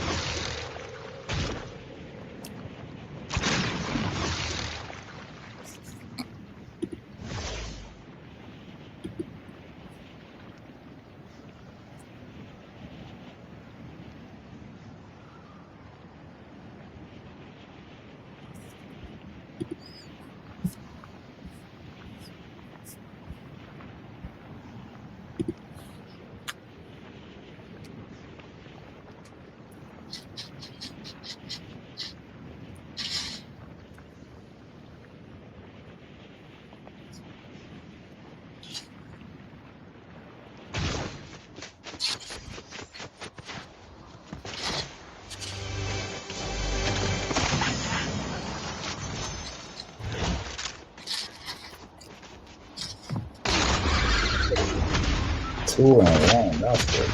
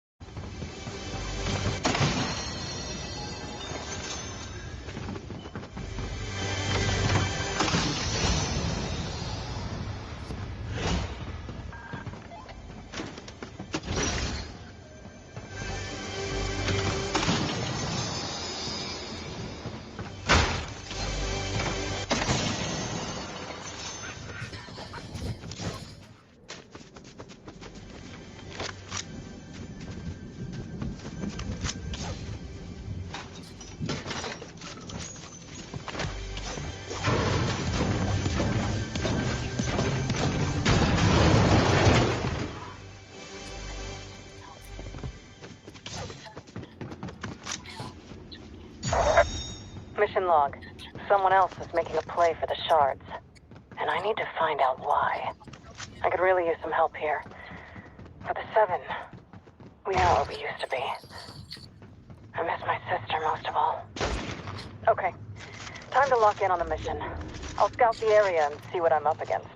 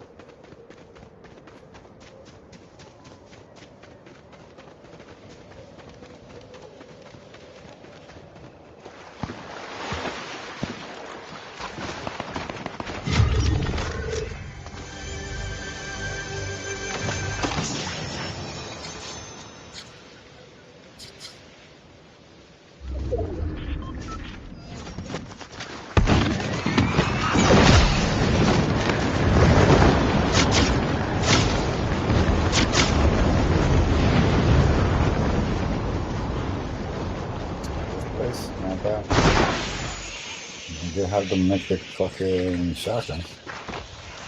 I don't know.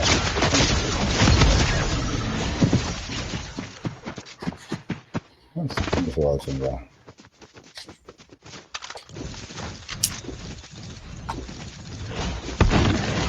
Pretty good.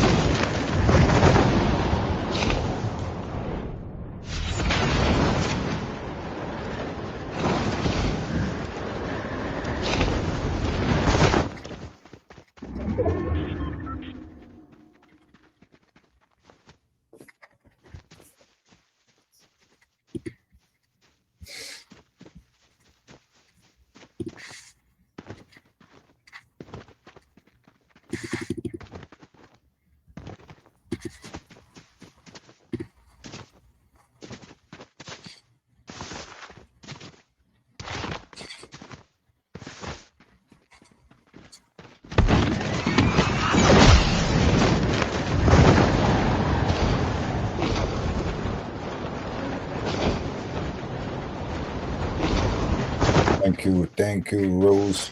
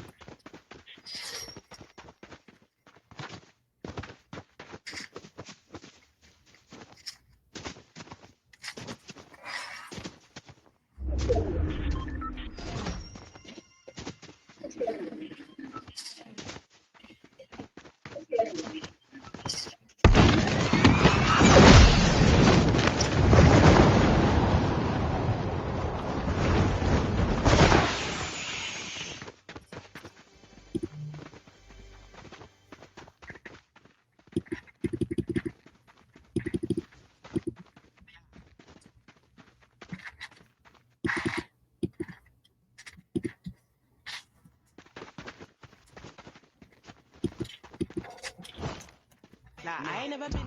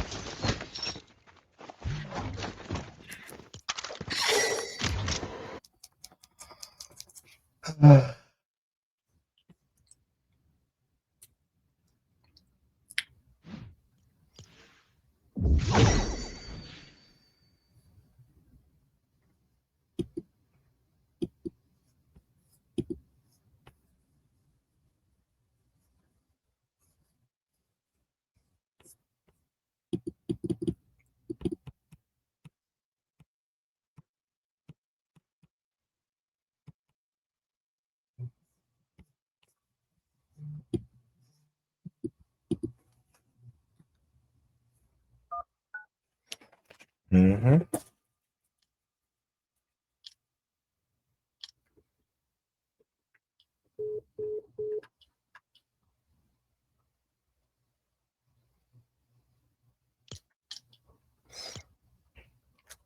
Swear.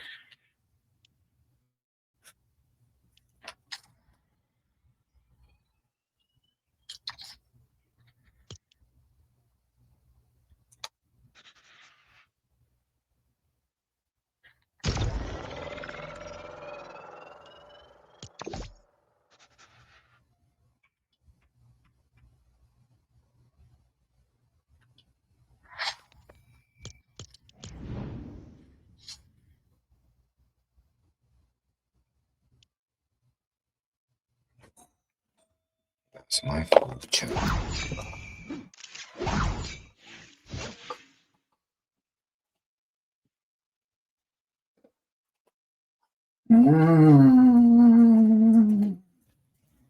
Coming.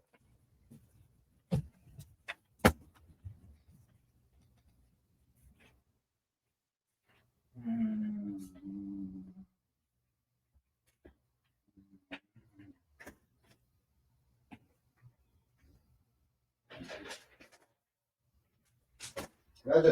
let's go. Legend, got the chicken. Come on, chicken.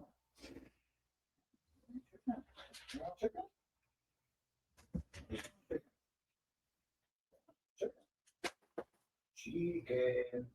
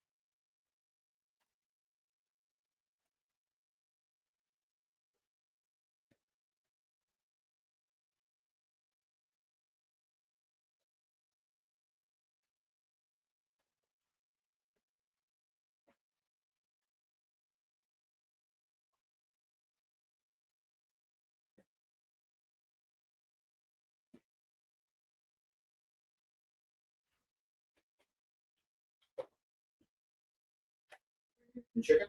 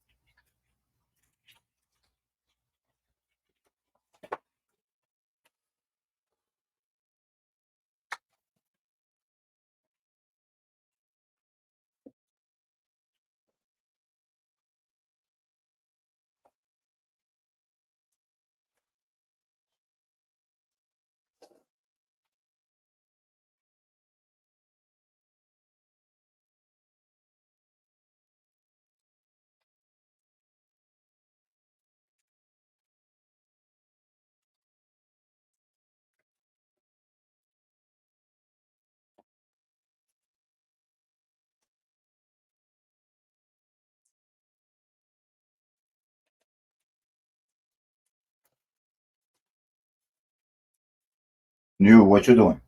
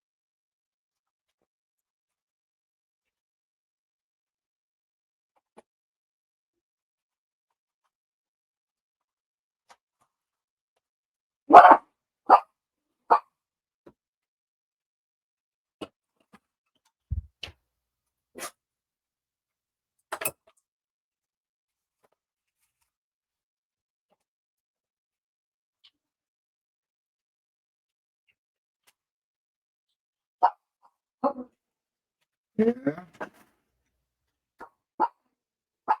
That's how you feel?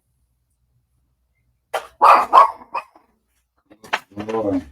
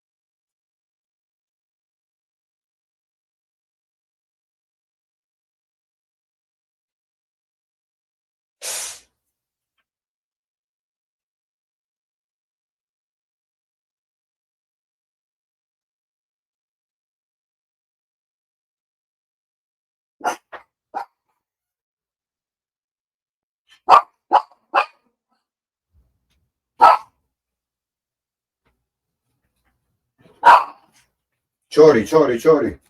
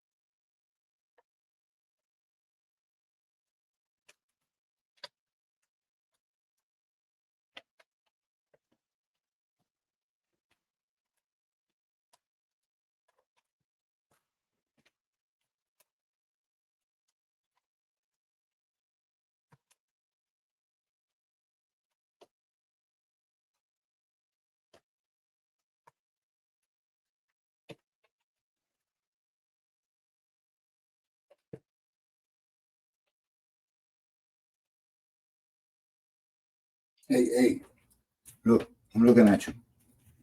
I'm looking at you.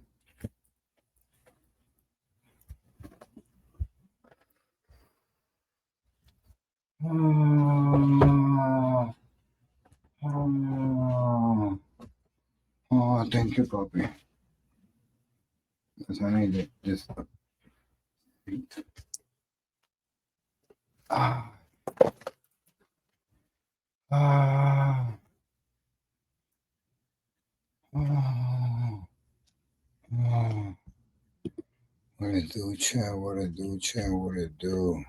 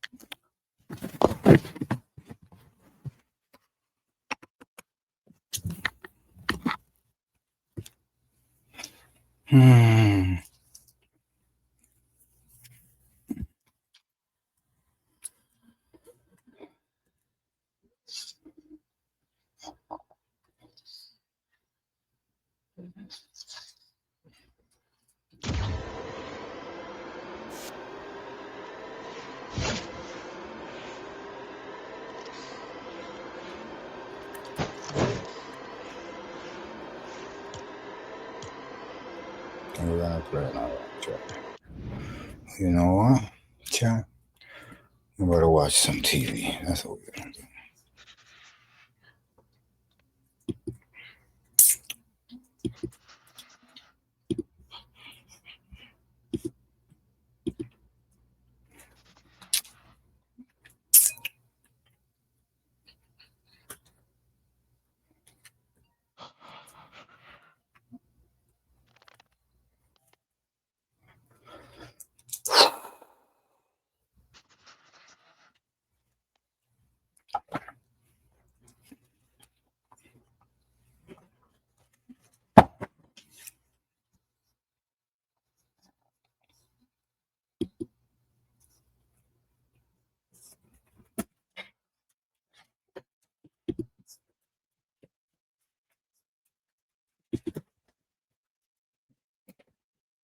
Good boy.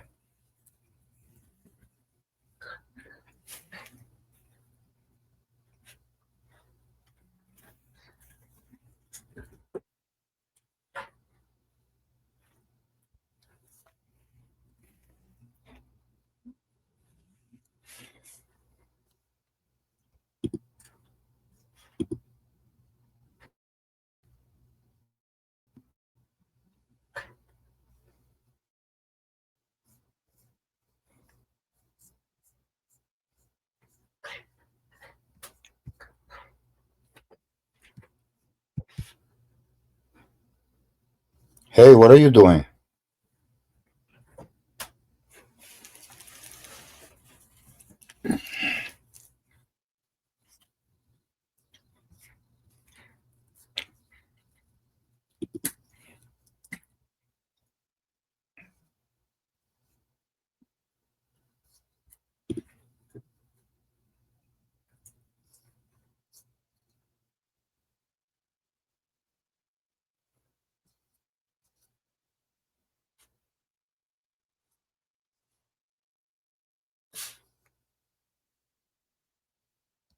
Cam Nuggets? Okay, we're watching this thing, chat.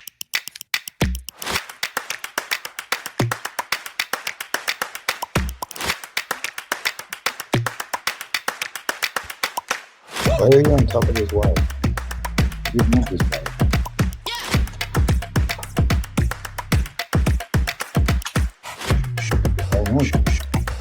Tú, cabrón. Un tiguerazo. Oíste. Tú te haces el chivo loco, pero tú eres un tigre. Hello? Mr. Julian. Miss Gigi. This is Gigi Hadid, supermodel. Bro, get the it's nasty. Bro. All right, bro, watch out. That's it. No, bro. Nah, that's it. Nah, bro, that's it. So the Rizbot is going to be suing iShowSpeed, or at least the company behind the Rizbot, Social Robotics, as they are seeking $1 million in damages after a stream in which iShowSpeed would have this robot on the platform and he would bully it, do his typical content where he messes around, does silly content, and I guess he would end up damaging this robot. So if you don't know what the Rizbot is, it is a humanoid robot that was created to essentially make content. It has a bunch of phrases and memes, soundboards, and it basically walks around towns and talks to people, roasts people, and overall just makes funny content, which is what led to them collabing with people like Jimmy Fallon and iShowSpeed. Hey, before you go, Rizbot, can you give the audience a compliment? Be nice. I got this, Jimmy. What even knows they eat. Right to it, yeah. Bro, get the this nasty. Bro. All right, bro, watch out, bro. That's it. No, nah, bro. Nah, that's it. Nah, bro, that's it. So the Rizbot is going to be suing iShowSpeed, or at least the company behind the Rizbot, Social Robotics, as they are seeking $1 million in damages after a stream in which iShowSpeed would have this robot on the platform and he would bully it, do his typical content where he messes around, does silly content, and I guess he would end up damaging this robot. So if you don't know what the Rizbot is, it is a humanoid robot that was created to essentially make content. It has a bunch of phrases and memes, soundboards, and it basically walks around towns and talks to people, roasts people, and overall just makes funny content, which is what led to them collabing with people like Jimmy Fallon and iShowSpeed. Hi Tucker. Over here, just, you know what I mean? Checking out this lawsuit iShowSpeed's gotten himself into. Hey, before you go, Rizbot, can you give the audience a compliment? Be nice. I got this, Jimmy. Dear humans in the audience, I'm not even being Delulu. Your collective Riz is off the charts. No cap. You got that dog in you. And yeah, I'll just stop it right there. It's cringy. It's kind of funny, right? Like where it walks around and says memes, like it does that funny little.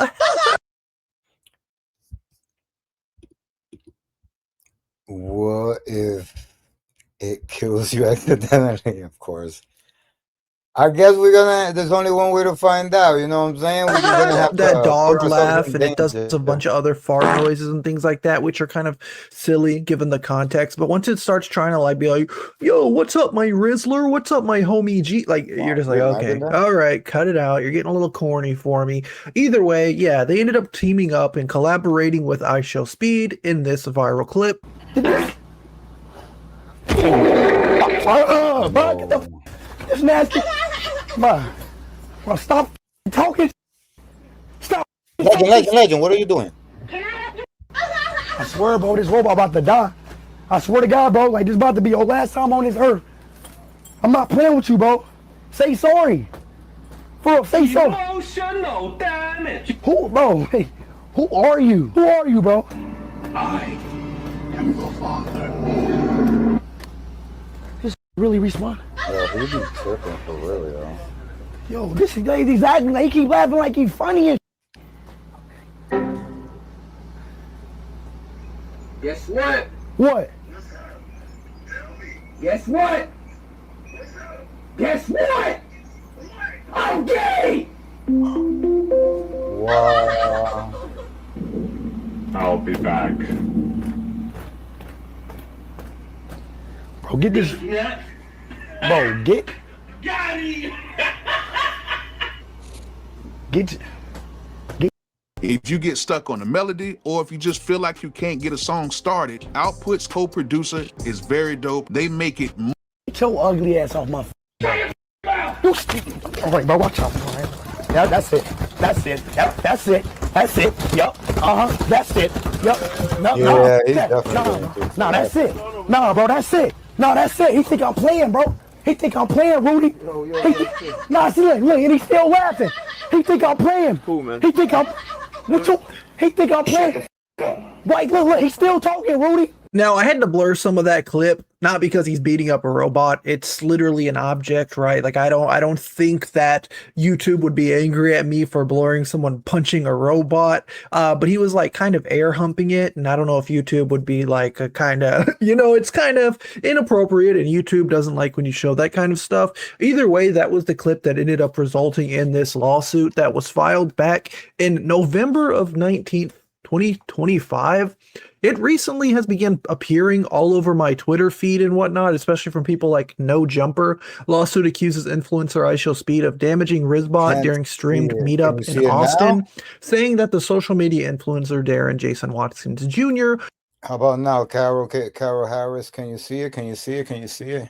Watch it, legend. You're my way. Also known as iShowSpeed or Speed, Mixed Management, and Amos Ward are being sued by the developer of Rizbot, Social Robotics LLC, for damages. The suit is accusing Speed of being intentionally physical with Rizbot, and as we can see by that footage, he was indeed very physical with the robot. We all know this is kind of like his content style where he just overreacts. He puts on a character, he puts on a performance. And again, this is coming from a month ago at this point, but this is one of those examples where he kind of goes overboard. And as we can see, he ended up damaging this robot. He pushed it onto the bed and then it fell onto the floor. And I'm going to guess that is where the damage came in. And you even had this other guy come up and like break it up. I'm not sure if that guy's with the company of the robot or he's like one of iShowSpeed's friend and he was breaking it up because he was starting to air hump it. It actually found this post on Spectrum News that says Rizbot developer sues influencer iShowSpeed over alleged damage, and I'm pretty sure that's the exact same security guard. So I'm going to assume that this guy works with the creator of this robot to essentially provide it private security, because of course it is $1 million robot. Now this article continues saying the suit filed in Travis County on Monday alleged the destruction happened on September 16th after Speed arranged for the robot to appear on his live stream in Austin. The accusations referenced Speed acting angry and agitated after the interaction and claimed the robot was intentionally assaulted until broken. And we did witness that, right? Like, it's not really allegations at that point when we saw the video of him doing all those things to the robot. The only thing I guess they'll have to prove is that the damage caused to the robot was directly from iShowSpeed, because there are plenty of videos of this robot like falling over, being hit by things, running into things. So I guess the whole point of the lawsuit will be to personally prove that that specific stream was when the robot reached a point where it could no longer be used, which honestly might be a little difficult because the Rizbot official over on TikTok, their actual page with 1.8 million followers, shows that even as of 10/16, October 16th, the robot was still in working condition. Like, as you can see, it's still walking around, it's still running around as of the 15th, running in the 14th, the 12th, it's still walking around talking to people, the 11th, it's running around talking, right? So every single day, this robot's still running around since the 15th, apparently, where it reached the point where it's been damaged to the point it can't be used. Again, going to be a little interesting. Maybe these are just old videos being re-uploaded, or maybe they have multiple versions of this robot. Honestly, that would make a lot of sense. Like, if it's their main profit bringer, these little robot guys, I'm sure once he made one, he can just make a couple more to kind of keep them on loop. Maybe you got to put one on the charger one day. You can bust out a Robo Boy 2.0. Who knows? Now, the lawsuit is accusing Speed of punching the robot in the face twice, putting it in a chokehold, and a series of other assaults. Additionally, he was intentionally physical with Rizbot and kept up the roughhousing the suit alleges. Again, we all saw it in the video, so that's going to be a little hard for Speed to argue against. These actions caused irreparable damage to Rizbot, resulting in a total loss according to the lawsuit. That point is interesting because I just showed you all those TikToks where it looks to be fine in working order, unless, of course, those are old videos. Furthermore, the extent of Rizbot's damages caused cancellations for future appearances, including a co-host opportunity with Mr. Beast, another social media influencer, and appearing on the NFL Today Show on CBS. This is no doubt a monumental setback for the Rizbot in terms of viral momentum and financial gain from the exposure. Being in a Mr. Beast production is akin to being in a Super Bowl commercial, the lawsuit says. So, from what I'm understanding, basically, is in the time it possibly took for them to repair Rizbot, that was when they weren't able to appear with Mr. Beast or on the NFL Today Show. So they are suing iShowSpeed based on the damages that caused that type of like calendar conflict. And this is very interesting, ladies and gentlemen. We are getting to the point where we are now dealing with AI robots and civil rights. We're going to have AI unions pretty soon, right? We have robots arguing that I got hurt, I got injured, so I had to be out of work for quite some time. I want workers comp, essentially. Obviously, you shouldn't destroy people's property, even if it is an AI robot. I do think that Speed should pay them for the damages. I just think it's kind of interesting that they're able to essentially try to sue him for work, right? It's like if I got in a fight with someone, right, and they couldn't go work, they can probably try to sue me and say like, what it do, Jonas Black? What it do, homie? I see you. I see you. I see you working. yeah, I couldn't work for this long, so that's why I'm going to be suing you for damages, blah blah blah. Or you damaged my car. I got in a car accident. I couldn't get to work for this long, so I'm also going to try to sue you for Salute, my that. brother. Salute. But with a Ready to see robot what who we happens to be a content creator, I don't know. It's weird. It definitely does make. Well, to me, I see the problem. I see the problem being that what it do, my boy Jonas Black, yo. Shouts to all my streamers out there, yo. That's my connect right there to the other side of the earth. That's my connect to the other side of the earth, chat. You already know my boy Jonas Black. Shouts to Intune Perspective. Shouts to Bushlight. Shouts to all my local 52 peoples. You already see the vibes. But yeah, what I understand why they suing iShowSpeed, because iShowSpeed fucking delayed the process. Now nobody anticipated that you're gonna rent the fucking robot and beat it up. Like that's not what you rent the fucking robot for. But that's what iShowSpeed did. So that's I see why they're like, yo, chill, you wildin', bro. Now Mr. Beast wanted to rent the fucking robot and he can't. We in the building, watch you. I got you. Like, nah, with me. Let's go. Shouts to the whole family. You already see the vibes. We are live, chat. We live. You already see what we doing. We active. Let's see what else we got on that calendar. Right now we've been streaming for like 5 hours, chat. So if you've been rocking with us on Twitch, we just jumped on YouTube. But if you've been rocking with us on Twitch, go to Twitch, the Chi Challenge. We deep over there. We're like 30 people deep over there. So come pop off over there. And let's see what we got here. Diddy, that's right. Diddy and Fiddy been going at it. Let's see what was going on with that. We need the most recent news on that. 10 hours ago. This is Velvet Buzz. I don't know who Velvet Buzz is. It could be one of those AI YouTubers that have been coming around where they got fake pages and they probably, who knows, maybe they're made by the people who are trying to clean up their name. Yellow Beezy loses it after the new footage of him killing Motor. Nah, that's clickbait. That's clickbait. It's gotta be clickbait. 50 Cent reviews everything. That's a day ago. That's old. Let's just go to the main page. That's how I'll be finding my shit. I just go to my homepage. Shouts to Jonas Black Photos, guys. Yo, go subscribe to the chat. Go subscribe to him. You already see the vibes. Family is in the house. Yes, sir. 50 Cent and Netflix just exposed Diddy. J-Lo's medical diagnosis is finally out. This secret what? Secret ends Diddy. Yeah, I feel like that's regurgitated fucking bullshit. Shouts to my boy, it's a wobbler, and be a young boy, don't have hits. Glasses Malone. Who is Glasses Malone? Using waves. This is what I've been fucking with, chat. This shit is a game changer, let me tell you. He is a psycho. Logan Paul brutally exposed in court. And who's this? Cavos? I haven't heard of you. All right, let's go back to the top. Let's go check this out. At first, I didn't like him at all. You know, I didn't. I thought he was like, you know. But the money, chat. The money make you think different.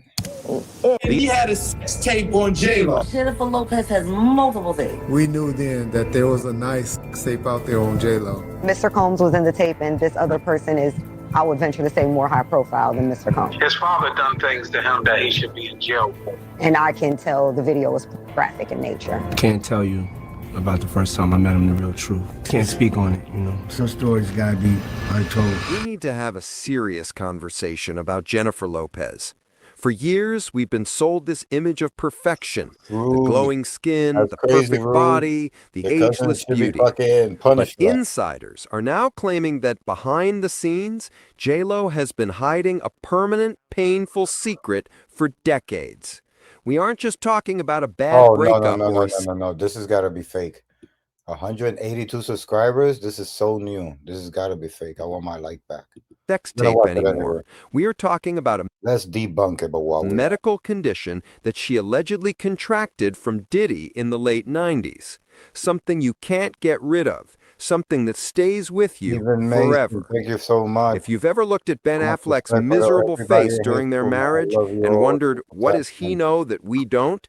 This is it. Reports are surfacing that the tapes being shopped around Hollywood right now don't just show compromising acts, they confirm a health crisis that has been kept buried by million-dollar NDAs. The lawyers are admitting these tapes are real, they are being sold, and they are about to expose why the most famous women in the world are suddenly terrified. If you thought you knew the story, you haven't heard the half of it. The forever gift and the Bennifer split. Let's get real for a second. We've all known or dated that one guy, the charming, flashy, toxic boyfriend who leaves a path of destruction behind him. For J-Lo, Diddy wasn't just a boyfriend. He was reportedly a hazard to her health. Wow. The rumor that has circulated in the industry for years, which is now gaining traction again, is that Diddy allegedly passed a permanent STD to Jennifer Lopez during their relationship. We're talking about the kind of condition that requires medication for the rest of your life. Think about the psychological toll that takes on a woman who is branded as a goddess. Now fast forward to her marriage with Ben Affleck. Why did Ben look so drained? Why did he run for the hills so fast? The speculation is that the reemergence of these old tapes brought all of J-Lo's past trauma and her secrets back to the surface. It's believed that Ben didn't just leave because of personality differences. He left because the media storm that is about to hit regarding her past with Diddy is going to be too toxic to survive. She's not just fighting. Damn, Trevor, they had to go with the whole disease thing. Like that's crazy. Anyway, let's see. Who, I feel like this is just a whole bunch of like fake news. Like let's go find something else. I don't even want to entertain that bullshit. Oh, Mr. Beast episode 2 days ago. I show speed almost ruined my video. Hey, go. You know what it is? Every time I watch a Mr. Beast video, I get flagged. So I don't even like to cover his videos no more. Stop, legend. 6ix9ine coin jail incident. Fans are shocked. Gossip Bush. I don't know where to find these guys.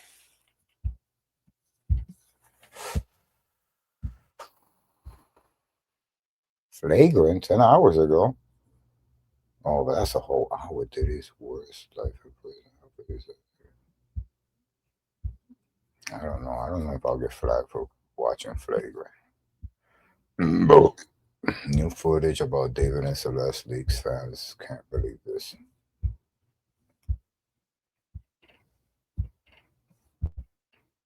Kai Cenat secretly told kicked out from the Clover Boys. This we gotta watch. This $49 portable heater. Because I do know that Tota was wilding, so I haven't seen Tota in a while. And he got robbed. That's grounds of getting kicked out of his fucking team. Often even more crazy stuff's going on. So I'm hearing all types of stuff like Kai done kicked Tota and had Clover Boys drop him and all type of stuff. I don't know what's going on. I ain't know it got this bad. So we finna see what's happening right now. If this just a clickbait title, like we finna see what's going on. Cause yeah, this is crazy. Like last I heard, he was the victim in something that happened, and now it seems like a lot of aggressive stuff is going on right now. So yeah, let's jump into it and see what's going on. Making any false allegations. It's just per our Me, I here. I'm going hot dog. Me staying here. I understand that. My friend is walking in here and me. I'm LeBron James my cause. I eat. Yeah. This clip might just prove something that people been guessing for months. Tota might not be Clover Boy anymore. I'm not talking about a beef or a content strategy. I'm talking about Katsunet quietly kicking Tota out the Clover Boys and not letting everyone know or saying it out loud. Now let me just show you the full clip because the second half makes everything much more clear. Making any false allegations. It's just per our higher Me, I here. I'm going hot dog. Me staying here. I understand that. My friend is walking in here and me. I'm LeBron James my cause. I eat. Tailu is no real nigga, bro. I speak Tailu is no real nigga because I have help. Tailu no help me. Tailu fake Clover Boy, bro. Fake Clover Boy. Tailu you bitch, bro. You no real nigga, Tailu. Dang, yo. I wasn't expecting that. Look like it might be a little bit more than a title. He say he a B. Dang. What the heck going on? Okay. Hey boy, tell you bitch, bro. You no real nigga, tell you. What you funny, bro? What you funny, bro? It's no funny, bro. Stop that bullshit, bro. You no real nigga, bro. I speak, you no real nigga. What did he do to him? You no real nigga, bro. No, I don't give a fuck, Tati. Stay. What? Me speak in here. What's up, tell you? Help me, bro, please. I don't give a fuck. I don't give a fuck. You know real nigga, bro. You know. Oh, Tyler right there. So it might still be clickbait. Tyler right here, he's saying it to his face. It must be a situation where he literally into it with Tyler, and stuff like that gets said all the time. But let's see if he actually clarifies right here that he's not with them no more or something. Real nigga, bro. Look at Tota's energy in this clip. This isn't about being mad or being left behind. This is someone who just realized that the ones he claimed to be his friends aren't really his friends. He said Tyler was acting like fuck Tota and just kept it pushing. He was literally calling for him and got ignored. Now, if you're actually Clover Boy, if you're really in my crew, that's not gonna happen. You don't leave your Clover brother behind with cops outside the Lakers arena while you just walk away and keep it pushing. That's not how real crews work. But here's what makes this clip different from other streamer drama. Tota's not even mad like they're gonna fix it later on. He's venting like somebody who knows the truth but hasn't just said it out loud. That LeBron James is my cousin meme that everyone's making fun of, that's actual panic coming from Tota. That's the creator in survival mode who just realized he doesn't have the backup that he thought he did. This moment matters because it's proof, not of beef, but of where he really stands with the Clover Boys. And just know this. I mean, to be fair, I feel like 100% if Kai was there, regardless of the state of anything going on, Kai would have stepped in if he saw that happening. So I don't know if Tylil peeped what was happening and did nothing about it. Because even when Tylil was trying to get in somewhere and they wouldn't let him in, Kai came through and brought the little girl that was with him in, like straight there. Like, so I feel like Kai would have probably moved differently in this situation. But it is kind of crazy if Tylil just left him there with the cops and he needed help. And yeah, like that was the situation. That's kind of crazy. That's weird. That is very weird. I will say that. Why you leaving your mans there in that type of situation? This clip isn't random. It's part of a pattern that's been building for months. You got the Spark magazine that Taleo just dropped. He sent this motherfucker. Let's hear it. This shit is so racist, bro. Like, just, don't do my dog Ray like that, bro. Holding the dragon head, man. This shit racist, Ty.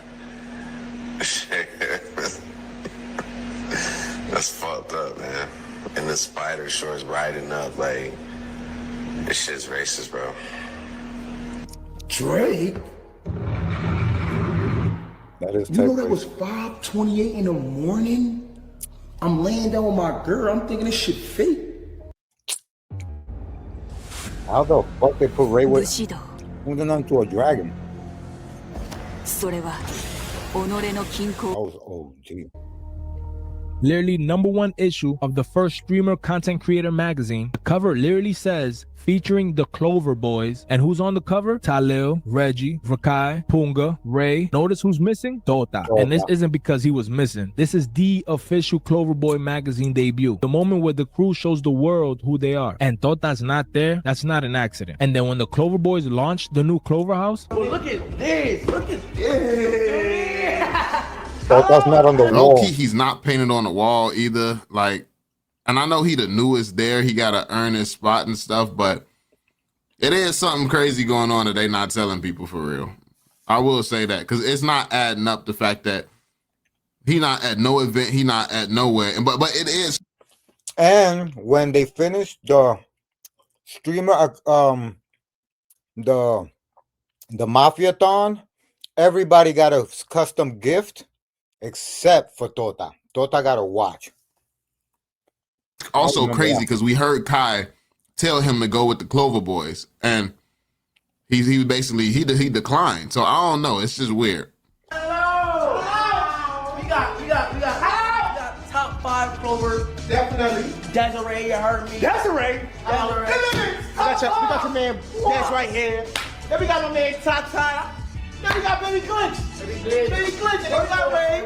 First of all, Baby Glitch, stay right there. Then we got me. Baby Glitch, stay right here. Stay right here. And then we got Reggie. Let's do it. So Baby Glitch. This is a prominent fact on how people could AI some shit and lie, because that ain't your teeth. Lord. Oh no, that ass. They made his teeth so straight. That ain't true. That's fake news, bro. That's a fake news. And Tota is not on that wall. They played him. They played him. Now I see why he was in New York. It all makes sense. I don't think they robbed this chain. I think he gave that shit away. You forgot the biggest star in the world. My nigga. Right now, the fact that it says this so I support single mothers. We do.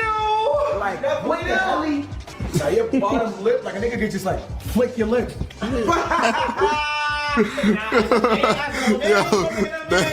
There's a violated. where was Tota? Streaming with Neon, one of Casinet's biggest ops, on the day that the crew, Clover Boys, are launching their biggest project yet.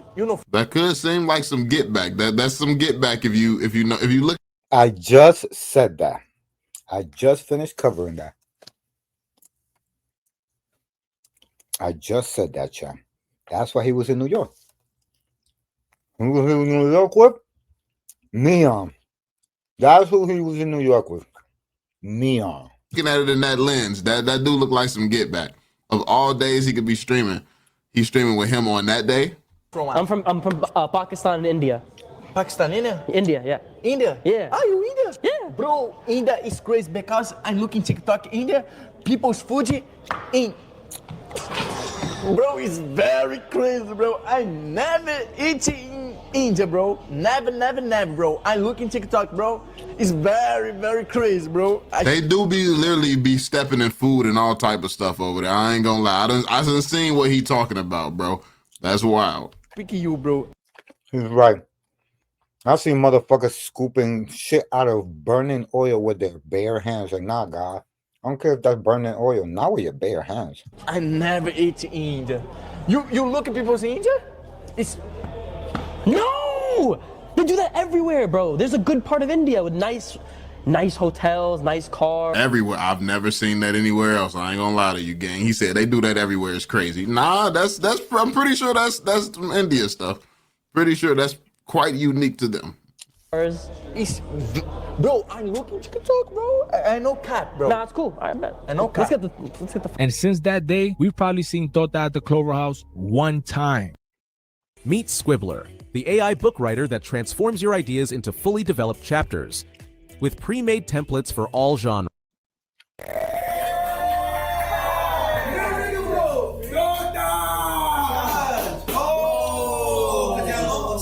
Good. No. He trying ours next, bro. Let him chew. You don't gotta hit your always in.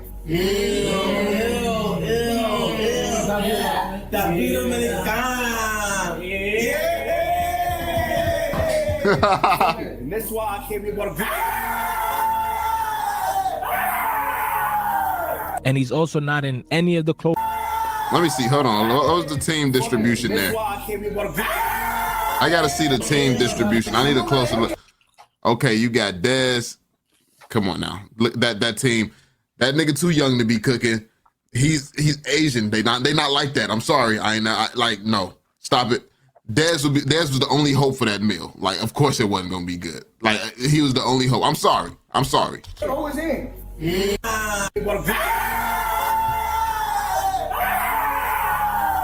And he's also not in any of the Clover House content. You see, there were rumors about Tota and an underage girlfriend. Nobody in the Clover Boys said anything about it publicly. No defense, no statement, nothing at all. But right after those rumors, that's when the distance started. But it's how you kick somebody out your crew in the streaming industry. There's no big announcement, there's no public beef, no explanation at all. You just stop showing up in the content. You stop getting invited to the house. And when you get left outside with cops in the Lakers arena, nobody comes get you. But here's what people don't get about these streaming crews. There's always levels. There's the core crew, there's people who just hang around the crew, and most of the time the viewers can't really tell the difference until a moment like this happens. The real Clover Boys, the one who are actually in the crew and not just in the videos, are the 6 that were on the magazine cover: Rakai, Talil, Reggie, Dez, Punga, and Ray. These are the guys who get the Clover House access, who are in the group decisions, who show up in every major Clover project. This is Kai Cenat inner circle. And they're the ones that get profits. Whenever there's money to split, they get gifts. You have the people who hang around. They appear in content, they're nearby, they get linked with the brand, but they're not actually in the room when decisions are being made. They're around the crew, not in the crew. And Tota, based on every proof that we have so far, he's someone who hung around and thought he was the core. But we definitely know he was announced as a Clover Boy, and he was moving towards that core status. But something happened that definitely changed that. Either way, this moment, this clip shows where reality really hit him. Because here's the thing, when you guys are really boys, and you guys are all in the crew, you're not gonna leave your mans behind with the cops. You're not leaving your mans behind with the cops no matter what, bro. Like, you don't even have to be a YouTube crew or any of that. Like, you're not doing that with just anybody you care about. Like, that's weird. That's weird energy. Ignore your mans when they calling out for help, and they definitely don't cut you off a magazine if they say you're a part of the group. Real crews, real group means things get bad, then we show up. But when you just hang around and you're just content friends, when things go bad, everyone wants just to protect themselves. And I'm not even trying to throw shade at Talil. From a business aspect, he made the smart move. Why risk your own situation for someone who might not actually be your responsibility? But that thought process only makes sense if Tota was never really in the crew to begin with. But this connects to something bigger than just Tota. Nah, they brought him to this country. They responsible for him. So moving like that is crazy. I don't care. Like, I don't care what the situation is behind the scenes or none of that, bro. Like, that's crazy. Like, nah, you don't do that to nobody. Like, that's not valid no matter what the situation is. Like, I don't care if Tota was. That is a different situation, chat. They did bring him from Brazil to the United States to then cut him off while he's here. Thank God that he's famous. Was the worst dude in the world. You send him home, make sure he get there safely, then you leave him. Like, you leave him where he at. Like, you don't sit here, bring him to your area, bring him to your country, all that, and then you just leave him out here on his own. Like, nah, it's your responsibility to make sure he all right. And at the point where he done turned down that opportunity or that, that safe travel back home or something like that, then he's on his own. But then you shouldn't be there with him in the first place. So, yeah, it's like the fact that he was right there, that's kind of crazy. And the Clover Boys. This is about how the streaming culture created a whole business around fake friendships. Every major streaming crew sells the idea of brotherhood. We're family, we'll ride together, we'll do anything for each other. That's the main appeal, right? Because viewers want to believe in real friendships. They want to see loyalty happen in real time. But the reality is, most of these relationships are business relationships that just look like friendships. And that's fine until moments like this show the gap, until someone gets left behind with the cops, until someone's not on the magazine cover, until the controversy hits and nobody defends you publicly. And that's when the viewers actually see between what they perform and what's actually real. The best example is Kai Cenat and Aiden Ross. At the beginning, we thought they was tight, and they were friends. We ain't never seen Aiden Ross on the Kai Center stream ever again. Real. What Casanet might have done here, if he really did kick out Tota from the Clover Boys, is just quietly remove him from his crew. No drama, no public statement, no beef content, just quietly removing someone from the roster without saying anything. And honestly, that might be the smartest play, because if you make it public, you're just creating unnecessary drama. But if you let the proof just speak for itself, most people won't even notice until it's already done. The Clover House absence, the magazine cover, the neon stream, it all tells the same story. Tota's not Clover Boy anymore, if he ever was. So if you enjoy deep dives like this, make sure you hit the subscribe button and join. Yeah, check out my man's channel. His name Gabe Official. Gabe Official, he always dropping heat like this, man. But yeah, there we have it, y'all. Let me know what y'all think. It's definitely not looking like he's a Clover Boy at this point in time. But let me know your thoughts. Be sure to drop that thumbs up, subscribe. Yep, guys, follow Gabe Official, follow Vel. You see right here, and I'll definitely follow him. You already see I smashed the like button. Show love. As you can see, thought I got kicked out of the Clover House from the Clover Boys with no warning. So that just stop. No. Go eat your chicken. That situation is extremely disturbing. What that situation? If you're a producer who hates AI, this plugin might change your mind. This is reimagining. You can take any sample you find and flip it. The BTB Dez allegations are insane, but after seeing everything, I do think that this situation in particular is just a huge misunderstanding. However, Dez may not be as innocent as he claims, and due to the virality of this incident, an older allegation has resurfaced, and after looking into that, it appears that that one may hold weight. But I'ma quit yapping. There's so much to cover today. Y'all already know I'm the hood Socrates, and let's start. Comment for the algorithm. Okay, so the allegations start when a streamer named The Stock Guy decided to recount an experience he had at the Streamer Awards. Now I want to start by saying, I don't think bro is clout chasing. This is an older white gentleman who streams stocks. His demographic is very disconnected from the black experience, from black culture, blase blase. So I think going into everything, let's be mindful of that. And I also want to make it abundantly clear, I'm not doing this to defend Dez. I'm just trying to take an unbiased approach to some allegations, especially when I feel like the way they're approaching this allegation is setting a precedent for black people as a whole, but I digress. With that being said, there are more allegations against Dez that seriously need a closer inspection, but that's for later in the video. Let's start with The Stock Guy. So I'm in the middle, right? And I see them down there, and I hear the guy take the mic about, if you're gonna tell a joke, at least make it funny. I didn't even get the joke or whatever. And then we went to an intermission. I go down, I go down to the bathroom. As I walk in the bathroom, I hear somebody come in and go, "Yo, that bitch, man, that bitch, fucking toss that. Well, I'll knock her teeth out. How's she gonna suck dick with no teeth, man? That she thinks she." And I was like, oh my God. And then he started saying something about, I don't want to repeat it, about some things that are assault-wise that he's going to do. And I was thinking to myself, dude, this guy really, I thought it was a bit. And this dude's in the bathroom talking about he's going to straight up beat the shit out of her and do some horrible things to her. And I was coming out of the bathroom and I was like, yo, man, are you okay? Like, you good? And he looked at me like this. And his friend goes, man, he's just from New York. And then they both left. And I was like, normally it's none of my business and I don't get involved in it, but I'm thinking to myself, do I need to talk to somebody? Like, is this dude like just doing that? And then I realized we're also at a Streamer Awards and his boys are around. So I'm like, I gotta keep an eye on this shit. Like, he'll probably cool down through the night, but this dude really lost his shit. Like, I thought it was a bit, but then in the bathroom, this dude's straight up talking about how he wants to like beat her up, like break her teeth in, and then obviously saying some talking about beating the shit, like actually physically beating her, and then moved on to like actual SA shit. And I'm like, dude, this dude is like taking it too far. So I did speed up the clip because I wanted you guys to hear most of what he was saying. And there were a few things that stood out to me, notably the "he's from New York" comment and just the vague way he talked about SA. This is why I said before that there's just a difference in demographic here. These guys are two vastly different people interacting with each other. This is an older white gentleman versus a younger black man from the Bronx. I don't think he's lying, but given the difference in people, I instantly clocked that there might be some misinformation here, because if you know New York niggas, they have a lot of lingo that can sound kind of threatening. They're famous for spamming "suck my dick" and stuff like that, which is why the "he's from New York" comment stood out to me. It was a quick way to convey the point that he wasn't making threats. This is just how New Yorkers tend to speak. Now, Dez, your only players here. Is it true? Come out here, admit it, I apologize for not being able to Nah, handle don't my fucking emotions as a grown ass apologize. man. Nah, don't fucking Own apologize. up to that. Yo, Dez. You got shit to work on. Yo, Dez. Don't fucking apologize. You didn't do shit wrong. That motherfucker need to mind his business. Yeah, it's cool. He should have brought it to somebody's attention that somebody's saying something. But don't try to quote people unless you recorded it. You record it, you play it back, and then we could explain to you what was said.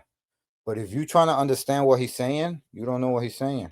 He probably was saying stupid shit like, yo, she could suck my dick. Yo, I fucking, yo, I stole on her. I suck my dick. That bitch is stupid.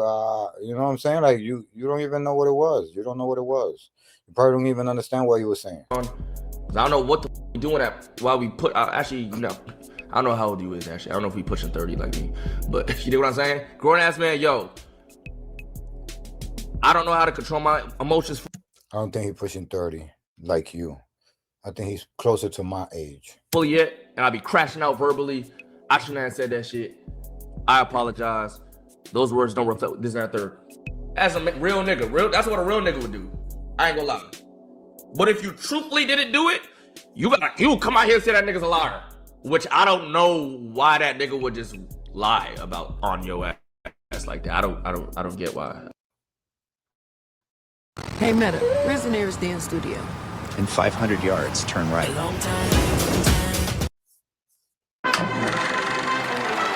Tortoise wins. An upset for the ages. I think Dez is a liability to the Chi-Athon brand because he's a crash out, and I see people trying to use his crash outs as proof of the claims that are being made against him, but those two things do not correlate. I just think it's easy to toss things on a black man who isn't emotionally stoic, and I think as a general rule of thumb, I don't want to entertain that type of rhetoric because that's what it feels like to me, and it affects black men everywhere, not just Dez. And as a black man, nigga, I'ma say slow down to that. You feel me? So I just don't want anyone to misinterpret my perspective as a defense of Dez, especially because I have more appalling things that he's allegedly done that hold more weight that I want to talk about, but I just have to make that clear. And here's another one. If it was so crazy for him, why did he wait to go home to do a stream about it? It was so threatening. It was so alarming. Why did he wait to go home? How long did he sit at the awards after that? Probably another 30 minutes, an hour. Then he went outside. He did a whole bunch of politicking for an hour. Then he got in his car and he drove for like about another hour. Then he set up a stream, got something to eat because he just got home, took a shower. That's another hour. So I'm saying, if it was so alarming the way he's claiming, Mr. Stock Guy, I don't know you personally. You know, I'm not trying to start no internet beef with nobody, but me personally, if you thought within your scope of things that it was that alarming that you had to say something about it, why did you wait 5 hours to say something about it when you were already there?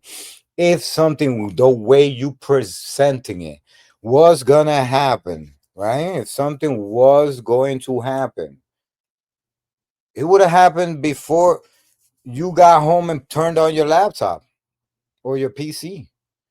It would have happened while you were there. And then what you were going to say, oh, I heard it when they were talking about it. Like, I don't understand. But he wants to say that he's saying something because he heard something, right? But if it was so alarming, why didn't you just intervene? Like, yo, what you guys talking about, man? Y'all talking some crazy shit. Because I would have went up to him and be like, yo, you young boys is talking something crazy right there. Please don't tell me y'all talking about doing what y'all think y'all doing. They would have been like, nah, chill, OG. We ain't talking like that. You wildin', right? We would have just got to the root of the matter. But no, Mr. Stock Guy sat down and enjoyed the rest of the banquet. And then he got in his car. Well, wait. He enjoyed the rest of the banquet. Then he stood for the fucking VIP and the pictures and the greeting me. He said bye to everybody he knew. Took pictures. I'm sure he did. We could check his Instagram. I'm sure he did. We check his YouTube. I'm sure he did. And then he went home, took a bath, ate, set up his stream with a clever little thumbnail and a clever little catchy caption. And that's when he reported what he thought was so alarming. Boy, you waited a long time. If that was the case, whoever the hell's life you were trying to save would have died, bro. Like, stop it. Stop it. You were not that concerned. What you did want to do was you wanted to amplify something to set a precedent for a black man. That we have to apologize because you eavesdrop on a conversation that you should be minding your fucking business about. And now all of a sudden it's like, oh, I don't know what they were saying, but they were talking about some crazy shit. Like, if it was so crazy, bro, once again, I repeat, why do you sit down and enjoy your banquet? Then go take pictures afterwards. Then drive home and prepare yourself something to eat. Then get ready for bed and create a stream right before bed with a thumbnail and a catchy subject. Like, you caught everybody's attention with your clickbait. So you obviously put thought into it.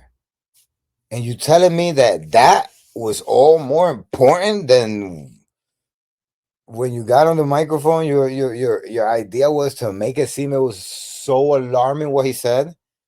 Why didn't you bring it to somebody's attention at Twitch? If it was so alarming, why'd you wait to get home and do an episode on it? Because you're just looking for fucking clicks. You're a fucking click whore.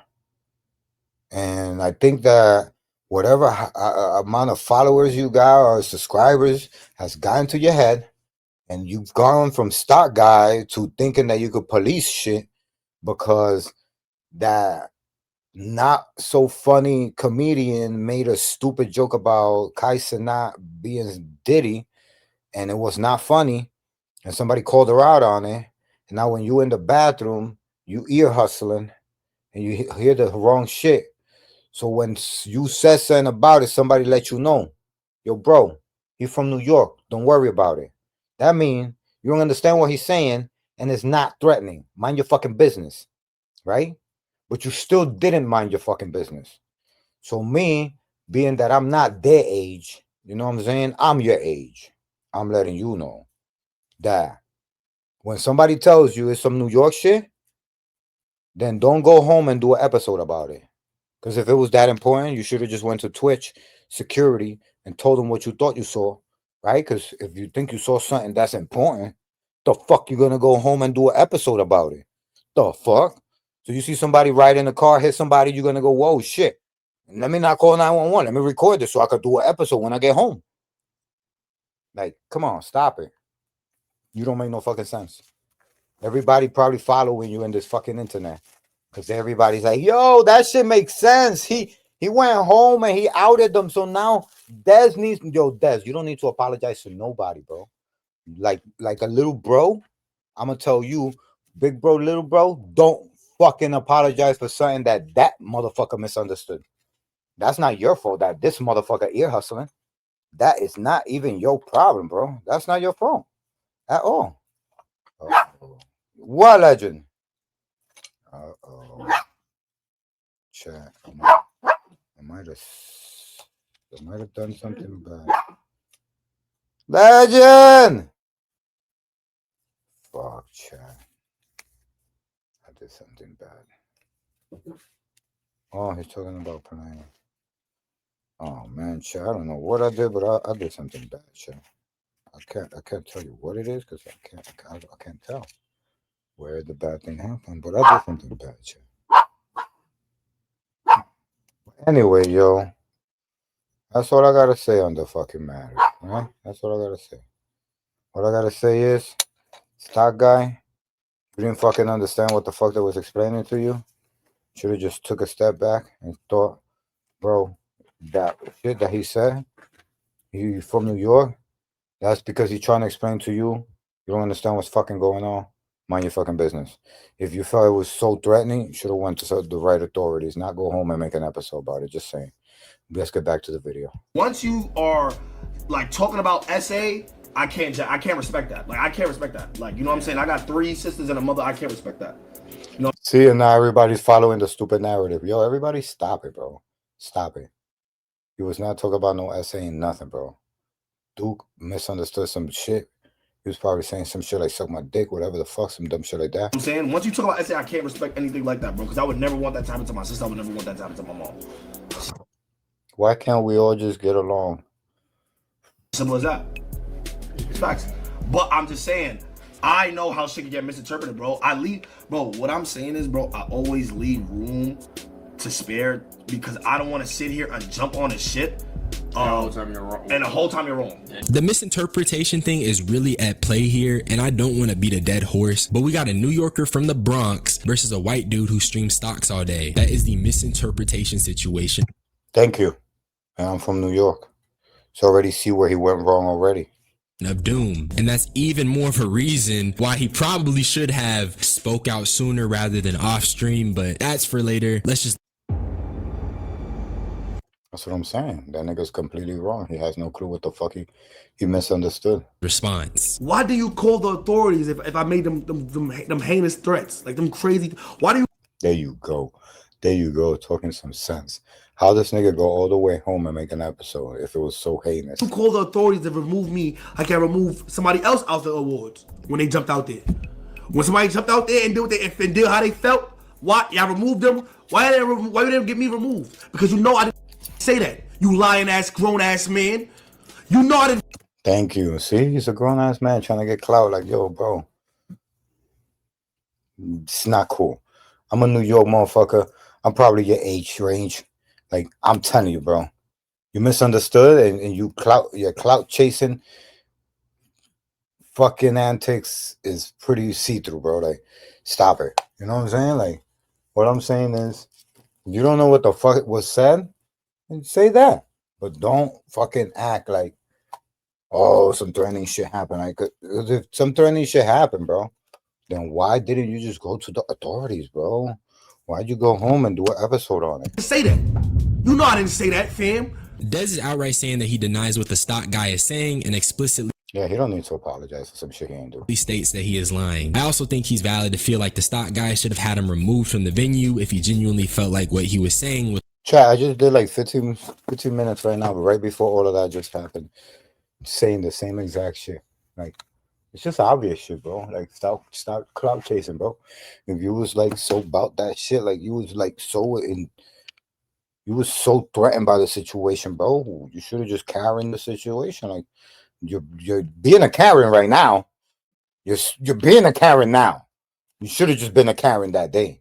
On the spot. It's concerning. So while I think that the stock guy has no reason to lie, why was his information withheld until after the show? He's friends with the person who was the recipient of the alleged threat. It doesn't make sense. SA is no laughing matter. So if the stock guy claims he heard some about SA threats or SA comments being made, I think he should have been more proactive in his response to what he heard. And because he wasn't as proactive as he could have been, I think it's valid to call his credibility into question. I think he's saying it.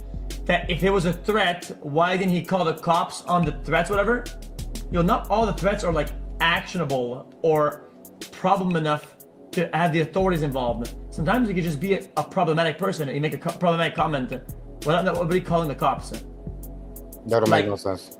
If somebody starts saying the weirdest shit at the event, somebody can say that the wildest shit about somebody else, like they're gonna do this and that, nobody's gonna call the cops. I'm including this XQC clip because I think he's being kind of dumb. Obviously,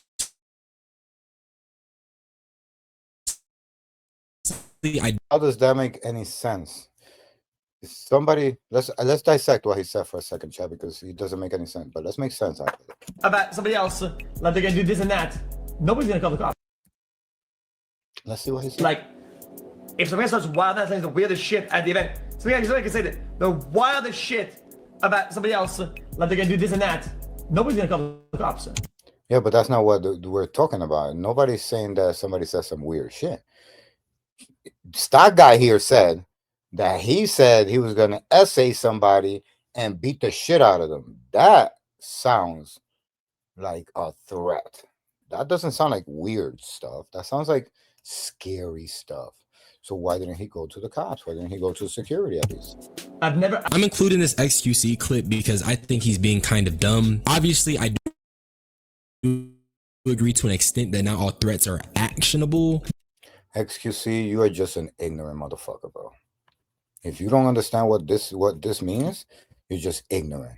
Because he said he was worried because he heard the guy say he was going to beat her up and SA her. That's not weird talk. Those are threatening things that if you go to a police officer, the person will be arrested for. So what do you mean weird? But dude, Dez also made the case that if it was something bad, why wasn't he removed? We're talking about SA here, especially in a venue where there's clearly security and there's rules that the Exactly, there's security there, man. Like, why didn't you just go to security?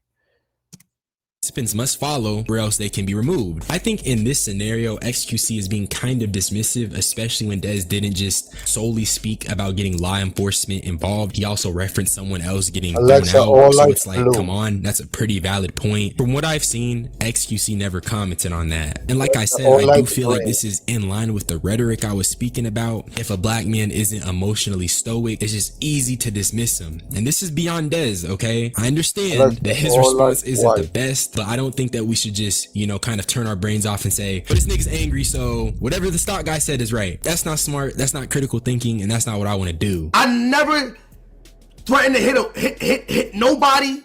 See, he's talking about violence. This is not weird talking. Somebody says something weird in an event that you can't call the cops. Well, if it's violence, can you call the cops? Then why didn't he? A woman, I never said none of that. First of all, nigga said, toss her around. See, there you go. There you go. Violence. Toss. The only toss I know is when we in the street at the churches, we toss back at niggas. Like, my niggas, my niggas toss. Nah, he would not even know. Not even you. You're giving him too much credit if you're actually thinking that he got that from what you were saying. That niggas. I was in the bathroom and I say, oh, gang, she was dick riding my man Castanet. There you go. Dick riding.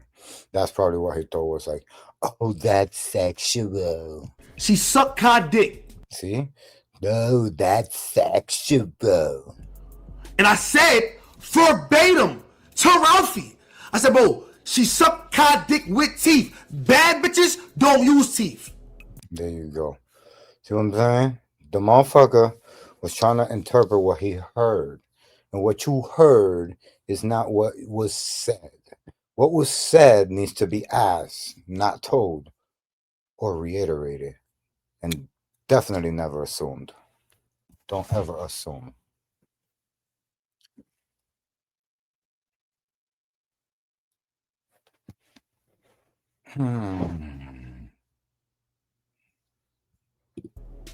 When they giving the sloppy toppy. The reason why I'm describing like that, because you jumped out there and cracked a joke. Even if you read it off some shit, you should know, don't allow yourself to do something like that, because it's not a game. So that means you were specifically on what you're saying. You're specifically trying to tear somebody's character down. Not only did Dez deny threatening to put his hands on Fan, the way he expressed his version of events is also kind of in line with what I was saying earlier. He felt some way because of the Diddy joke. And this is the same thing with Tylil. Makes sense for a nigga to defend his mans. This then made him angry, and so he goes to the bathroom and he said that Fan was on Kai's dick. Every nigga knows what that means. You dick riding. RDC made a whole video about it. Stop dick riding. That's all he was saying. He got angry and said that Fan was on Kai's ass dick. And what I'm presuming is that the stock guy, this got mistranslated into some type of... You know what I think? Stock guy's fucking Fan. Or stock guy's trying to fuck Fan. That's why he did this. A violent threat, because from his perspective, this angry black dude mad in the bathroom and he's talking about Fan being on Kai-Sinat's dick. But assuming what Dez is saying is true, he's basically saying he felt some way that his homeboy got a Diddy joke thrown at him and he felt like Fan was on Kai's dick. And he said this loudly enough to where the stock guy heard it and he misinterpreted it. Am I missing something? I feel like he probably could have took in a sense like, oh, she could go suck it, you know what I'm saying, like that. And he could have probably felt like, oh, you know what I'm saying? Like, oh, brother, she's when a nigga throw the Frank, he could take it as an, oh, nah, he's talking about SAN. That's why If it is him, he need to come in and just like address it on something. Bro, I said this, that, and the third. I can see how him in the stall, hearing that out of context, he think I meant this, that, third. If that's the case, though. That's if that's Like, the bro, case. So for him to misinterpret it on some essay shit, it's probably like, that bitch just suck my dick. You suck my dick. Oh, you suck my man's dick. Fuck all that. Like some shit like that. Like, because the nigga implied, he said. He did say as. Like, so you think there's a good chance? Yeah, he was crashing out, but the things he was saying with the crash out could be misinterpreted as some sexual shit because the way you hear niggas talk sometimes. Yes, 100%. 100%. So I'm gonna go over co-producer. It can listen to the music that you have, and it's gonna find samples that fit your music. Do you think it would be cool each person? I can see that. 100%. Bro, niggas be thinking New York niggas is gay. Yo, you jack me, bro? Okay, yo, so stop. Imagine if I went to the stock guy and said, yo, you jacking me?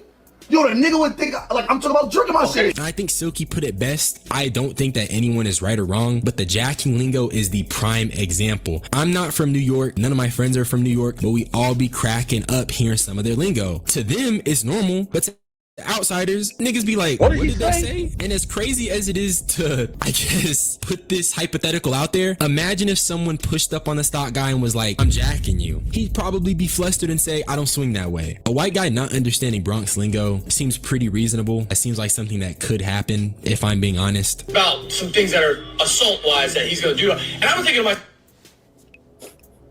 why did he gonna do that? Why did he say he was gonna do to her?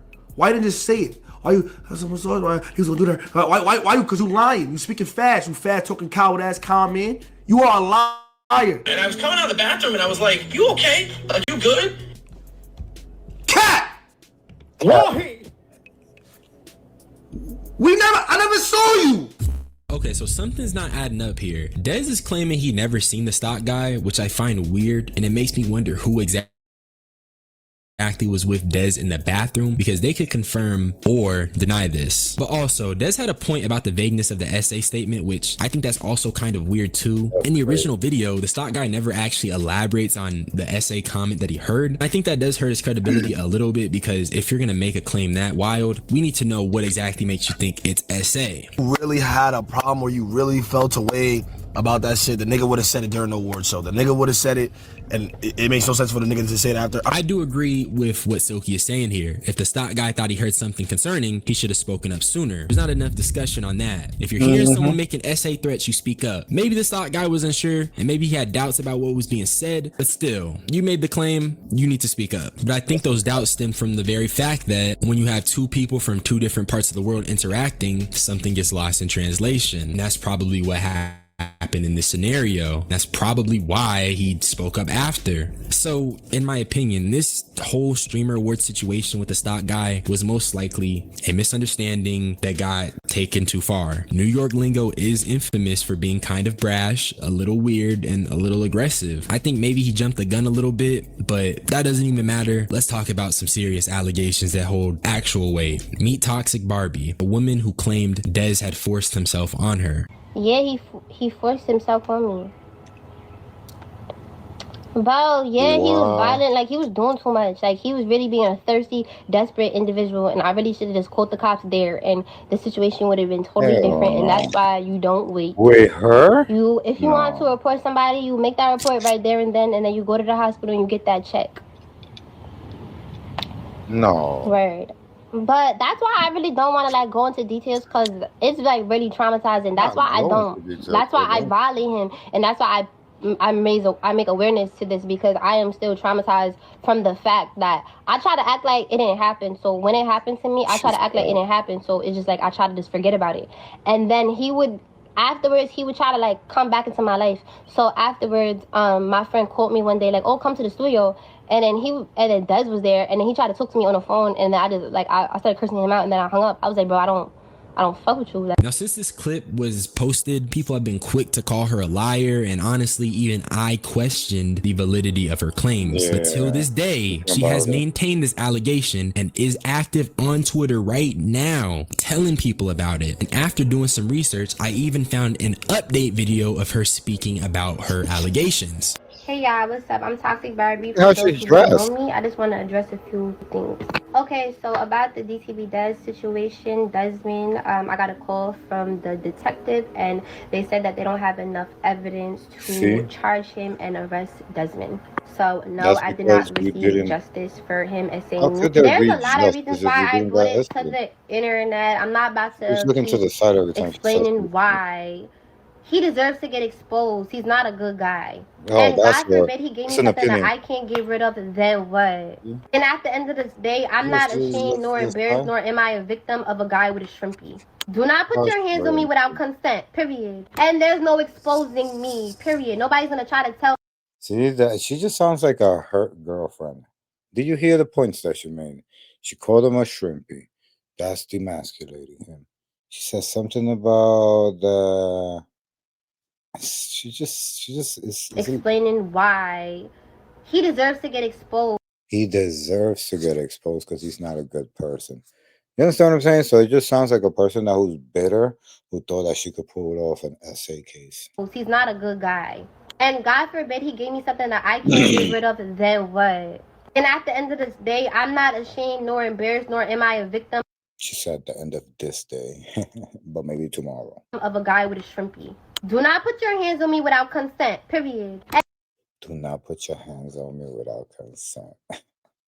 And there's no I don't think that's how it works. exposing me, period. Nobody's gonna try to tell my personal business, try to throw. Oh, see, she's trying to jump ahead of the curve. I think there's videos that she got of her probably doing some crazy shit. And now she's trying to jump ahead of the curve. And be like, nah, chill. I ain't nobody gonna expose. Anything in my face. That's why I told my own story, period, and I went viral. So that's what's up. See what I'm saying? See what I'm saying? She's like, she told her own story and went viral. Like, Man, I'm afraid of girls like this. They're just, wow. Anything for the clout. who gonna do what? Hey, Meta, stop. Anything for the clout. That's crazy.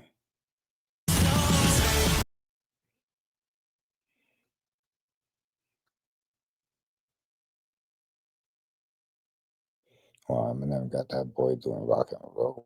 Oh, it's much better for him. Nobody. So she says there wasn't enough evidence, but that doesn't mean that this situation didn't happen. That doesn't mean that Des didn't force himself on her. And on Twitter, like I said, she's been consistently speaking about it and even exposed the fact he was a deadbeat father with the DNA test, which is absolutely absurd. So not only is this guy allegedly he's also a deadbeat father based off of this DNA test. But here's her most recent response speaking about what Des did to her. Hey y'all, what's up? I'm Toxic Barbie. I'm here to tell my story about DTV Des essaying me.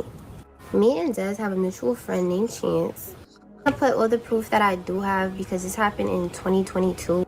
I've had plenty of new Instagrams, new numbers. Des noticed me because Chance put my picture on a flyer to promote his party, and then he DM'd me, and then we exchanged numbers. So I was living in Jersey at the time on my mama's couch. My house flooded, so he invited me over, and he was being like really thirsty. And how convenient. Her house flooded, so he invited her over. He was thirsty? You were more thirsty. You went over there. You don't even know the dude. that was the red flag. Then this is the me over, and he was being like really thirsty, and that was the red flag. He was being thirsty how? Because you seem more thirstier that you went to somebody's house because they're famous. Then this is the weapon comes into play. I see that he has a weapon. So what? He has a weapon? Yeah, he's a celebrity. Just chilling watching TV, and I swear to God, he literally just got on top of me, and I was just generally so confused. Thing is like, You were confused, and what were you doing at his house? really this big, and I didn't feel nothing but the pressure of a 200-pound man on top of me. See, she's wilding. Chilling watching TV, and I swear to God, he literally just got on top of me, and I was just generally so confused. Thing is like really this big, and I didn't feel nothing but the pressure of a 200-pound man on top of me. She had time to look at it and notice how big it was. I thought she was being essayed. Did not ask for my consent. I'm not gonna play it all, but please go and support Shorty on TikTok. She's been very vocal. She got 173 followers. My consent. I'm not gonna play. She got 73. She got 2,000 followers. Nah, man. It's just something wrong with her narrative. It don't make no sense. Play it all, but please go and support Shorty on TikTok. She's been very vocal about it and has not backed down on what she says, despite everyone saying she's lying. Obviously, these are still just allegations, but she even made a video a couple hours ago going to the police station to file another report. It's a beautiful day. I just jumped out of bed and I'm on my way to go snitch. What?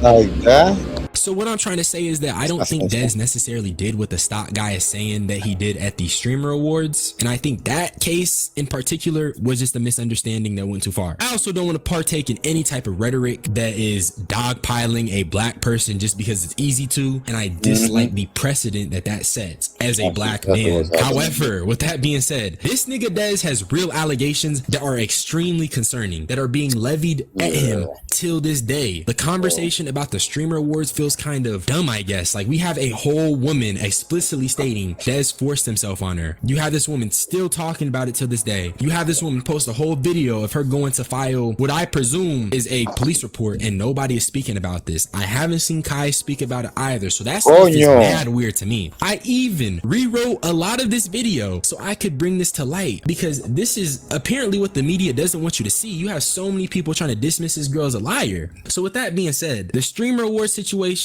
likely a misunderstanding, but don't let that distract you from the real allegations that are currently being levied towards Dez, because from where I'm standing, I think there's a real chance he did what Toxic Barbie is claiming he did. But that's just my opinion, and that's really all I had to say. So subscribe for more unsolicited opinions. Y'all niggas be blessed. I'm gonna get up out of here. Bye bye.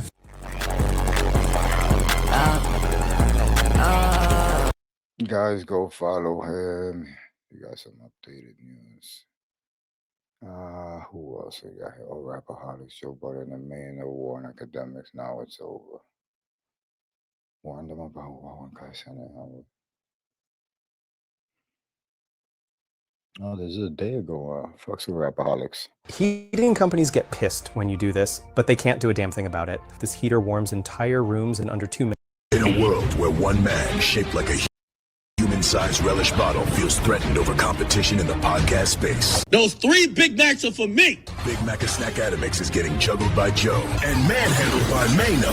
Coming to a theater near you this holiday season. Big Macs and Big Beefs. Lobbies and Gentlegrams, the hungry henny hogging humongous gobbler of Big Macs and Drake's package has been attacking rappers podcasting, and now he's on damage control as they're blasting a hole in his henny persona. The Madonna of Marilyn Monroe host totem pole doing tricks and dances on Lobby's log doesn't like that rappers took over his job, so the henny hog is comparing himself to the Charles Schwab of podding. He claims he invented this thing, and how dare Mano and Jim Jones step in his ring, but with all the fake cries he professes and sings, he's facing the bad wrath and backlash of the weapons it brings. Every podcast going at him. Let's break it all down and get to the action, but before we step foot, I have one quick distraction. You gotta hit the like and subscribe buttons with passion. I study Rapperholics for a living. Alright, Lobbies and Gentlegrams, another day, another shenanigan from the Big Mac Snacka Diddler. Mano gave him the new nickname of Acca Relish, cause he's shaped like a relish bottle. So we might keep that for this video, or we might call him Big Mac Snacka Relish. Now, Big Mac Snacka Relish, he's in a lot of trouble right now. We usually know him for picking on easy targets, mainly women, who he knows he can get away with blasting on social media, cause what are they gonna do, beat him up? It's easy targets from the perspective of there's no violent physical repercussions that could come from his words, right? See, I'm starting to think that maybe this is your aesthetic. You do the fake and then you sit in a room full of cameras and try to make a bitch crash out. You know, that's like, we're from the hood. Oh yeah, that's like we tell the bitch, come in my house, cause I can do whatever I want to. You don't have to. Me and you can meet. We want to meet you outside. I don't care what rapper got at me, bro, ever. But like, really, there's certain shit I really don't fuck with in my life, and I would never do. But like, I gotta sit here and act like I know I'm in America. I gotta sit here and just act like I don't fuck with certain shit. I would never like it. My nigga so angry right now. He would have cried. That's the type of anger. Yo, Yo, just please. I'm telling you, I'm only pretending. Well, he's proceeding with caution in his latest back and forth online, and that's because he knows Mano is not Lauren LaRosa. Mano is not Megan Thee Stallion. Mano is not SZA. He can't turn the disrespect up to the highest degree and not expect anything to come of it. And you could tell he's a little scared. But even if he wasn't, Mano most definitely is not scared to hold back, and he's most definitely not. Aside from just calling Academics a relish bottle, he also says that all the girls that Academics deals with call him chicken nugget. Oh God, that is a fucked up nickname. Because of the tiny thing he has down there. Oh God. Those 3 chicken nuggets are for me. He's saying Academics is insecure, he's scared of women, he spent his childhood hiding from women, and he's even bringing up the whole child with the Discord thing that happened earlier this year. It got crazy. It got crazy on both ends. Academics didn't hold back necessarily either, but every 5 seconds he had to warn Mano that this is just for the purpose of the podcast. He doesn't want any physical repercussions. He just wants Big Macs. And of course, the Joe Budden podcast stepped in as well to offer their takes. This whole thing is an absolute mess, and we're gonna break it all down.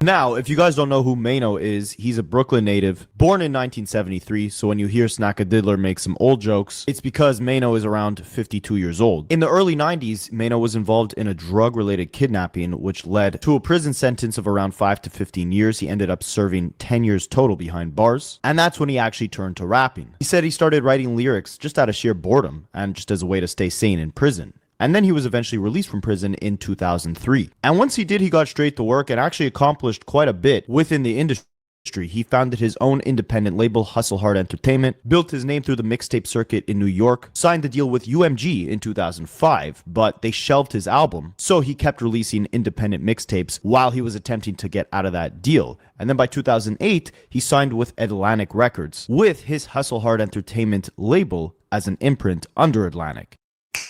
And that's when he blew up on a pretty big level for a couple years after that. I remember he had the breakout hit, Hi Hater, and then the massive hit, All the Above featuring T-Pain. That's one of T-Pain's best hooks, by the way. And after that, he released a couple mixtapes and albums, but his commercial success within hip-hop really came in that 2008-2009 era. Now, what many people don't know, but it'll play an important role in the story very shortly, is that in that same era where Mano was reaching the height of his mainstream success, he was actually very active vlogging on YouTube as well. He was posting consistently on YouTube 17 years ago, and he had a little web series called Up Close and Personal with Mano.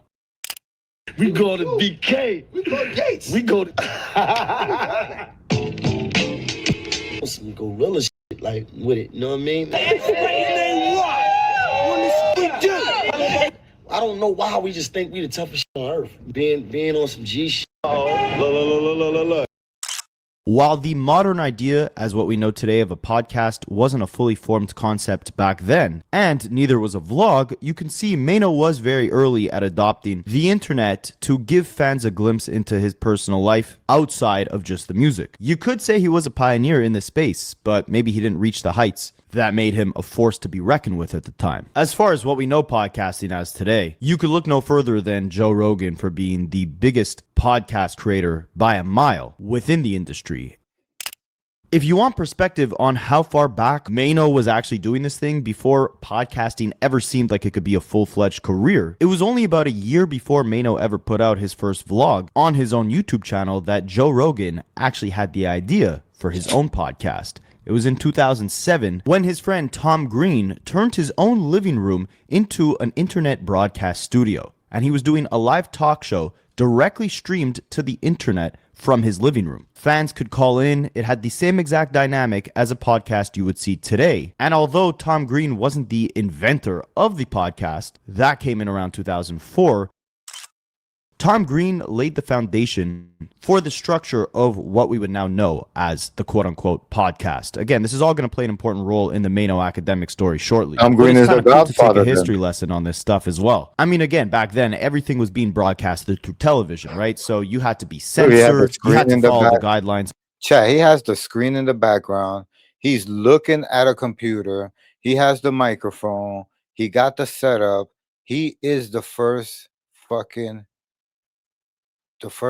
original podcast, 2004. Of whatever network you were on. It was unheard of to basically do the exact same thing as a talk show, but run it all by yourself, have fans call in, bring on whatever guests you want, talk about whatever you want, all from the comfort of your own home studio in your home. The only problem was there was no money in it way back in 2007. But it was this very show. 2007, Chad. Wow. That's insane. The first podcast was 2007. It's about to be 20 years of podcasting existence. So I'm proud to be a streamer, to be honest with you. Very proud to be a streamer, Chad. Very proud to be a streamer.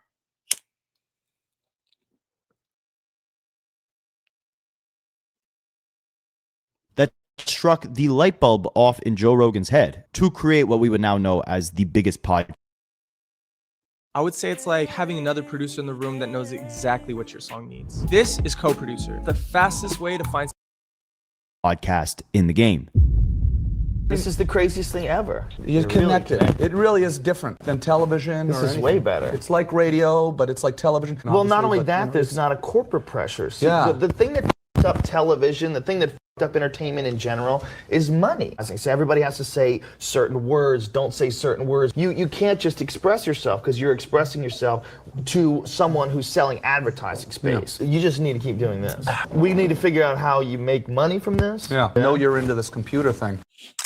And again, just keep a tab in the back of your mind that it was only about a year later that Mano started doing his own form of podcasting on his own YouTube page. As far as Snackarelish goes, we do have to give him credit where credit is due. He was a pioneer in the internet content creation space as well. While Mano was serving time behind bars, Academics immigrated to the United States with his mother and brother in 2001. He was in high school around the time, and he ended up going to Rutgers University in New Jersey, and that's where he would commence his DJ career. Yes, he really was a DJ before he was an internet personality and Big Mac master. He claims to have been on a lot of rap blogs and forums in the early internet days, and by the time he got to college, he was actually a DJ on the college's radio station every Saturday night. He would then start DJing parties at the college, and he would post clips of those parties onto his YouTube channel, which was started in 2012, about 4 years after Mano. Back in the studio, another edition of Campus Invasion Radio. He would graduate, no pun intended, from college parties and radio shows to eventually just posting his takes on different events in hip-hop directly onto his YouTube page in around mid-2013. So this is where it all really started for Academics. The advantage he had against radio stations and other media outlets was that he was always the first one to report whatever was happening. He even claims that he'd be working low-wage jobs, and when news would break, he would run to his car and record and edit YouTube videos on the spot just to make sure he was the first one to break the news. Charlemagne the God, who at the time already had his spot on Power 106 and had been in the broadcasting industry for a long time, mentored Academics early on, even appearing on Academics' YouTube channel in around 2013. Before I knew you, did I always pick you back? Yeah, you did. Because that's the type of person I am. That's crazy. Charlemagne was also one of the first entertainers within hip-hop to start his own podcast, The Brilliant Idiots, with Andrew Schultz in 2014, long before Academics ever started one. But in that same year, 2014, Academics would start a second YouTube channel that would completely change the trajectory of his career. Not necessarily for the better. It was the war in Chirac, where he would satirize violent events that occurred within Chicago, cultivating a fan base of people who saw the comedy in the nicknames and satirization that Academics would bring to these incredibly dark situations. Now, for me personally, I remember seeing Academics heavy on YouTube around 2015, when he'd report on major events within hip-hop like the Lil Wayne and Birdman falling out, the Drake and Meek Mill beef, the rise of Young Thug. I didn't even know about the war in Chirac until Vic Menza called out Academics on the Everyday Struggle show in around 2017. You were a little bit repulsed by the fact that so many people outside the culture of Chicago, they hyped up the music, not knowing that real lives were being affected, deaths and other type of madness happened within the music, and the music was a real life depiction of that. Like, how did you feel about it? I wanted to slap you in your face. But by then, he had long retired that War in Chirac channel. He realized there was more money in, again, being the quickest one to report any major news within hip-hop on his various platforms. His Instagram page became akin to a World Star or a TMZ, where every viral clip would be posted. His YouTube became almost like a mini talk radio station where he would provide commentary on the major moments that were happening across the genre. And by 2016, he started going live on Twitch, something that was very unconventional for hip-hop broadcasters or internet personalities to do at the time. But he built up a very niche, smaller audience, live streaming every single night. Now, the reason I say Academics was a pioneer is because he was one of the first few commentators who wasn't tied to a brand, wasn't reporting through the traditional mediums like radio and television, but beyond that, he was approaching the internet in a different way. Even on busy days, a little thoughtfulness goes a long way. And thanks to Healthy Choice Simply Steamers, I get a quick, satisfying Those 3 Big Macs are for me.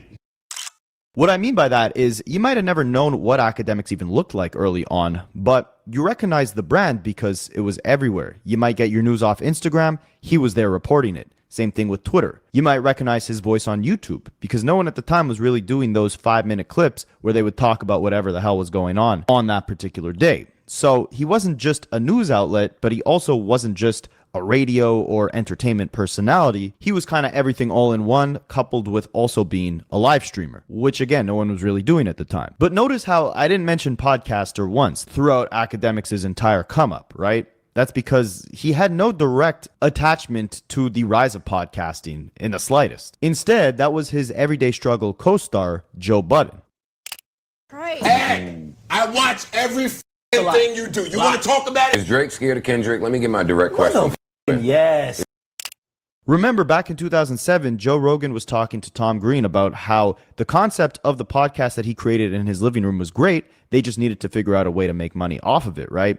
Well, even by 2016, almost 10 years later, there still wasn't a clear blueprint on how to make money off of podcasting. You had to do it for the love of the vision. And that's exactly what Joe Budden did. Right now, his podcast Patreon alone is pulling in allegedly around $1 million a month in subscription revenue. But when he started the podcast in 2015, 2016, it wasn't making him any money. Probably for many years that he was actually doing it, he barely made a dime. Meanwhile, with Academics, he was likely getting paid pretty decently from the ad revenue off of YouTube and from promotions that he would run on his Instagram for different artists. He probably wasn't even thinking about a podcast. He only created one years later, I believe in like 2019, once he was already very established in the commentary space, right? You'll see why I'm bringing that up shortly. Spicy. Meanwhile, you have Mano. Mano's been venturing into podcasting and radio for years at this point. He had his own podcast called the Kitchen Talk Podcast, and he was a co-host on Angela Yee's show, Way Up. But recently, he started his own podcast, and it wasn't just him. It was 4 New York artists, Mano, Jim Jones, Fabulous, and Dave East. 4 artists you could argue whose prime days rapping might be behind them, but that's actually arguably the best time to start podcasting, not just because it's a new form of income, but at this point you have so many stories, so much experience behind the scenes. You have a lot of knowledge to create a very entertaining dialogue within your show. That's exactly what we saw with Joe Budden early on. That's what we saw with Nori with Drink Champs. That's what we saw with Tank and his R&B Money podcast. That's what we saw recently with Jadakiss and Fat Joe with the Joe and Jada show, or Gillian Wallow with $1 Million Worth of Game. As you can see, it's been a common route, especially as of recent times, for rappers or artists in general to venture off into podcasting in the later stages of their career. And usually it does work out pretty successfully. All the shows I named you, those are highly successful podcasts. And it's looking like Mano, Fab, Jim Jones, and Dave East will experience similar success. Their show is already starting off having some pretty decent numbers off the rip, already making some noise, which obviously caught the attention of DJ Snacker Relish. Now, what Academics specifically called out about their podcast was their choice in fashion. You have to understand, when you're creating a podcast or any form of visual media, you want to pop out in a certain capacity, right? You want people to remember not just what you sound like, what you're talking about, but also what you look like. So they're wearing very colorful clothes, big jackets. They have glasses on the entire podcast. You can't see their eyes. They're dressing how a rapper would dress. And it's kind of interesting because they're meshing like old New York style with modern day streetwear. It doesn't work for everybody, but it works for them. And you also have to remember, Jim Jones, Fabulous, these were pioneers, or at the very least, they built a big part of their brand early on when they were rapping actively, as being also known for their fashion. That's too smooth, man. Who am I here with today? Chapo. Listen, my boy. I see you just now. I'm gonna talk to me next. How much your figure? Start with the hat. How much the hat? How much the hat? The hat, yeah. What I got on? Oh, $50 for the $50 for the hat. Okay. Harlem shit. Okay, how much the chains? How much the chains, my boy? This one is like 70. 70, okay. This one's like a buck. A buck? Imagine being able to build an app with your name on it, just by thinking about it. Meet Base 44. Okay. It's like 50 for the 50 something, I believe it was. This was like a dub. A dub, okay. I don't know what I paid for that. How much for the jacket? How much for the jacket?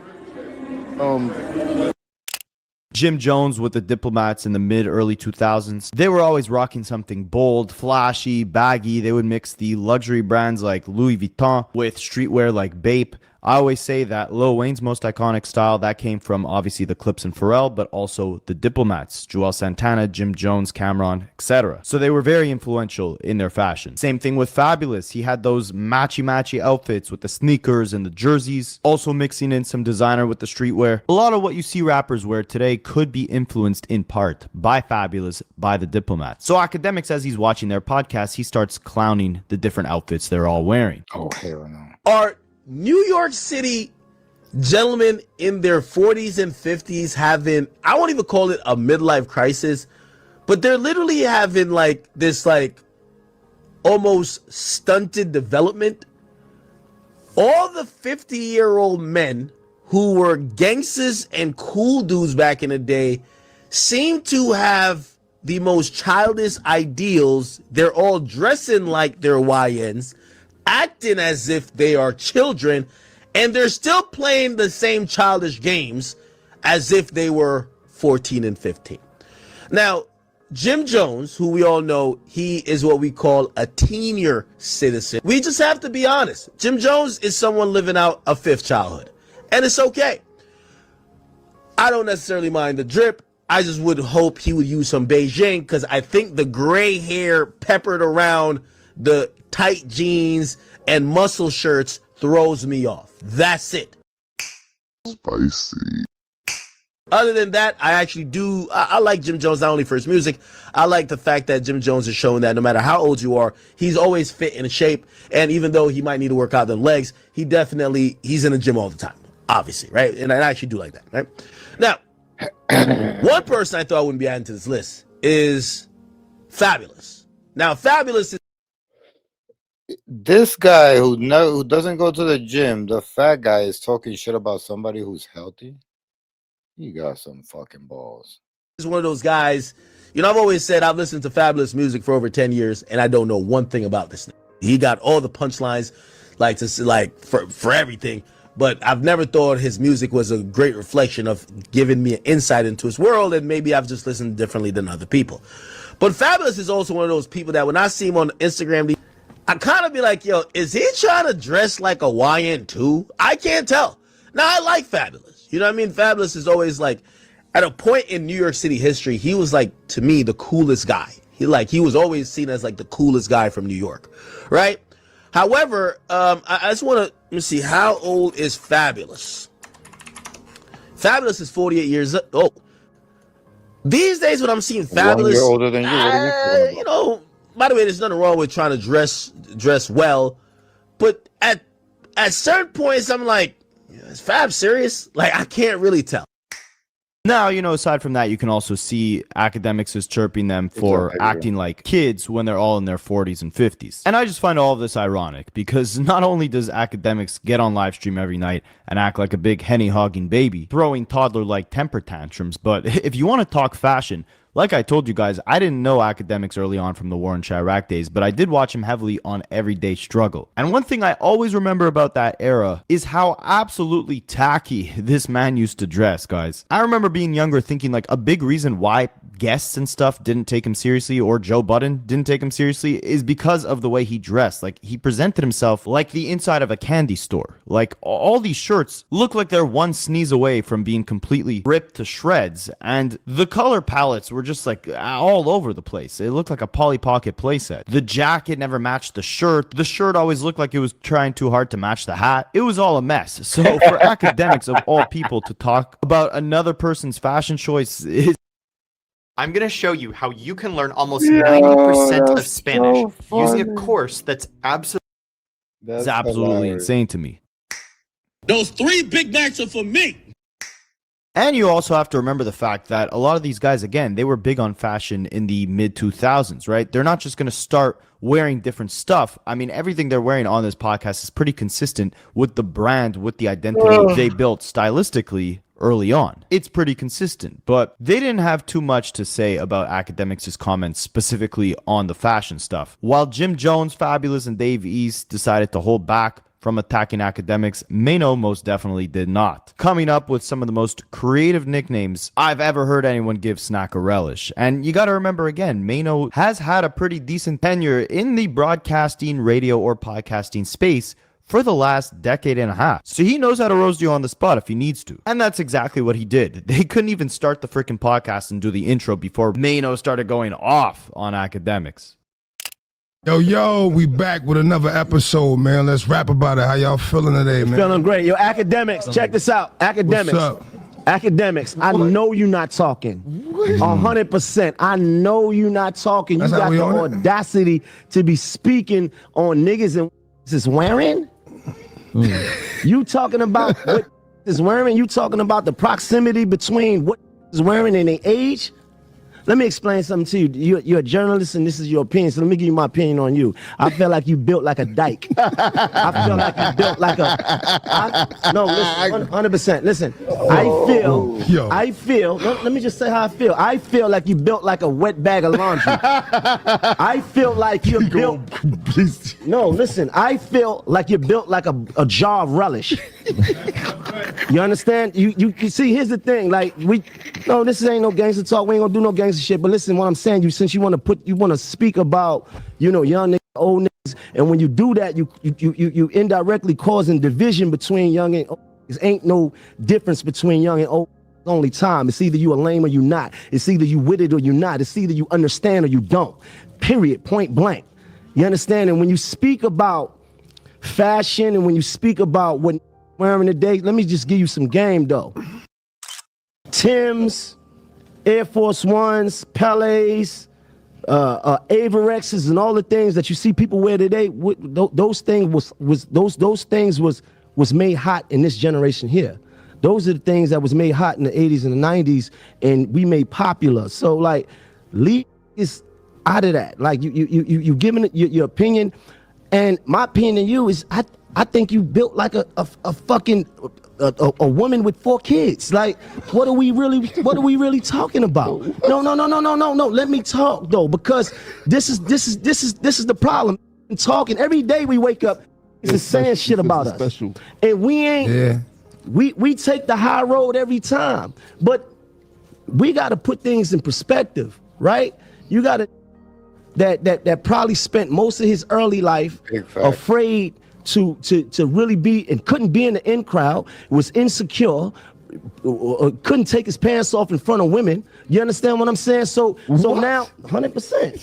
Yeah, 100%. Yeah, ashamed, right? Because listen, I know. Listen, you know, part of being a senior citizen is that you still outside. And I know the hoes. Everybody know, man, don't know the hoes. So I know the hoes that these DMing and all, and I know what they say about these boys. They call that boy you know what they call that boy? They call that boy chicken. Wow. Chicken for chicken nugget. Stop playing with me. Come on, Mike. I'm a big dick dictator. Stop playing with me. Everything I say, when I say go. Stop playing. Holiday edition. Stop playing. Yeah. Oh man, a wet bag of laundry is crazy, guys. Mano's saying that the girls call him a chicken nugget. I think he's more like a blooming onion. You ever see a blooming onion? He's built like a Big Mac blooming onion. I'm gonna try to put a picture right here. Nah, but seriously, I mean, Academics wants to talk about, different fashion choices and all that. Again, aside from him looking like he got his everyday struggle outfits from a teenager who attended Woodstock back in the 60s, he doesn't even know about the influence that Fabulous had with the jerseys back in the early 2000s. Like, he didn't understand that jerseys were a massive thing back then. He was shocked to hear about it. So it's no wonder that he's criticizing their fashion choices today. He doesn't understand where all this stuff even originated from and the influence that it has on fashion today. I'm telling you, bro, in 2001, if you didn't have a jersey, first of all, a jersey was like, I don't even know, chrome hearts. Like how these young niggas go crazy over chrome hearts. You gotta stop it. Jerseys. This $49 portable heater is disrupting the entire heating industry, and big brands are trying their hardest to make it illegal in the US. It's so powerful. Chrome hearts? But anyways, guys, of course, now it's Academics' turn to respond to Wayno calling him. If Academics doesn't remember when jerseys were popping, and he's that age, it's because he was a lame. Because I remember jerseys. I remember it was busting.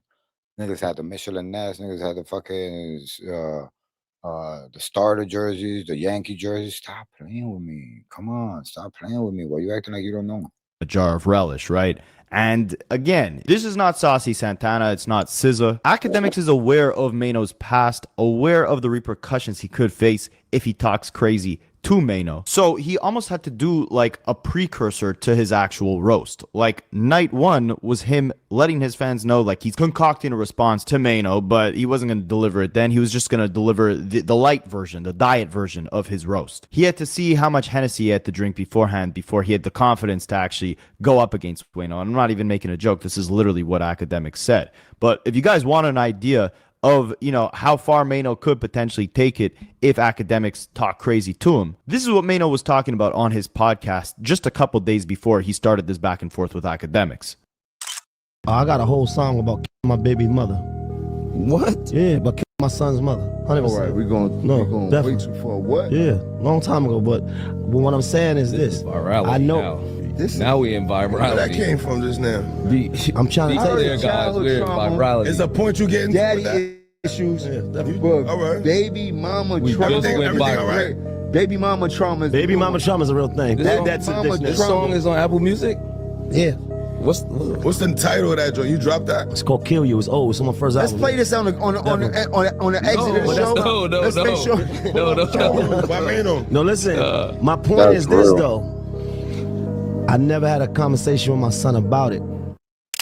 So with Academics keeping all this in mind, he had to warn Mano before he actually went in on him, saying like, this is all for the sake of the podcast. I'm going to go in on you, but you have to promise we keep this on the microphones. We don't resort to violence if we see each other and all that. It's just hilarious how Academics approaches a situation like this when he knows he can't go all the way off, when he knows he doesn't have an easy target. It's funny to see the angle he takes, right? Like, he'll roast Mano and then he'll be every 5 seconds like, Mano, I love you. I want to let you know we're just joking here. It's like at this point, just drop it, right? Yeah, he called you a relish can. Let him have it and walk away, because it could only get worse from here. Academics knows it. He's saying he's going to need the Henny tomorrow night because tonight is just a precursor. He's like LeBron. He's dropping a light 8 points. He's not going all the way in. Just making every excuse in the book. I'm probably not going to be as offended as y'all think. I think he getting his jokes off like I got my jokes off. I think I'm funnier. So we could keep the jokes going. But yeah, I need to be like right now I feel like LeBron tonight. LeBron just dropped 8 points, man. Like I'll get the dub, but the 8 points ain't gonna do it. I gotta drop 45. I gotta be out there like hooping niggas 45 with it. Feel me? Like right now, nah, 8 points is crazy. LeBron need to retire. Nah. I'm not dropping 8 right now. Like right now, I'm dropping like 20. I'm dropping 20 right now. But you need a 45 day. You need a 45 day to handle it. So like tomorrow's stream, I'm gonna see what mood I'm in. I'm gonna have the bottle ready, and I'm not even watching, like, I still ain't watch a full video. I want to watch it live tomorrow. And whatever that Hennessy or that, matter of fact, I'm going back to Hennessy for tomorrow. I haven't drank Hennessy in a while, but I'm going back to Hennessy for tomorrow. If the Hennessy says, man, roast these bitch ass niggas, I'm getting on their ass. That's a fact. Those 3 Big Macs are for me. What's going on, beautiful people? Today is that day where I officially get to For me. But if it says, yo, man, you got your jokes off, it's funny, just crack some jokes, whatever. So, tomorrow I'm gonna get him. Come on now. Y'all gotta keep spamming the head, nigga. I can see. I can see. And I got 30 days of content to get to. You know what I mean? Listen, one thing I'm gonna tell Jim Jones and them. I want to put this out there because I'm glad y'all have finally put the mic down because y'all was wasting studio time. Okay? And I'm glad y'all now in my realm. Now this is my realm, okay? I'm the Jay-Z of this. Y'all niggas, I don't think y'all were collectively that good at music anyway. So y'all was, I don't know what, y'all were in music, but when y'all in that talking internet realm, this is my realm, okay? I'm the Jay-Z, the Drake, and all of that wrapped in one. So I think, there's really no rules, but I think out of courtesy, we should throw a few in the air. Now, I could take a joke. I want to let y'all know, I could take a joke. When I'm sparking y'all up, I don't want to hear nobody say they're trying to kidnap me, kill me, shoot me. Next time you see me, you're slapping me. That's all I'm going to say. Remember, this is my realm now. We fight with this thing, okay? I don't want nobody in their feelings. That's how. I want to keep it like that. So, welcome. It's all good. I like to welcome all the washed up rappers into my realm. It's all good. And by the way, I talked about y'all before to welcome y'all into my realm, okay? Because I do like to see, and there's content for everybody. And this is like no jokes right now. This is some real shit. Y'all know I don't hate on anybody, right? Yeah, right. The reason why I do like seeing older rappers become podcasters, not only because music is kind of sucks right now. The reason is their audience is not my audience. And if you want the world of podcasting and broadcasting and commentary and talk radio, or well, not talk radio, but just content creation to grow, I've always told people, don't come to me hoping that I give you gangster perspectives. Go find a gangster and get that perspective from him. I'm not the person that says that my content is meant for everybody. I used to tell people, go check out Ghost if you want that perspective. Go check out this other guy if you want a perspective like this. I could only be myself. I've never compromised, and I don't try to placate or try to cosplay as someone else, all right? So I'm not I spoke about their podcast more to really obviously I think they're having a little bit of traction without me, but I'm like, yo, shit, look at these niggas, man, of course I got at their 1990s clothing, which I could definitely take a joke back. But I haven't seen the full clip. I'm gonna react to it. We have got to the point where literally anybody can build a fully working app without knowing how to code. This is tomorrow. But I'm just trying to tell them, I know there's no rules to this, but I need y'all to combat me with this. I don't want to hear no niggas saying, yo, we gonna be outside your studio, son. Next time I see you, you better have it on you, son. I don't want to hear none of that. Because I ain't gonna lie. Yo, when I seen Jim Jones, he was giving me he was down to do 15 burpees, okay? He was giving me burpee energy, okay? He was on the same energy that he was on Jim Jones fighting in the airport. So I know Jim Jones, yo, the whole time I'm talking to Jim Jones, this nigga's flexing his pec. I'm like, what the fuck is he doing? Is he flirting or is he tough? I can't even tell. He's just flexing his pec. And he always got a shirt that's one size too short. He's too small. He's just flexing his pec, looking at me. I'm like, what the fuck? And then the gray beard is throwing me off because we're at the YN concert and he's just flexing his fucking pecs. One pec up, one pec down. I'm like, what the fuck? Yo, is this nigga is he doing a workout right now? I don't know what's going on. So anyway, I'm just trying to tell y'all, when act comes through, no, I'll cook Mano too. But when I come through my response, I'm going to do the response some more. I just don't, because Chad, you know how I get with people, right? It get to a point, because I love the back and forth that niggas be like, yo, niggas got to see him. He got to come outside. And I just ran into Mano. I want no problems with Mano in the streets, but Mano is Bronny James on this goddamn microphone. Okay, like Mano is Bronny James, nigga. I'm LeBron, Kareem, Wilt, and Jordan wrapped up in one. Trust me. What? Now, number one, again, like I showed you guys earlier in this video, Mano was online doing this same sort of content Academics is doing before Academics. He was doing this way back in 2008. Academics only started in around 2013. Mano never stopped being on the radio, having his own shows and all that. So for Academics to say it's his realm, yeah, you might be a lot bigger at this point. You might have pioneered different avenues, but again, like I showed you guys earlier in this video, Academics was never a podcaster. They're doing something completely different. And Academics kind of acknowledges that in that clip I just showed you guys, right? He's saying he has a much different audience than a Mano and Fabulous, etc. He's not appealing to what he calls the gangster crowd, which I actually disagree. I think there's just a different audience in general for what Academics does on the platforms he uses versus the guys who are actually making podcasts, right? I think Mano probably has the same type of audience as a Nori or a Joe Budden. Older people who have been following hip-hop for a lot longer than Academics has even been in America, and they want to hear perspectives from people from their generation. It's the same thing with me, right? Like, I'm almost 28, and when I look at my stats, it shows me that a lot of you guys are between the ages of 24 to 35, around my age bracket, right? It makes sense that my thoughts, my opinions are going to align with people who have had the same experience as me, who have lived as long as me. So drop a comment on how old you guys are.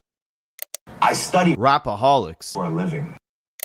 And I also want to do a video eventually, drop a comment if you'd want this, just explaining the ins and outs of YouTube and how to get started if you have a passion or an interest that you want to talk about online. Because it's actually a lot easier than it looks, but there are a lot of little tips and tricks to get the ball rolling at a much faster pace than a lot of these other creators have been doing it at. Thumbnails are a huge thing, topics are a huge thing. That's a video for another day. But speaking of getting into the YouTube space, obviously, again, that's Academics' bread and butter, but I think he's conflating podcasting with YouTube videos, right? Academics most definitely pioneered the YouTube content creation that even I'm doing right now. But as far as podcasting goes, he had no role in building that up, especially within hip hop. And that's going to play an important role in his response to Mano because it doesn't really add up, right? So the next day, like he promised, he drank a bunch of Henny and started going off on Mano, exposing a couple things, and again, trying to drive the point home that this is his space, this is the blueprint he created, he's the reason why radio is dead and why everyone has a podcast now and everyone's doing commentary on the internet.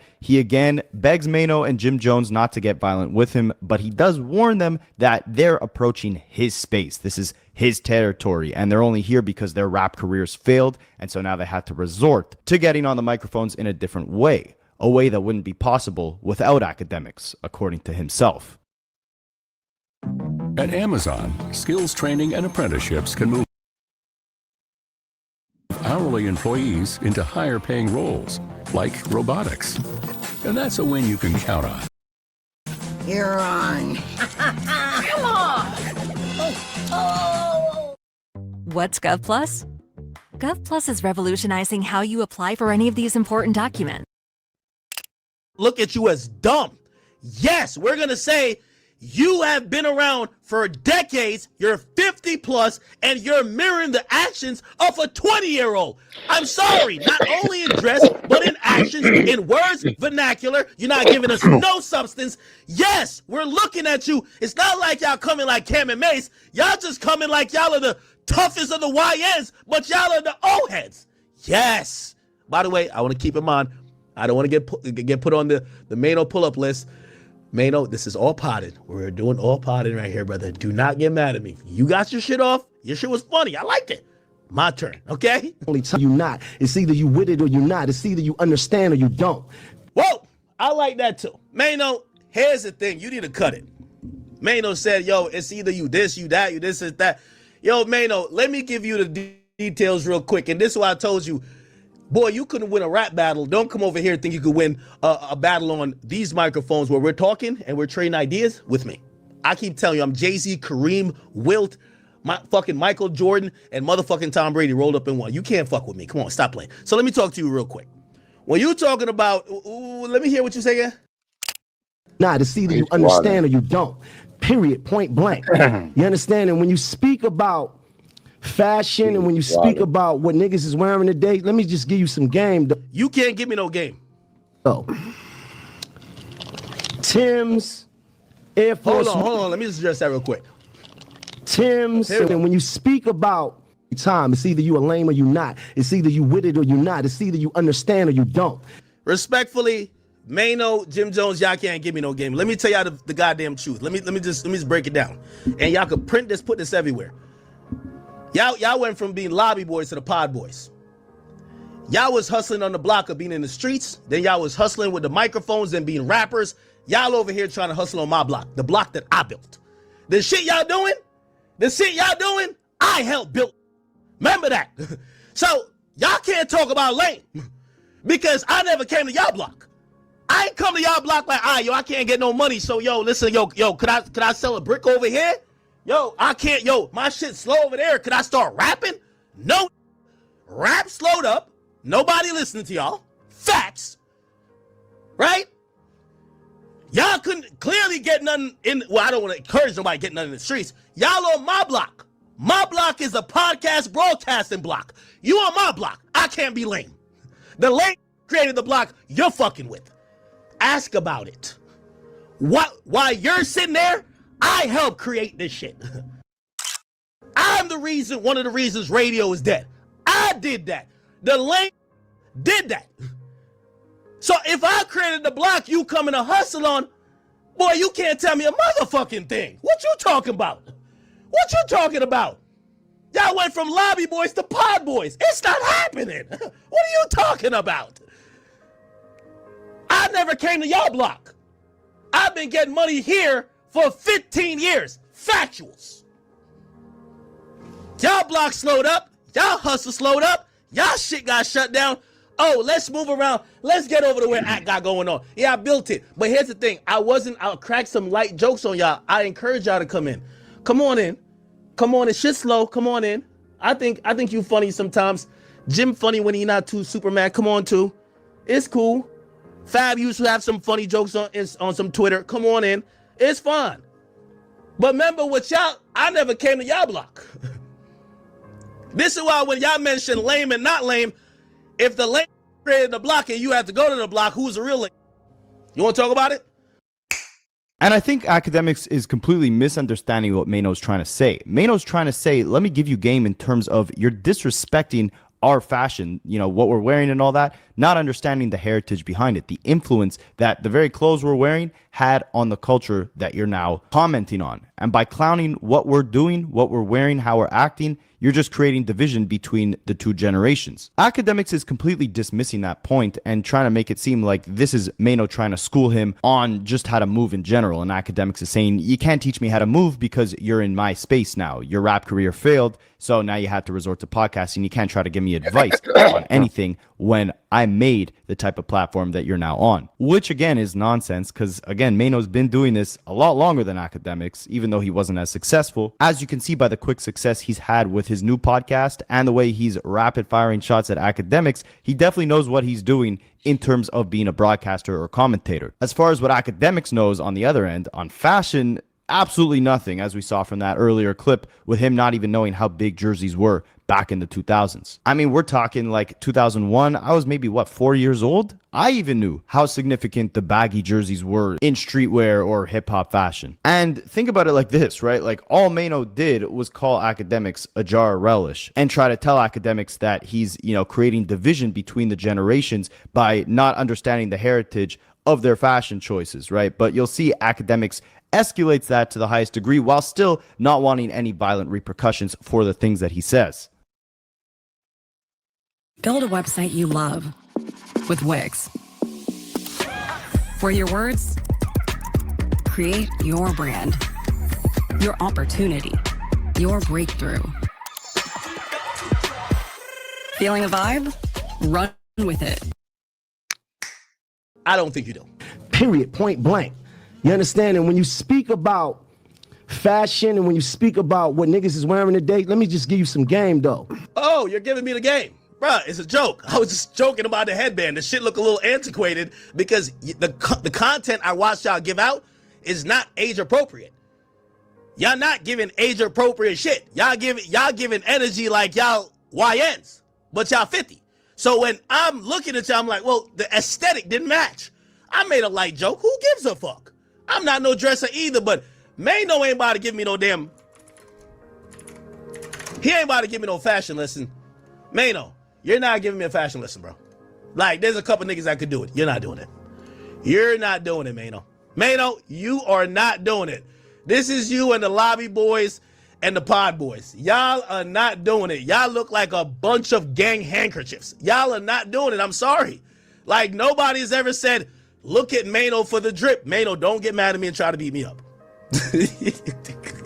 You're the one who, yo, listen, this is my field. I wouldn't get in a rap battle with you, even though I don't think you can rap that well. But still, like, Jimmy could rap it, but I wouldn't get in a rap battle with Jim. Like, y'all come to my field. This is my block. Hold up now. Like, come on, like, yo, well, come on. Bruh, the full jersey with, this is what? This is what y'all talk about? Hey, listen, everybody know I can't dress for shit. But when this thing is trying to give me a history lesson, I gotta Google to see how he's been dressing. What? Hold on. Hi, hater. I see you. What the hell? Nah, yo, listen. Oh, hell nah. Oh, hell nah. Yo, Mano, respectfully, Mano. Respectfully, Mano. Like, we have to really, like, what are we doing here, Mano? Mano, I love you. Remember, I just seen you were taking shots together. Mano, do not get mad. I do this to everybody, and I had to give y'all the same energy. But don't get mad. Yo, Chad, I see why niggas want to beat me up. Because after I'm done roasting them, fuck the words. It's time to fight. I ain't gonna lie to you, Chad. I see it. I do see it. Yeah. Look at y'all niggas, man. Anyway, all right. Tim's, Air Force One. Okay. He's giving me the breakdown. Okay. Pele's. Brother, this is not 2003, but okay. Avorexes and all the things that you see people wear today. Those things was made hot. Why are you speaking up for his boyfriend? Yo, don't beat me up for that, Mano. I love you.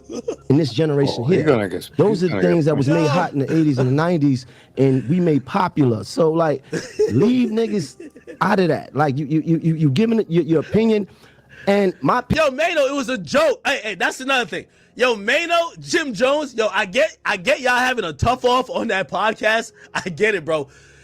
Yo, we're potted. We're doing content. This is jokes. Yeah, you said I look like a bag of relish. I don't even know what that looked like, but I Googled it. I was like, okay, that's kind of funny. Then you said I look like a box of sardines. Actually, you didn't say that, but I just gave you a joke. It's cool. I'm cool with it. Bruv, let me get my jokes off too. Don't get mad. Do not give me the young bird treatment. Please don't.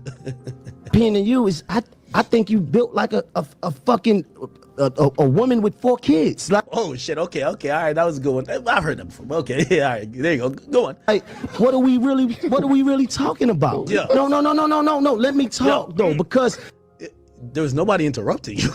Yo, what is Mano? Yo, Mano thought he was cooking on this one. Yo, whoa. When you've got a classic ride, you make time to work on it, even if it's during your busiest season.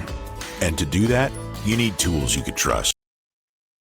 Oh, let me talk. Nobody's interrupting you, bro. No. Let me talk though, because this is the problem. Niggas been talking every day. Hey, listen, Mano, you're going off the deep end here, Mano.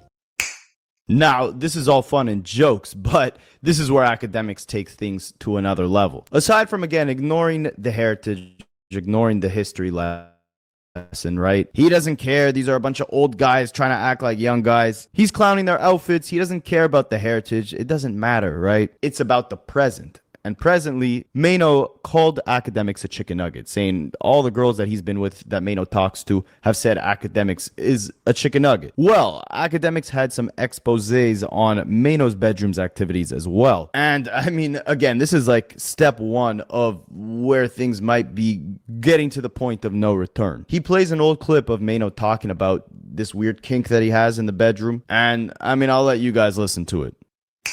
I didn't think we were going to talk about sexual escapades and how we handle it in the bedroom, but You're the big dictator, right? Chat, here's the thing. You want to hear how the big dictator gives it up? I got you. I got you, chat. This is how the big dictator gives it up. What are you talking about? I did it for all them years. Did you like that? Huh? No, what was the role play? Yeah. The role play. What was the roles? This feels like it's gonna be so How does the big dictator give it up? wrong. It's so wrong. I'm gonna tell you right now. I've Oh my never God. talked about this. Ah, shit. Dun, dun, dun. I like to be like a runaway slave. Oh! Oh! Oh! Oh, shit! The big... What? The big dictator is a runaway slave? Mano, you know you don't f*** up. You can't fuck with me on this goddamn mic, man. You couldn't fuck with rappers and rap. You think you gonna fuck with me podcasting? He might not be able to fuck with you, but he will fuck you up. Now, the way Mano spun this on academics is genius. All right. You want to bring up some odd, kinky stuff that Wayno has going on in the bedroom that he's been open about, I guess, in the past. You're digging yourself down a far rabbit hole when we know about the odd S stuff that has been exposed on your end. Aside from the S assault accusations against academics, we all saw what happened earlier this year when he was in that Discord chat with the 15 kid asking him if he'd let Plaqueboy Max do all this S stuff with him. A kid who's 15 asking him about his S experiences, what he's into, all this like deranged stuff, right? And we kind of all just brushed it under the rug. No one talks about it at this point. And this is why it's genius on Mano's end, because if they're going to go back and forth and trade insults, how do you rebuttal something like that as academics? And by academics entertaining this, giving this a platform, he's allowing Mano to bring up all this stuff that will now resurface to the light. A lot of people probably didn't even know about all that 15-year-old stuff, right? Like Snackadiddler had said, him and Mano have different audiences. Now Mano's whole audience can go and look up what the hell he's talking about with the 15-year-old and the Discord and realize academics might be a whole freak. And Mano just completely destroys him. I mean, academics, I didn't even play you guys' full rant, but it was like 15 minutes long.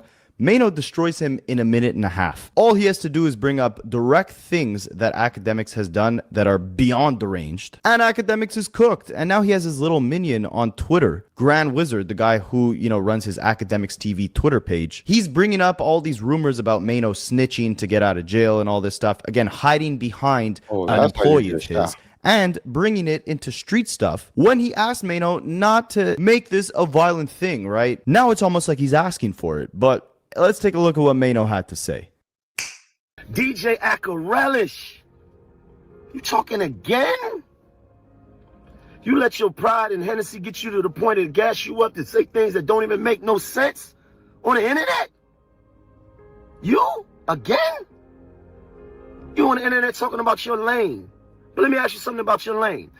Was it your lane when that lady said that you forced herself on her? Huh? Is that your lane? Huh? Sexual assault, is that your lane? All word, because that's what you accused for, right? Ain't that the shit that you paid out for? But I'm gonna give you one even better than that. Was it your lane when you was on the internet having that conversation with that 15-year-old boy and you talking about going up in him and putting things in him and giving him sex talk and talking about having sex with him? Is that your lane? That's not the lane that I'm in. That's not the lane that I'm a part of. You ain't nothing but a sexually deviant elf, boy. What's wrong with you? You an alcoholic that's a pervert that's built like Papa Smurf. Come on. You could have left this alone. You said something first, I said something back. We could have left it at that. Right? Now you're gonna get... But you talking again, knowing that we got recordings of you having talk with a 15-year-old. He told you he was 15 years old and he wasn't gay. But you still try to push your agenda on him. Leave this alone, man. You got too many things going on. You understand what I'm saying? The only thing on the internet that belongs to you is your titties and that bottle of Hennessy. You're sitting there on that chair with your thighs rubbing, you're sweating. The girls say you stink. Come on, man. Stop. Perhaps the best one to tell you about who lives here would be me.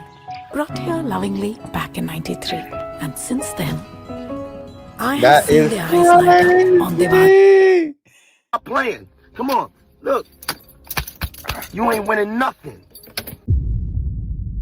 So, as you can see, in my opinion at least, I think this is going down a rabbit hole that academics probably wants no real part of. And there's a lot of hypocrisies in his rebuttals against Mano, right? Everything from him not even understanding the history of the fashion, him not knowing Mano's involvement in the rise of, internet content creation, and him conflating his YouTube influence with actual podcasting, right? Because he had no real influence or impact on that specific niche. But someone who most definitely did have an impact in the podcast space was none other than Joe Budden, who had his podcast give their thoughts on this entire situation. And I think the best perspective to come out of the Joe Budden podcast was from their new co-host, Mona, aka Don't Call Me White Girl. She's hilarious. She, I guess, replaced Melissa Ford as the female voice on the podcast. And she's corroborating Mano's accusations or rumors that girls say academics is a chicken nugget in the pants. She's saying when you sleep with someone as loud as academics and then, he pulls down his pants and that's what you see, you end up naturally talking about it because, it doesn't fit his personality. It's not very big, the energy, I guess.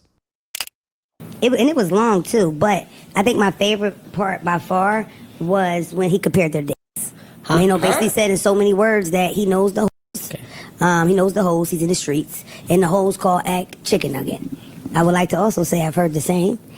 He said that he is a big dominator. He said something like that. Dictator. And, he's a big dictator. And don't talk to him like that. You can't even stand with him. Or How does that come back to you? Somebody's like news about their shit being chicken nugget. With me, because I told this to Joey, I'm the type of person, if my friends say they fuck somebody, the first thing I say is like, how was the pussy? How was it? You know what I mean? So, right there. And not to mention, if you fuck somebody like academics, as big as his mouth is, you're going to say something about that dick being little because it's funny. You know what I mean? Especially his build. He already built like a baby mom. So it's like built like baby mom with his little ass dick. It's funny as shit. Yeah, it's a nice good fan of him. I hope that's not nobody's cousin. I said that with love. I mean, him and I had one of the biggest shows ever. That's all. I said y'all little show. We ain't gonna talk about it. You made it. You made the show. We all had a hand in it. Oh, you don't fuck with that? I'm sorry, I just don't. Did you not gather that from the last? Now, she then goes on to give an even more interesting point in that she doesn't really like academics, right? Just because of the way he's come up, right? The same influence that he's talking about having that, now Mano is stepping into his house. He built that house off of some really dark infrastructure, right? He built his name off of the War in Chirac series where he's capitalizing off of deaths and circumstances that he's not a part of and making fun of it, essentially, making money and making a mockery and making it mainstream to clown on people who are really losing their lives. And I'm not saying he was necessarily clowning on them specifically with the intention of, let me make these guys look like fools for my own personal benefit, but through the satirization, even if his intention was to, highlight how stupid it is to commit crimes, you didn't grow up in those areas. You didn't grow up in those circumstances. You don't know what those circumstances will lead you to decide to do with your life. That's why a lot of people resort to crime. That's why I don't talk about that stuff on this channel, because I have no attachment to that lifestyle. So I don't think it'd be fair for me to give my opinion on something that I definitely can't, feel the full context behind. Do y'all really want to know for real?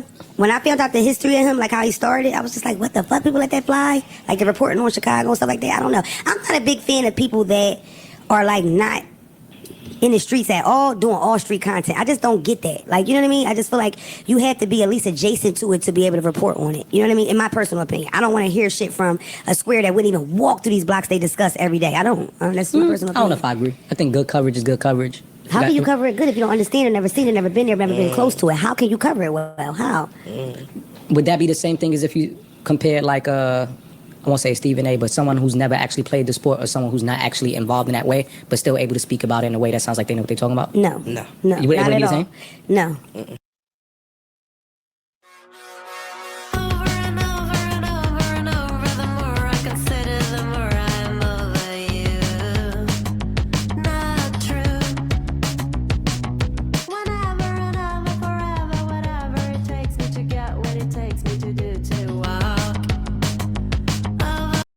People lose their lives in the street. It's a different thing. It's a politics that come in the street that if you're discussing it from a wide array, you might not understand. There's a politics that come with everything that you you compare it to sports. I'm saying, well, she's saying because he's never come from the streets, he's never done any of the things that happen in the streets, he shouldn't be able to report on it. I'm not saying she's right or wrong. I'm just saying I think if you're a good reporter and you have enough knowledge on how to find out information on something, you can report on it in an honest way, even though you have not experienced it yourself. I didn't say he shouldn't. I'm just giving you the difference between the streets and sports. I didn't say he can't report on it. Yeah, the politics of sports is much more widely discussed than the politics of street stuff. Illegal enterprises. Right, because a lot of times what I see more accurately and openly. Okay. Well, a lot of times what I see is people report on the streets, and then it's always this little twang of like disgust almost. Like, you know, they're stupid, or it was like you don't understand enough to even have that opinion. You know what I mean? Like, I this is my personal opinion, especially when people he built his whole shit off that. I never knew that. That's how he started with the reporting on all the drill stuff. You know what I'm saying? And so many people lost their lives in Chicago. It's ground zero for that. That's where, in my opinion, Chicago influenced the country, the world. I listen to drill from Germany. You know what I mean? And it's like real drill music has real crime in it. It's assault and murder in it. So, you know. I feel you. So then Ice comes in with the rebuttal of, you know, if rappers are already putting this into the music, why is it not fair for someone on the outside to report on what they see? And I mean, just to give you guys my perspective on that, like, I just saw that Trap Lord Ross thing about NBA YoungBoy having 19 bodies. In my opinion, even if that's what he's discussing in his music, even if that is the case, that he has 19 bodies or he hired people to unalive 19 different people, you spreading these unconfirmed narratives on your page when you're halfway across the world in London, you're not going to face these direct repercussions from the type of videos that you put out. You're getting 500,000 views in a day. But that is a big thing that I've noticed. Like, that is some fucked up shit. You know, motherfuckers don't even live in the same fucking side as the place that the shit is on. They on the other side of the continent. And they making all this money off of our fucking culture. And then they don't even come over here and spend any of that money with us. You don't know the type of repercussions that could lead to in the streets of Baton Rouge, right? And you'll never know. You won't have to face those consequences. You're just going to make money off of fueling these narratives that may or may not even be real. It's a different thing if you're covering all different forms of true crime, whether it's murders that have actually been solved or cases that are pending. But instead, he's just focusing on rappers because that's what's going to drive in the views and linking them to unalivings that they may or may not have even been responsible for, without caring, you know, how that can actually spiral into more unalivings, more gang wars based off rumors that are now being fueled. Like, I think it's one thing to report on stuff like the David situation, right? Or even like the Lil Durk arrest, right? Like, that's a real arrest that happened. An investigation where real evidence was concocted, not just a bunch of sneak disses and lyrics and trying to piece things together to concoct a narrative. There's a difference. I don't know. Let me know what you guys think on that in the comments. But let's hear what Ice had to say about that in terms of academics. I don't know enough about it to comment on it. See, you don't? No. And the reason why I don't, I'm talking about or like I'm talking about in terms of the academics part of it. I just don't know. I don't know his backstory, so I don't know enough about it. From what I heard, he was reporting on Chicago stuff, and he renamed them. He started a series called The War on Chirac, and where he was basically almost on some investigative journalism type shit, breaking down what was going on in their streets. It was a YouTube series, and it took off, and it's what propelled him to, you know, where he's at. See, my thing with this is, I don't know if you got to be in the streets to do that. I don't think you have to be in the streets to do that. I'm okay with that. But for a lot of people saying, like, I hear a lot. People say I don't want to hear non-street people talk about street shit. But these same street people are making songs and putting them out there for public consumption. Right. So if I hear something like, I can't speak on any topic that a musician puts out if I don't live it. No, I wasn't talking about music. I'm talking about the street. But I'm saying, this is a lot of these people were putting this shit in music. Yeah, they're actively putting details of street. Small business owners across the country are using Amazon to... I mean, I do agree with that. People are just talking street shit. They live in the suburbs. They have no clue what the fuck is going on here. They're only giving a third person narrative of like, oh, maybe they did it because it was gang related. Like, no, what if it was something deeper than that? Street shit in music and putting it out there for people to listen to. These people have gained millions of fans from chronicling their street shit in music. So for someone to now pick up the breadcrumbs, put the pieces together from shit that y'all are saying in your music, like, it ain't just Chicago. I can name a couple other cities that's been doing the same thing where I don't know none of you niggas, but I know what happened. I know who did what with this and that because y'all put it in your music or you and put think it out. You know, yeah.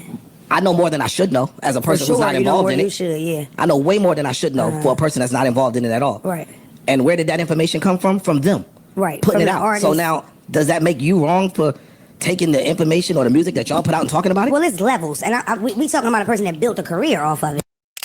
Now, as far as bringing it back to the whole Mano situation, Joe and the rest of the podcast kind of echo my thoughts in terms of you're clowning these guys as fashion without even knowing the history of their influence within fashion. And beyond that, you're begging for this to not turn into something violent, but you're saying things that could lead to violence, right? And I get it. I do think it also should be just for the sake of the content. There's no need to start beating people up over internet stuff. But if there's one thing with academics is he's going to escalate a situation to bring in more clicks, more views for himself, and to make himself look better because he knows he's safe behind a computer screen. But the difference is you're dealing with someone here who, if you know their history, you know they're not going to play about disrespect. You can't set your own standards to the situation when you're the one escalating the entire thing, right? And that's what Joe is essentially saying here. Jack is my man, and I love him to death. 100%. When you say that, you know why you're saying that. You know why you're saying it. You're not saying it. You're not saying it to say, hey, it's all in fun. It's like anything I say, we just playing. Remember, it's like you don't. Nah, it don't work like that. Yeah. That's not how it works. You're right. Saying it is. I know how y'all give it up. I ain't on that. And if we're gonna joke, we can do the jokey joke. Why you coming to me knowing that? But it should be. Don't start with me then. I'm not the nigga to play with like that. I've never been known to be that nigga. Every nigga up there has had a record in the past of doing something to somebody. That's a fact. Mano, Jim, not Dave. I don't know about Dave, but everybody up there. So why would you even play with us, especially when we're not looking for that from you? And We this is what didn't I'm ask to be a saying. part I hear of what that. you're saying, and I'm saying, and pardon me for 2 seconds. Two of them niggas is part of New York fashion history, no matter what you say. Bro, what are we talking about? 100%. It's a fact. So, I mean, I'm laughing about how Joe Budden is just literally leaning on his face, and he's just standing there taking it like he's regular, kind of like pushing him away. I guess he tried to stand next to him or some shit. I don't know. It's a weird picture. I feel like that's important in the fashion wars that they having. Like, whatever you got to say about how Fab look, and I think Mano is one of the better dressed gentlemen in hip hop around my age. Agreed. But Jim and Fab, their name is up there already in New York fashion. Come on. I agree. Yeah, but back to your violence part. Yeah, I agree with what you're saying. Yeah. And Joe also emphasizes or almost warns academics, like, you just had a run-in with Jim Jones that wasn't the friendliest at the NBA Youngboy concert, right? And you pick now to start clowning their podcast or clowning them. Of all the different people you can go and attack, you can't do that when these guys already maybe don't like you and then expect that things to not escalate just because you don't want them to. Like, if we just want to have an all-the-way truthful conversation, if I'm this is the one part that I don't have nothing to say about. If you just had your run-in with Jim at whatever show, at the Youngboy concert, varying details there, but I wouldn't be talking about. I don't think it wasn't the friendliest. And he mentioned Jim. He didn't just crack jokes on Fab. He mentioned Jim and how he dressed and all that. So it's. I don't think you're wrong. And as far as the, altercation that academics and Jim Jones had at the concert, I'll try to throw in a clip of that right here. He kept asking questions like, yo, do y'all think the shit y'all do online is cool? So I'm like, what are you talking about? I'm kind of confused, honestly. I'm legit confused. And I know some people are going to be like, no, accurate, playing dumb. But I'm kind of confused because I'm also trying to figure out what it could be, right? And I didn't get too much info out of him, but he mentioned 6ix9ine. He said, whatever 6ix9ine. Then he's like, yo, y'all gotta know, it ain't safe. But so yeah, ultimately, as you can see, right, this is probably the wrong podcast to pick on. These are also vets in the game, right? You're commenting on hip hop, but these guys are hip hop. You had just gotten to America when they were influencing America with their fashion. The same fashion you're now clowning and refusing to accept the history and the influence and the significance behind it. And respect to Mano on keeping this strictly, podcasting or strictly on the internet, because there is a lot of dirt on academics' shoulder that you can bring up, right? In terms of just what we've seen in the last year. And I think just mentioning that, bringing that back into the light, does way more damage to academics than any violent altercation would. But ultimately, let me know what you guys think. You already know, Chad. You heard it here, man. Oh, man, my leg is hurting like a motherfucker. Oh man, it's time to play some PlayStation now. Time for some Fortnite. Maybe in a little bit after I eat. Okay? Just give me a little bit of time. Like around 2 o'clock. Okay? I love you.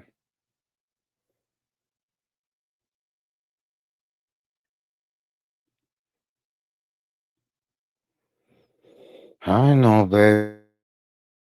Baby, I'm getting better. I'm getting better. Slowly but surely. You gotta be patient with me.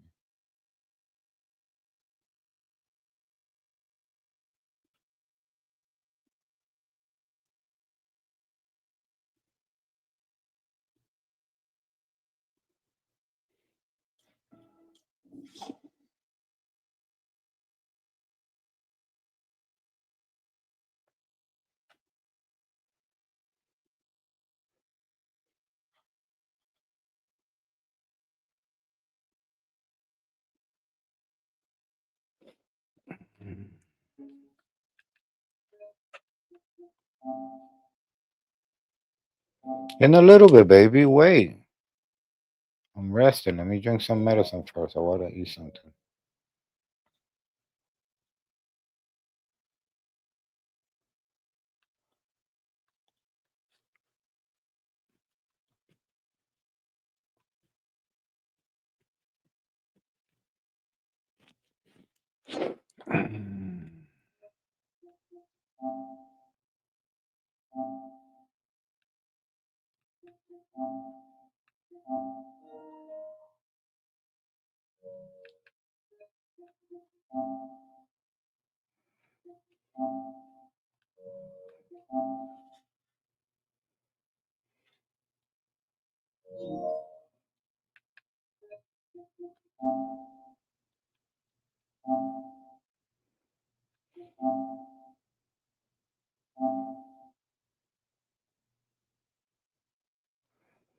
Okay, chat.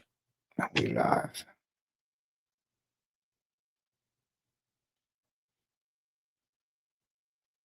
Damn, my leg hurts.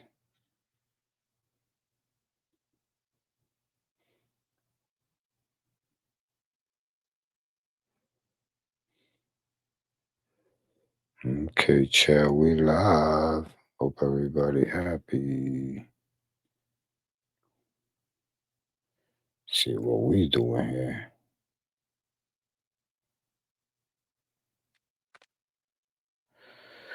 We are back, chat. Welcome to today's stream.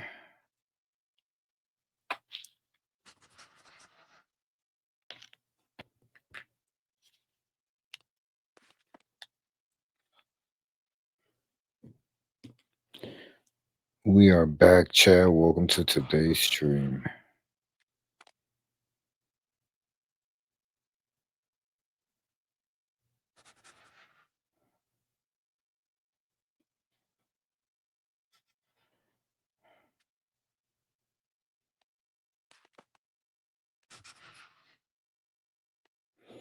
Okay, we are ready.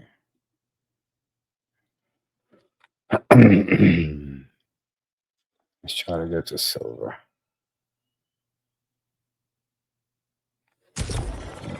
My freezer.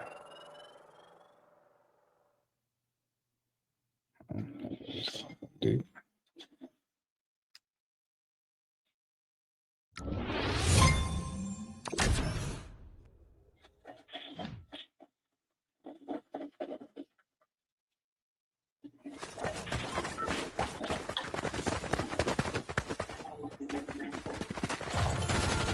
What it do, chat? What it do, chat? What it do?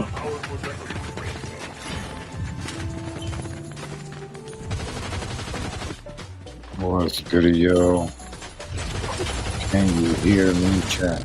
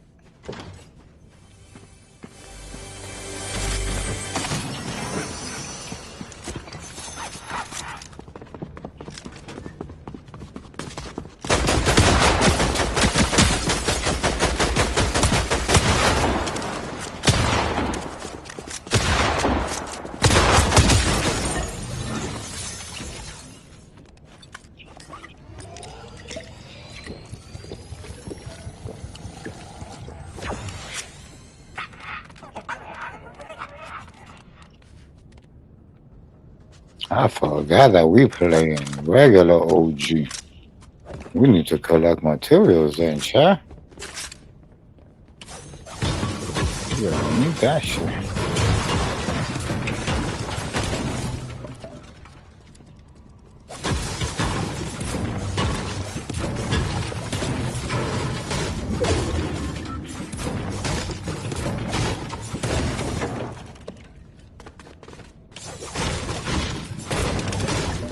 You thought that was cute. I was gonna go that way. But I'm gonna shoot.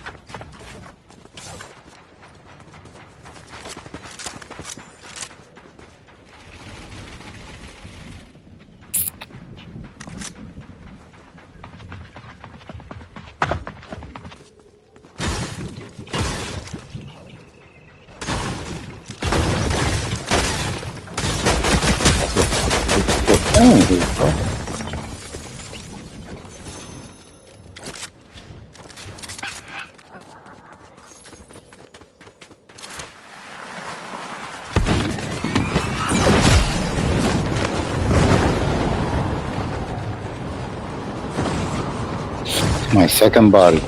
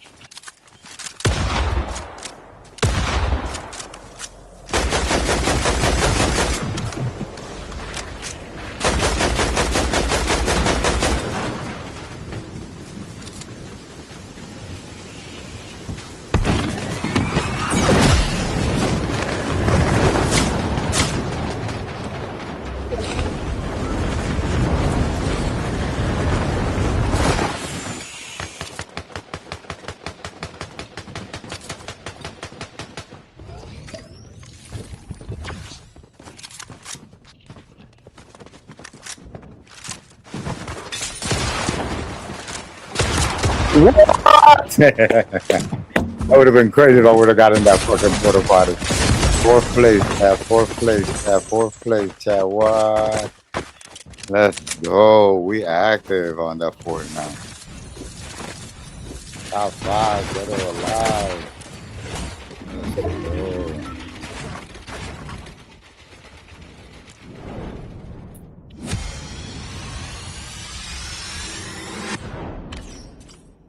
What's up with my fool, yo? I'm just playing this game again with me, man.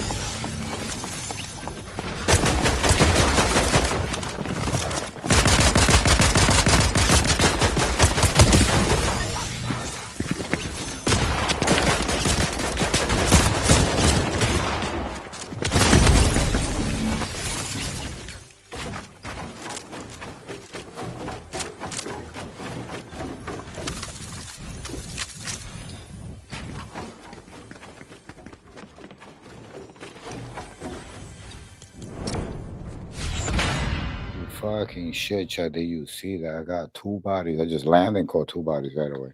I ran in circles. Oh, that was so intense. That was so intense. Good. My food is here. I'm hungry. I need to drink my medicine.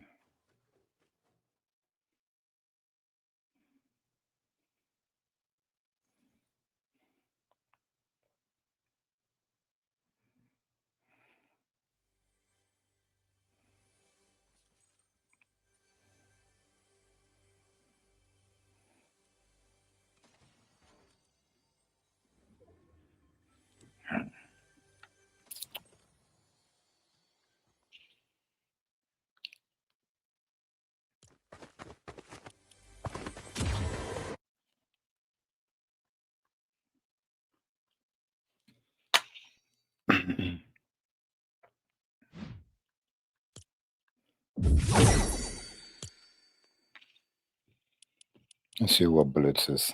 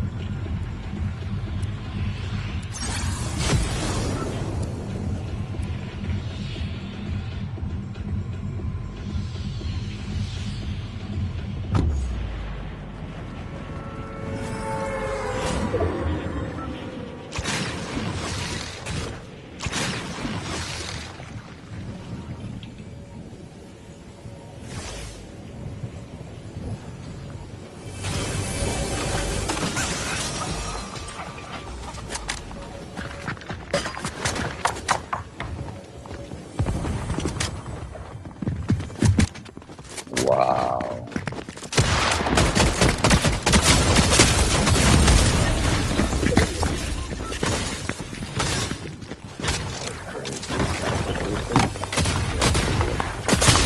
I'm in for another round.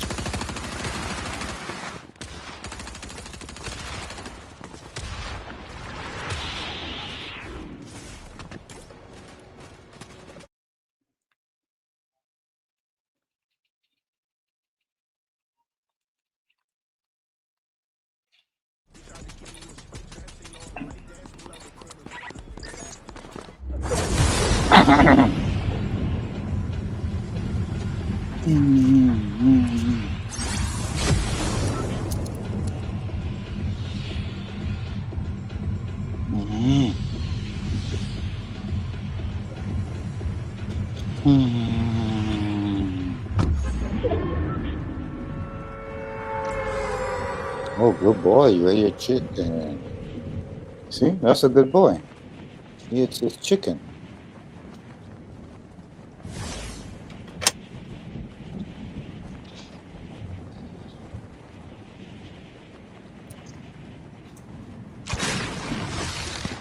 Thank you. Come, little boy. Legend!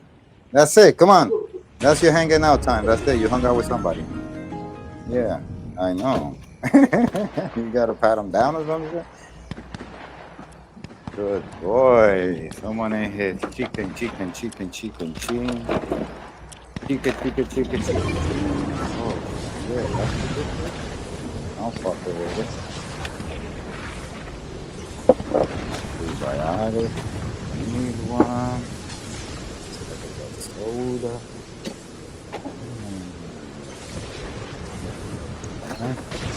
Everything I need here. That's it. Go to the room. These two need to stay.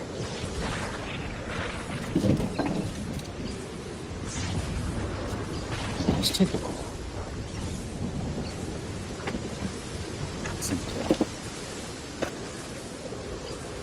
Yes.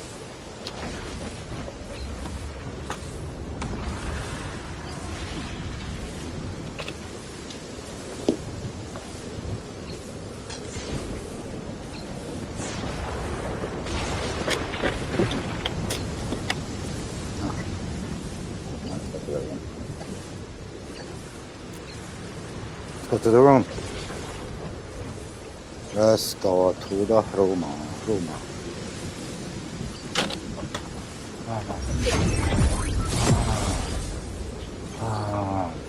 I'm still alive? Say a word. Let's try to save this guy. We still got a chance. Got my food.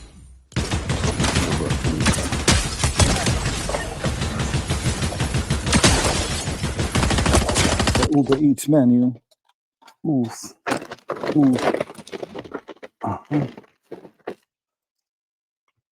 I'm here, chopped cheese, because you know, for New York, champ.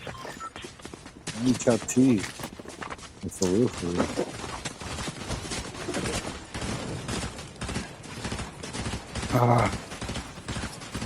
Awesome. Blue Doritos. Chopped cheese. Sardine. No bean. Let's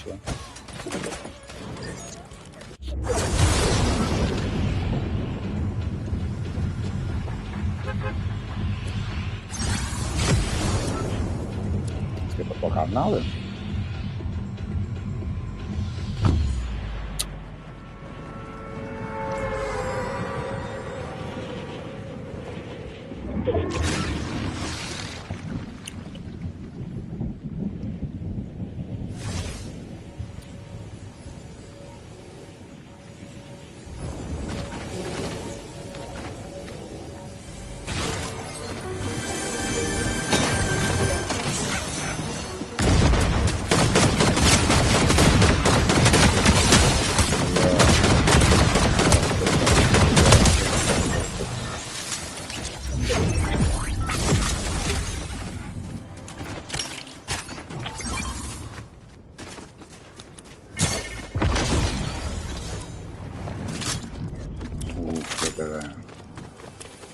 Let's go.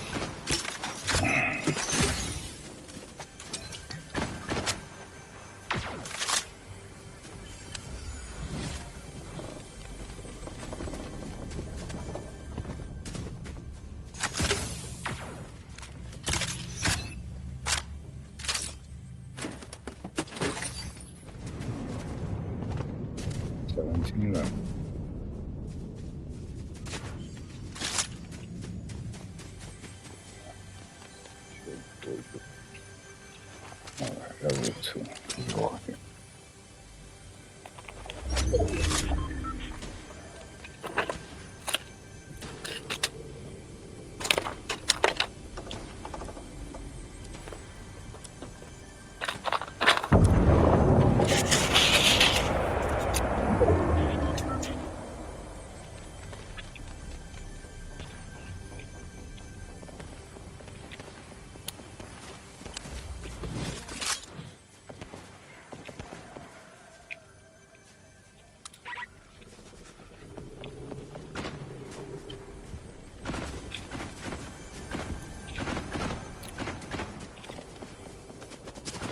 Oh yeah, we're gonna trade this here for this.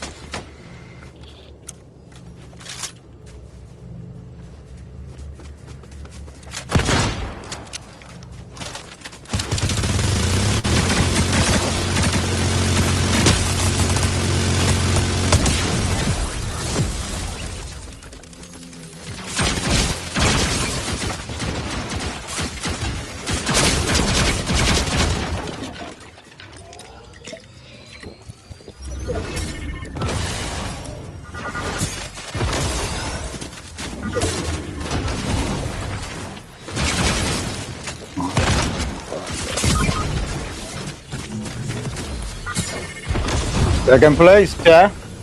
That's fucking awesome. Yeah, look at us. And Blitz. Second place.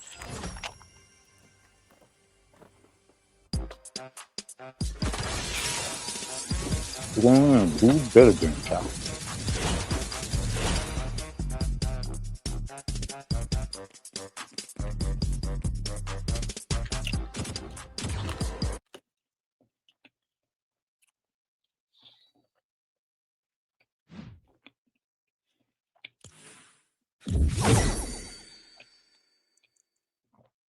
I cannot give you any of this. But I will give you Puppuccino. I'll give you a little Puppuccino. Okay? Oh, wait.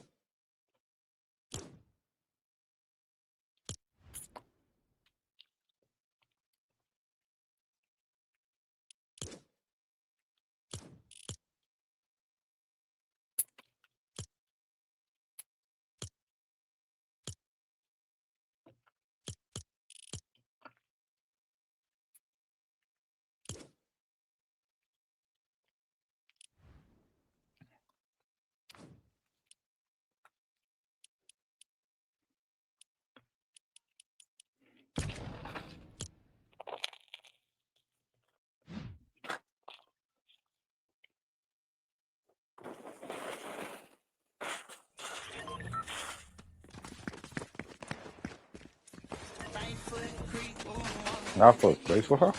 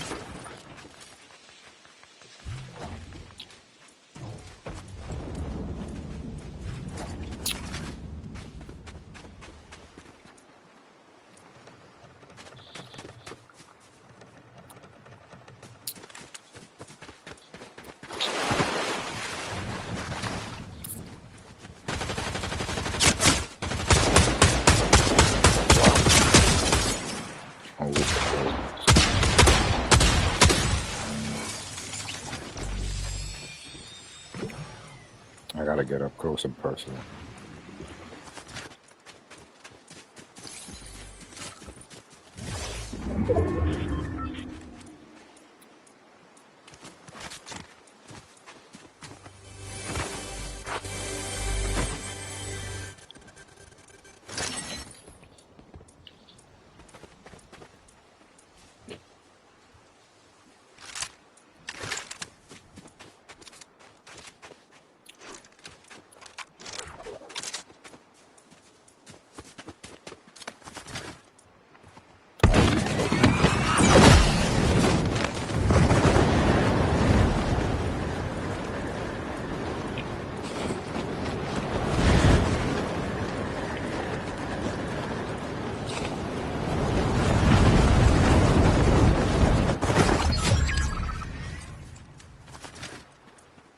Let me tell you, I lost a lot of energy on that one.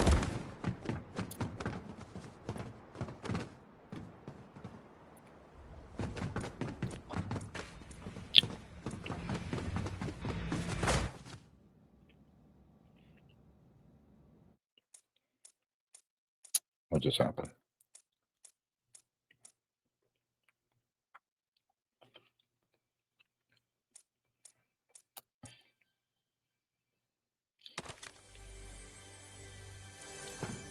What the hell just happened?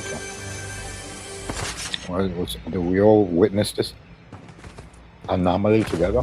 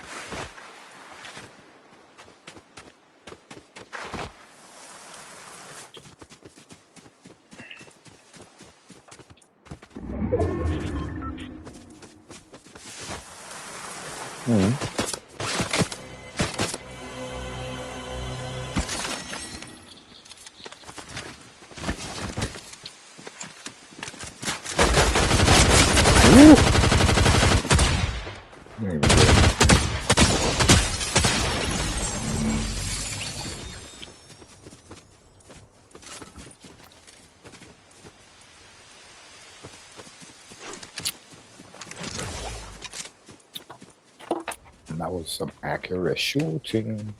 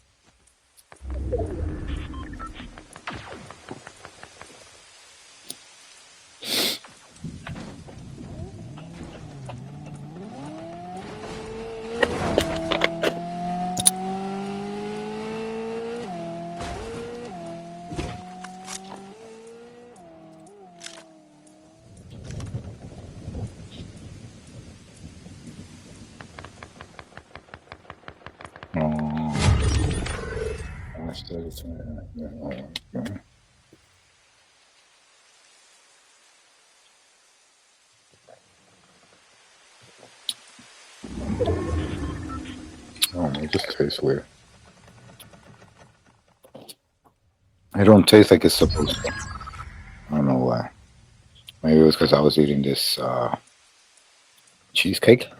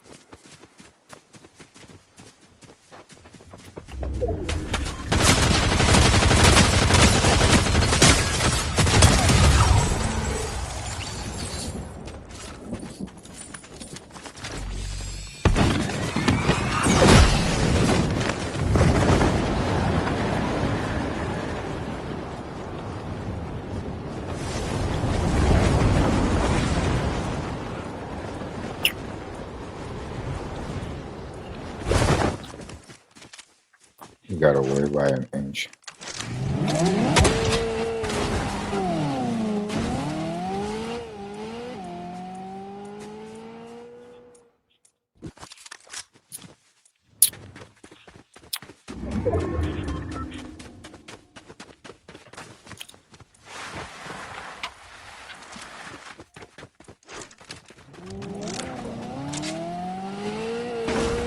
He really just took off.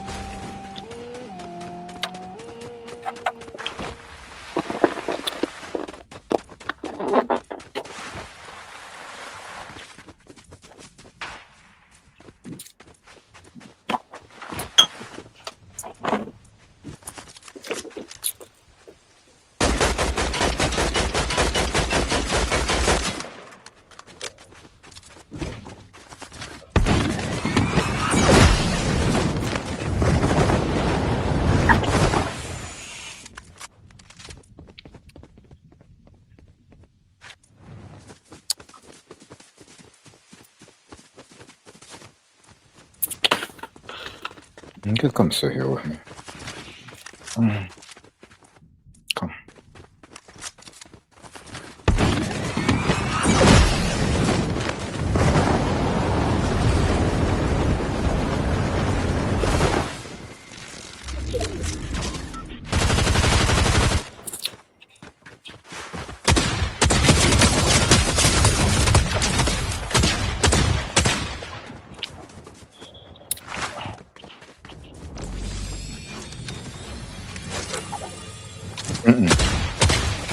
Be careful.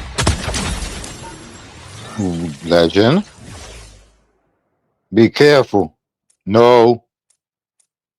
Hey, hey, hey, hey. Where are you going?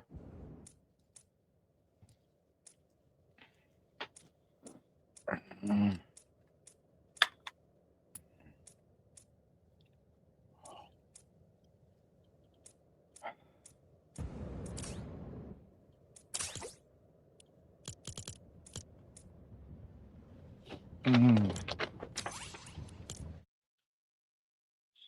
Mm. Mm.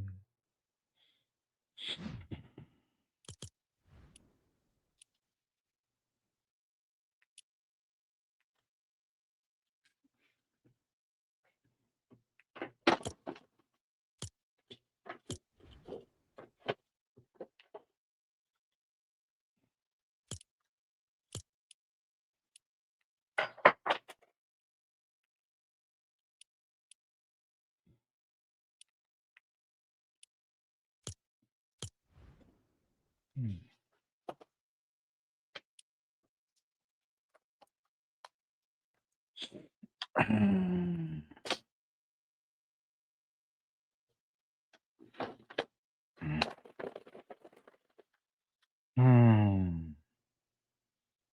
Mm.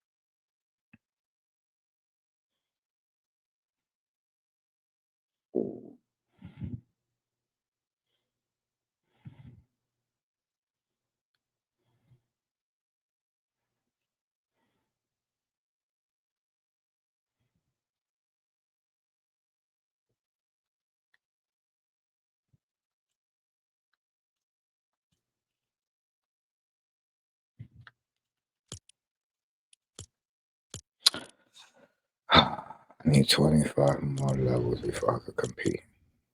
15. No. That's that. So we tried Blitz. What's this? Reload.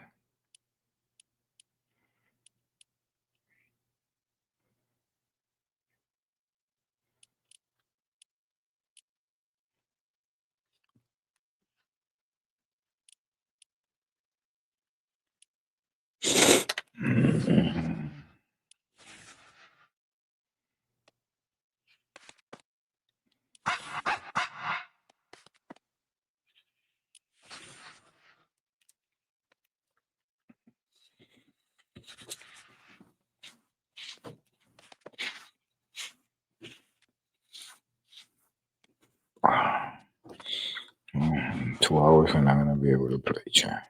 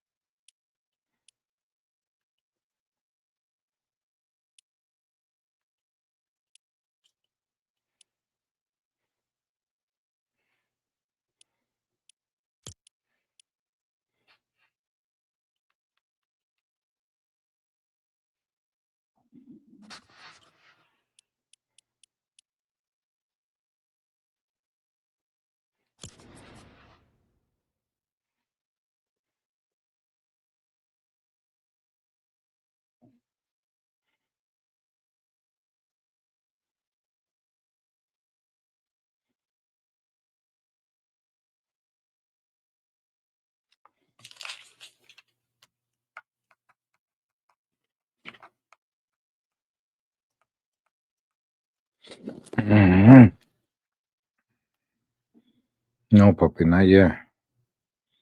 I told you we were gonna see after I eat.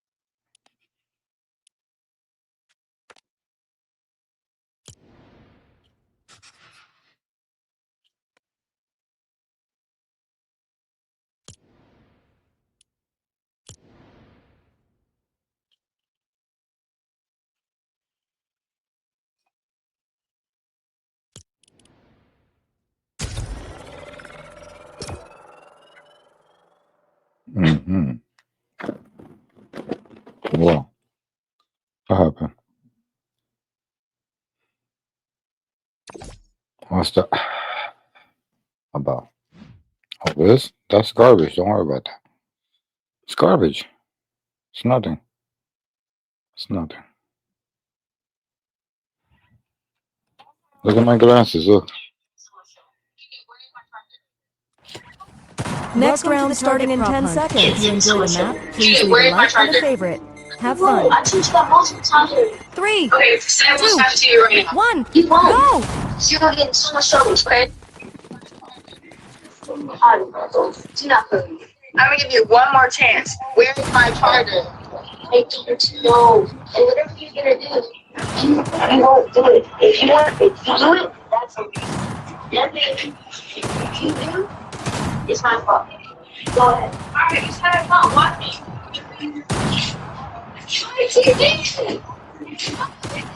Told you, I couldn't get my charger out. Where is it? I said no, and then you keep asking me. And then first of all, back up. And then I'm gonna find your charger and cut out in a million pieces. What? She would. What?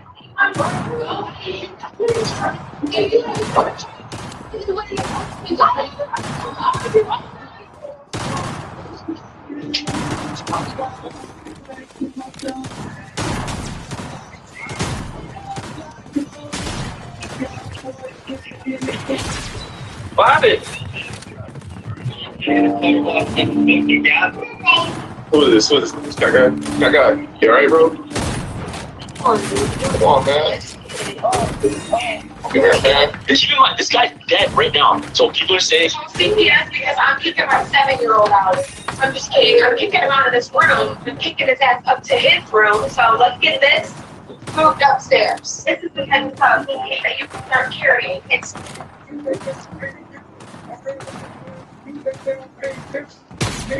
Joel, oh my goodness.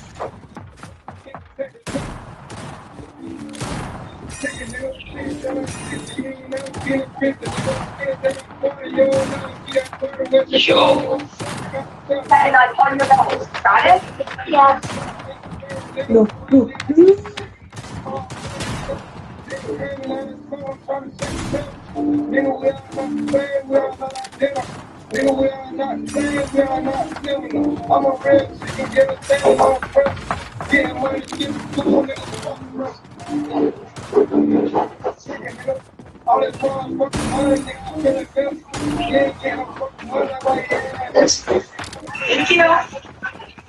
Why he has this little fridge? He don't use it. I don't know why I'm deciding to be such a crybaby tonight, but I'm literally about to knock it out of it. I think this is brand new. It can't work for Xbox. Oh, this is for the PC. Is anybody running? Yeah. Don't judge. At least he has a collection of something. I'm gonna trust him to carry this upstairs because if he drops it, he don't have a monitor no more. Okay, I'm definitely gonna need my husband's help to carry this upstairs.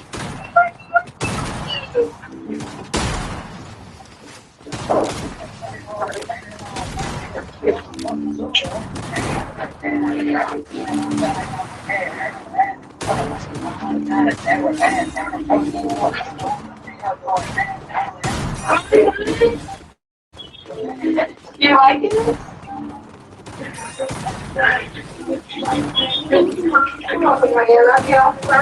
Call CPS because I'm kicking my 7-year-old out. I'm just kidding. I'm kicking him out of this room, kicking his ass up to his room. So let's get this moved upstairs. What's wrong? Eat. Kylie? Kylie. By yourself, little one?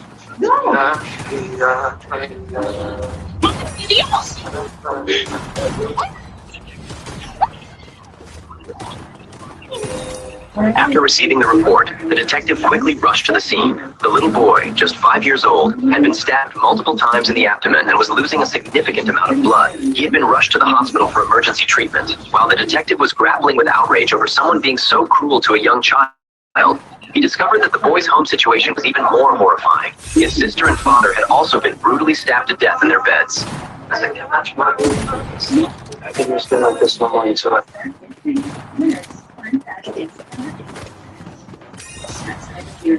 Spotify Rap season is here. Rap is a celebration of the music, podcasts, and audiobooks that enter 2025. And this year, it's answering all the important questions. Like, what genres define your year? Which artist did your albums cross? And which book you belong to based on the listener? Open your 2025 with more stories and even more surprises. Happy Rap! Whether you're relaxing at home or out and about, keep your music move with you. With Premium, you can download your music at high quality, listen to songs ad-free, and play them in any order. Tap the banner to learn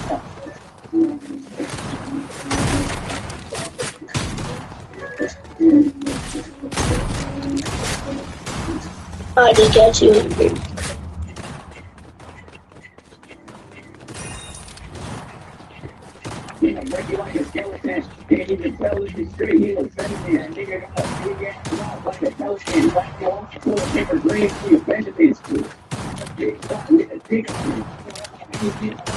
The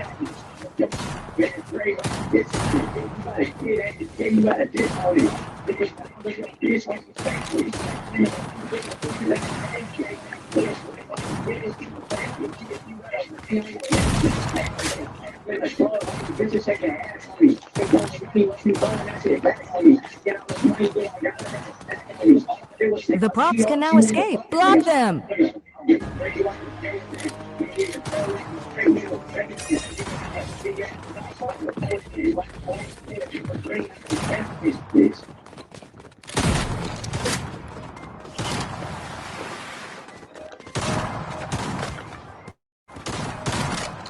Why isn't all letting me crouch, bro?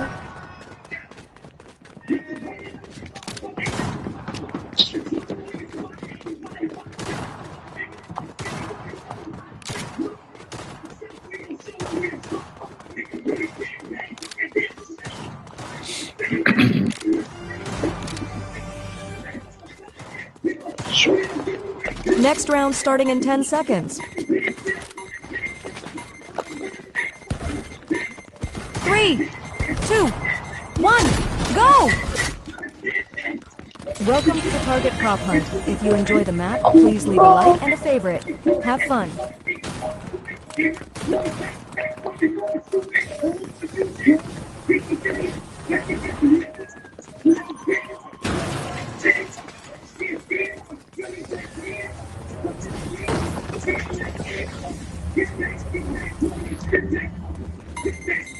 Let's get it.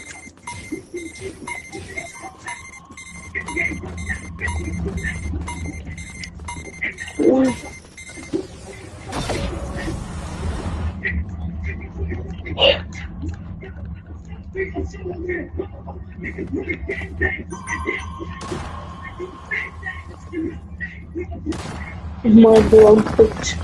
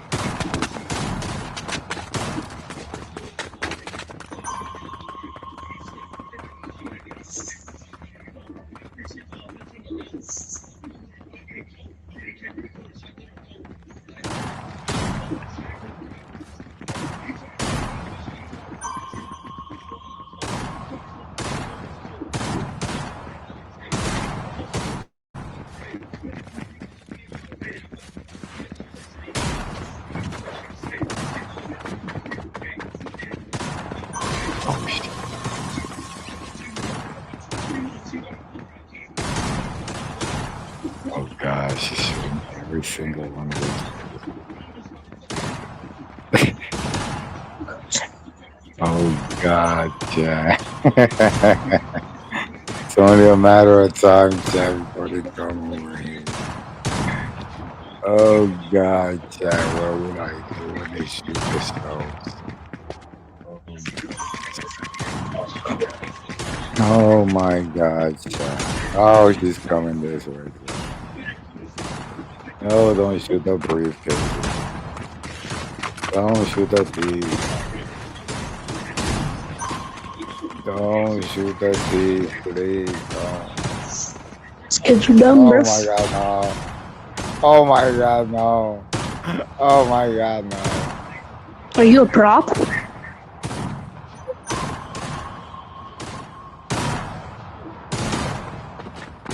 Were you a prop?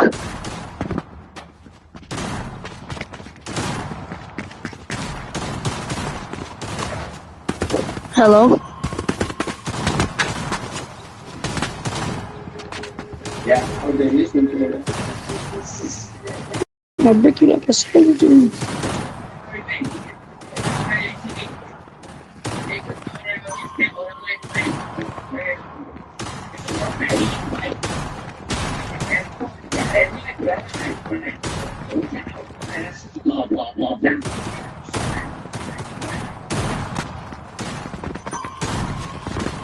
Yo, hello?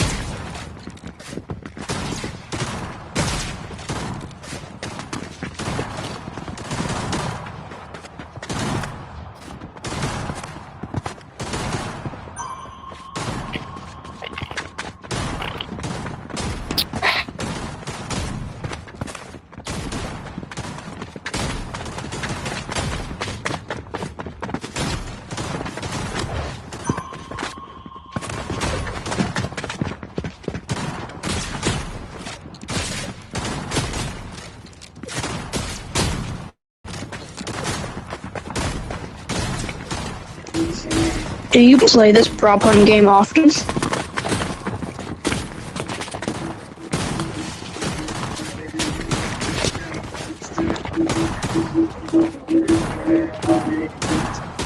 Do you play this prop hunt game often?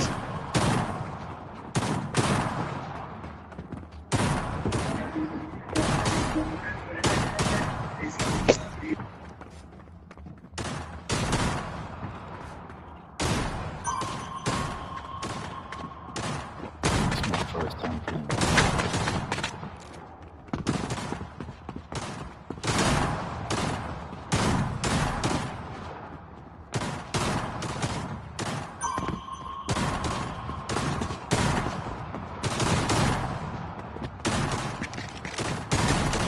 Two minutes, chat. 2 minutes.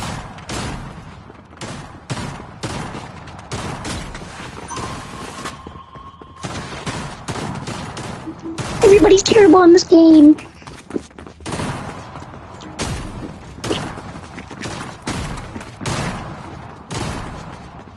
I'm behind something purple. Oh my god, they found me. Where a big bird is. Yeah, they found me. Yeah, I could hear you. I couldn't tell because they would have been Hello, next can to you me. They hear would me? have heard me. Okay.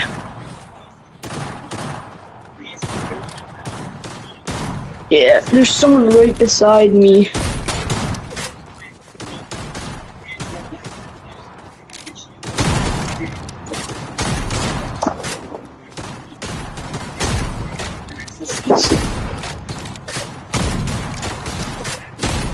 Oh my goodness.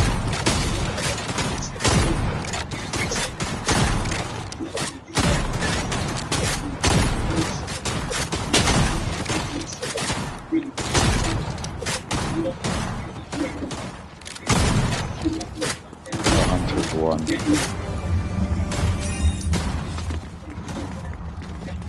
Next round starting in 10 seconds. 3, 2, 1, go! Welcome to the target prop hunt. If you enjoy the map, please leave a like. Have fun.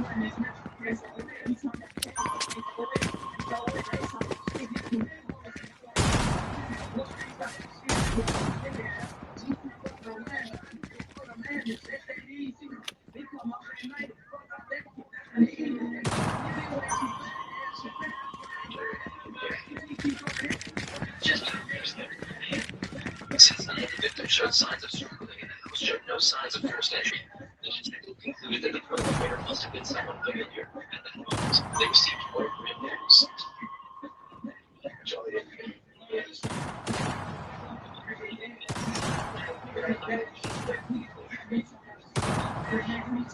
Upon her husband and both children have been killed. I'm so sorry.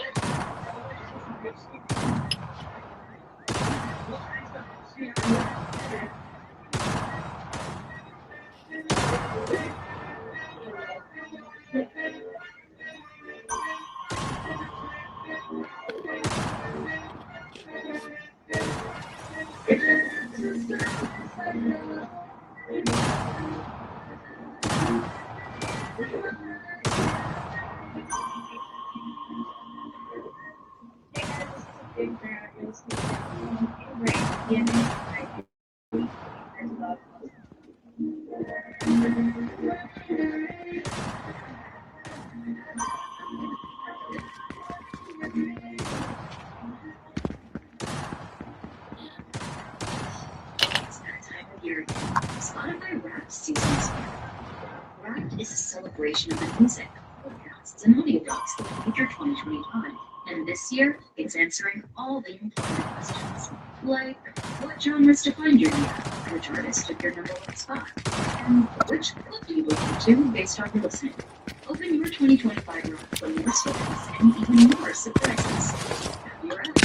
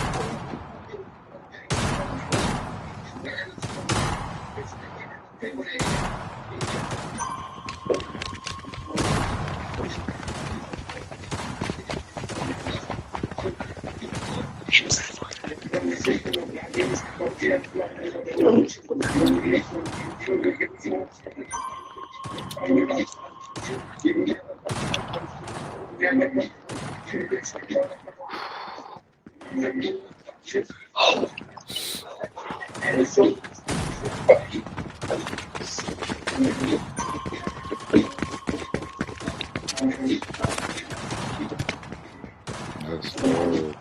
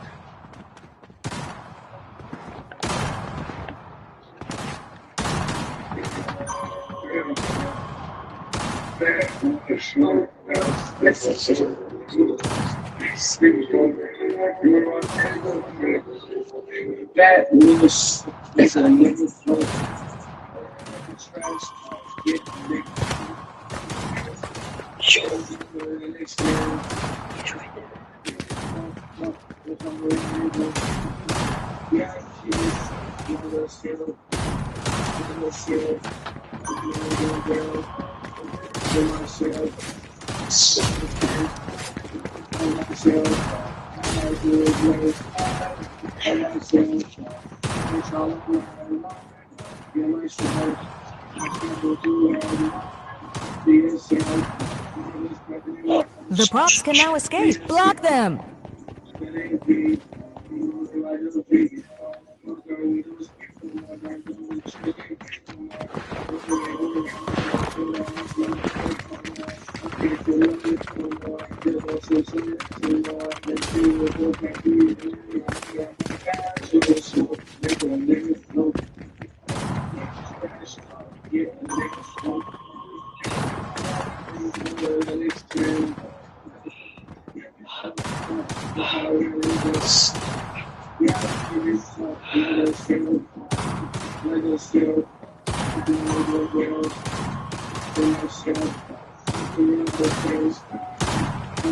Let's go.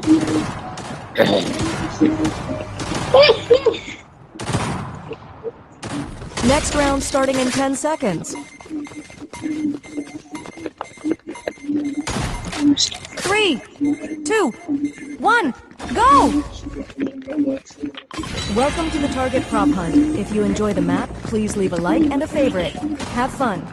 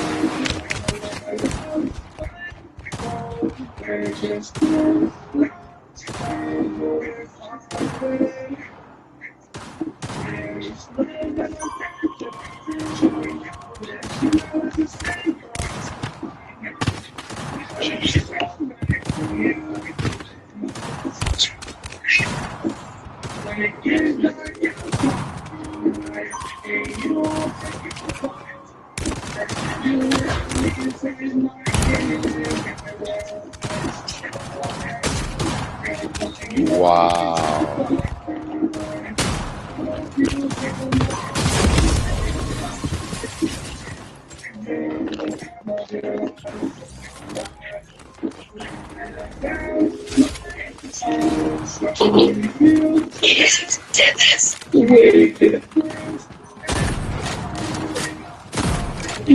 Yes, no way. Just kidding. Don't.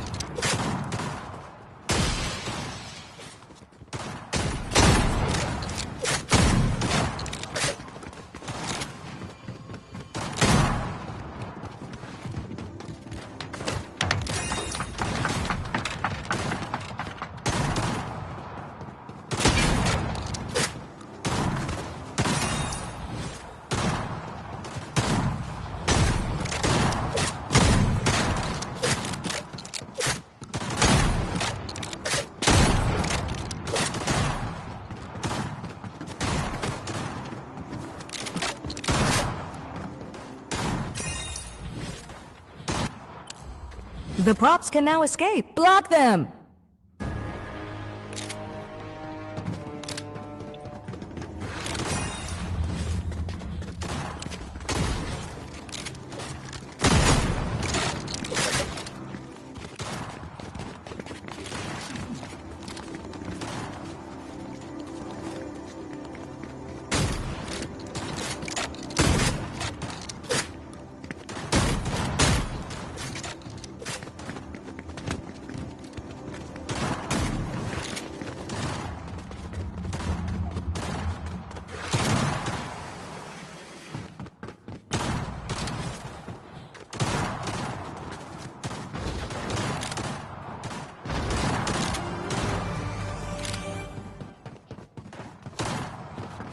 Next round starting in 10 seconds. 3, 2, 1, go! Welcome to the Target Prop Hunt. If you enjoy the map, please leave a like and a favorite. Have fun.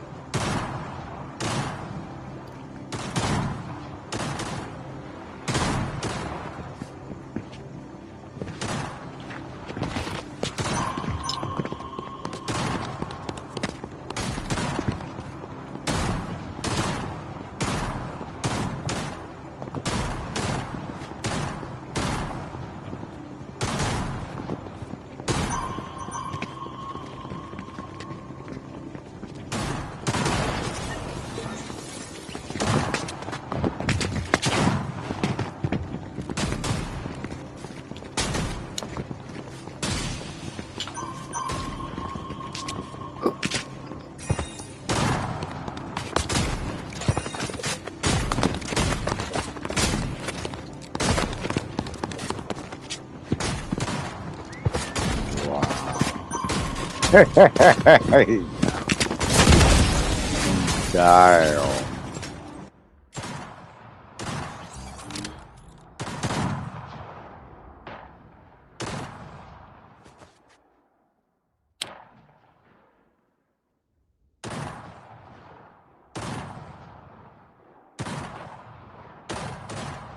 You almost got this.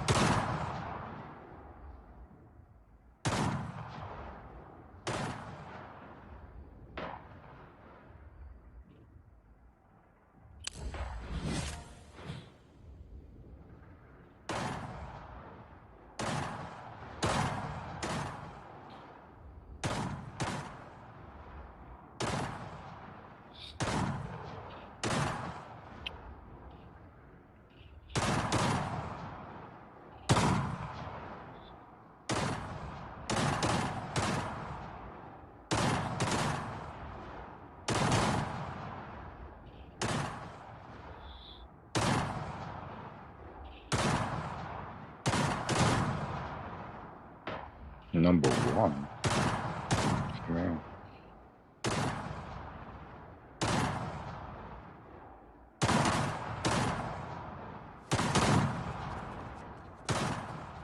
Oh, look at that.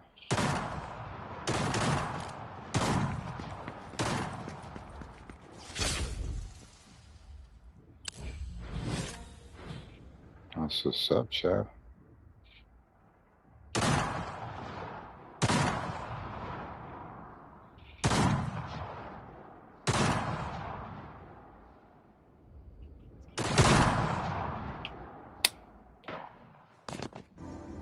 The props can now escape. Block them.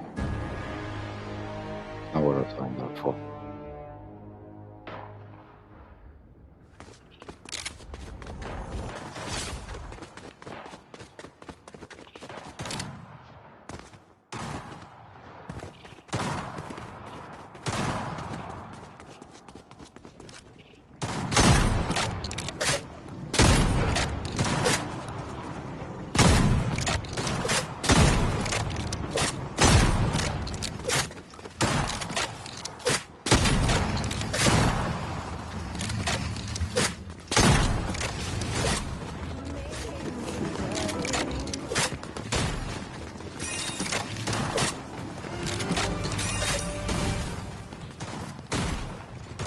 Next round starting in 10 seconds.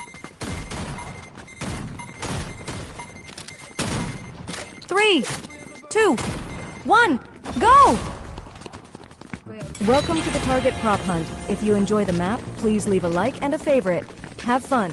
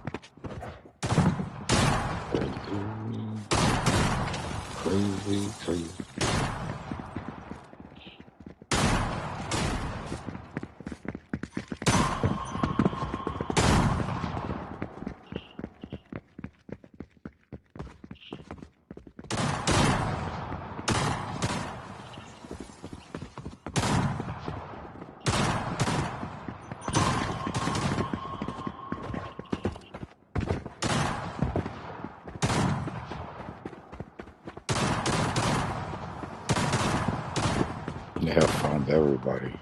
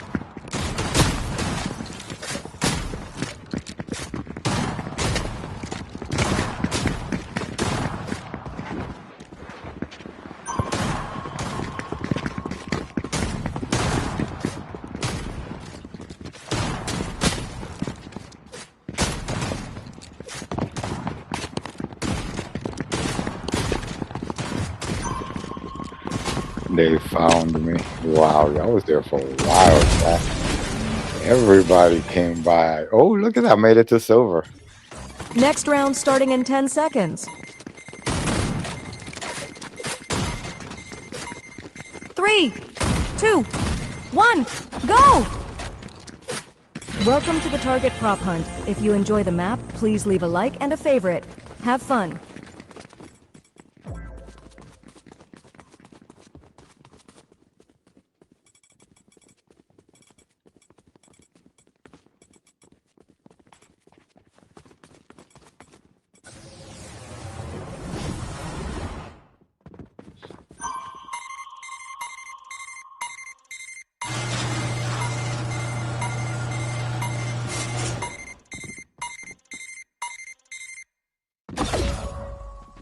Let's try this one.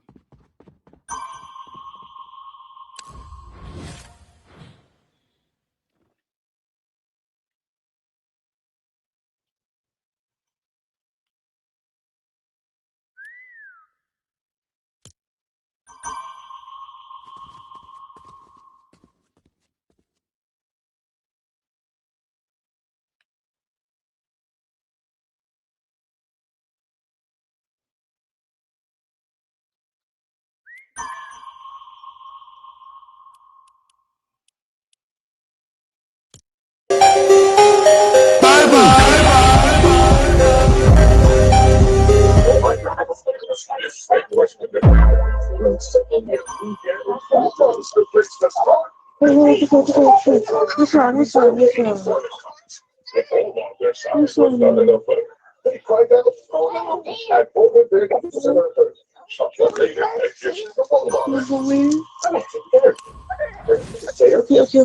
sorry. Alright. I'm sorry. Alright. Giving you hints? Good call. Just like getting AT&T's best deal on the all-new iPhone 17 Pro featuring the Ultimate Pro camera system. Learn how new and existing customers can get the new iPhone 17 Pro on us with eligible iPhone trade-in. Any condition. Most expensive plans not required. Requires trade-in of iPhone 14 Pro Max or higher. Excludes iPhone 16e. Terms and restrictions apply. Subject to change. Visit att.com/iPhone for details. We've got gifting all wrapped up in Sephora. Gift more and spend less with our value sets. The best makeup, skincare, fragrances, and hair care you'll love. This year's showstopper gift sets are bursting with beauty products from Rare Beauty, Summer Fridays, Glossier, Amika, and so much more. Shop holiday gifts at Sephora.com and give something beautiful. I'm Kelsey Ballerini, country singer, dog mom, and Pilates enthusiast. In my days, start with a Celsius energy drink. Clean energy, just how I like it. Then I'll head straight to Pilates to get in a good workout, find a breath. Then I gotta take my dog Dibs for a quick walk. I'll squeeze in a little recording session to get some thoughts out. Then it's straight to my show venue with meet and greet, some bands, straight to glam. And to keep my energy up for full days and sold out shows, it's always gotta be Celsius. Grab a cold, refreshing Celsius at your local retailer or Celsius.com to learn more. What she was.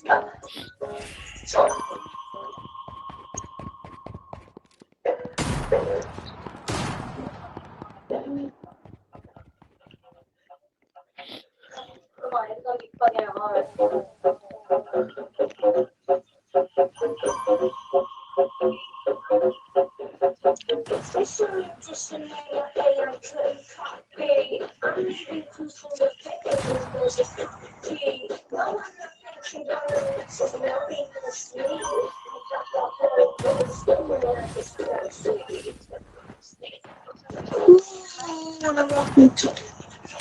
The legend.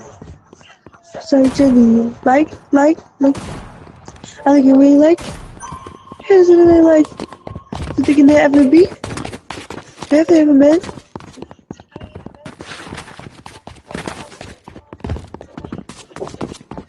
Have they ever met? Hey, little boy.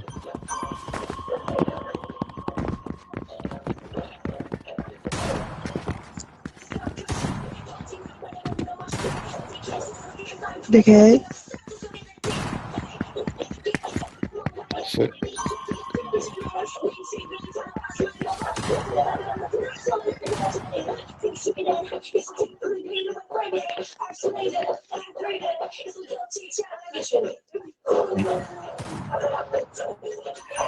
So Lipton, what's out of those system?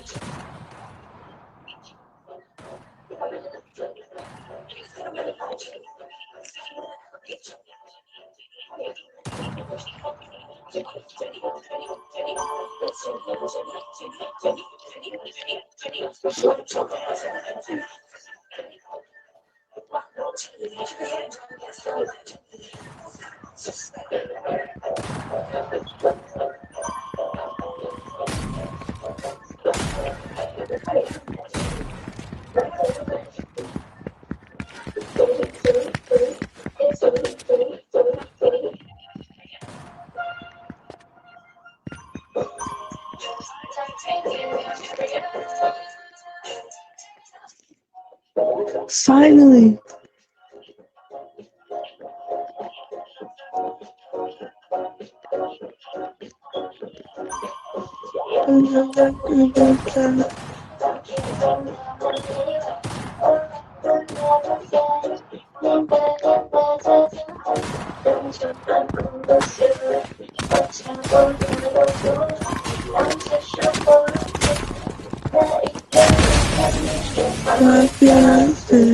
Final. Not you anymore. I'm not you anymore. No more. Don't sing on. Not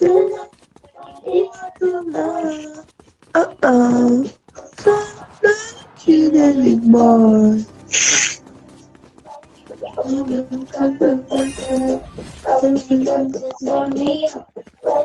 Super strength.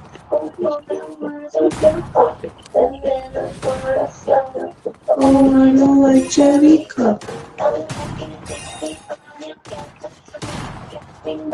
I got scared if I know. I'm not here anymore. Uh-oh. I'm not here anymore. Uh-oh. I don't know. I keep on uh-oh. 'Cause I don't feel anymore.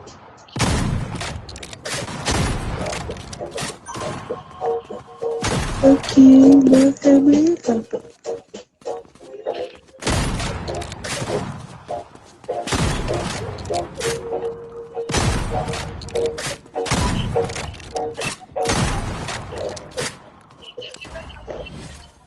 At Target, great memories start with great prices.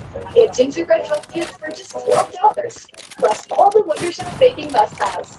Gather the whole fam, grab some gingerbread kits, and start building The sweet props can now moments escape. together. Block them. Then keep your joy going, baking up treats with Wonder Shop that'll make the season a blast. And make unforgettable memories with incredible prices on gingerbread kits and Wonder Shop baking essentials. And step into the holidays, only at Target. Restrictions apply. Okay, today is a Friday. I'll let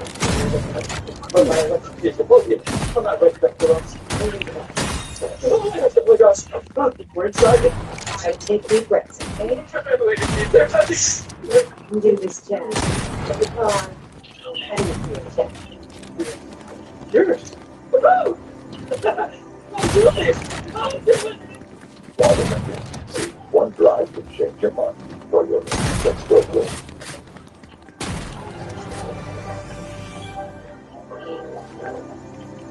Next round starting in 10 seconds. 3, 2, 1, go! Welcome to the Target Prop Hunt. Wow, If you enjoy I'm the so map, glad. please leave a like and a favorite. Have fun.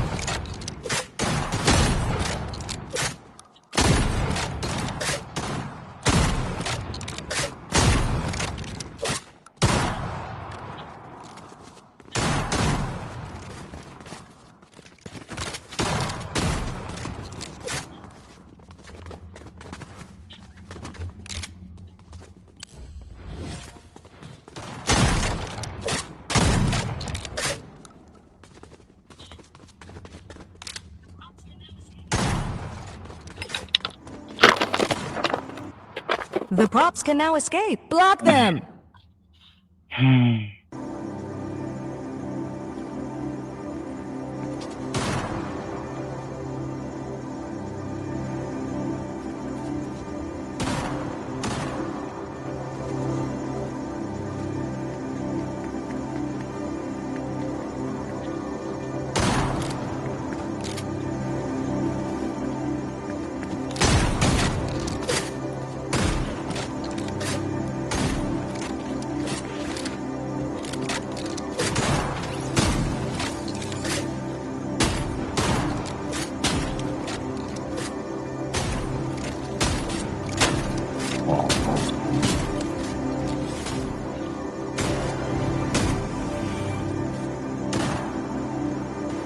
Next round starting in 10 seconds.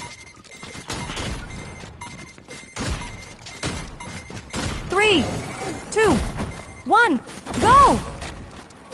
Welcome to the Target Prop Hunt. If you enjoy the map, please leave a like and a favorite. Have fun.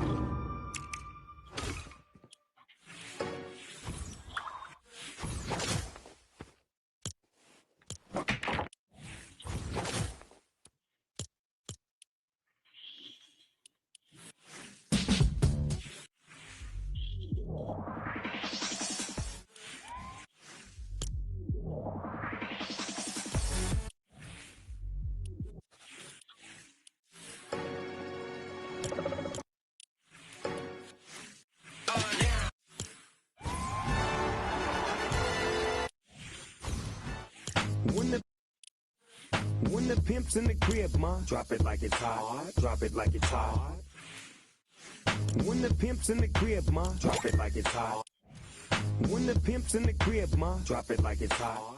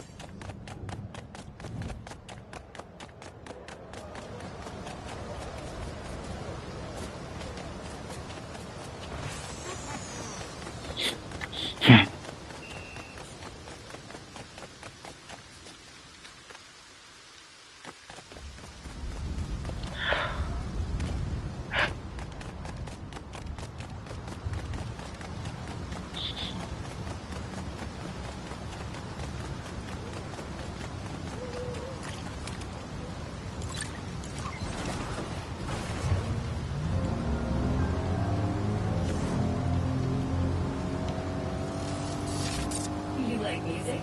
Well, this next one's for you.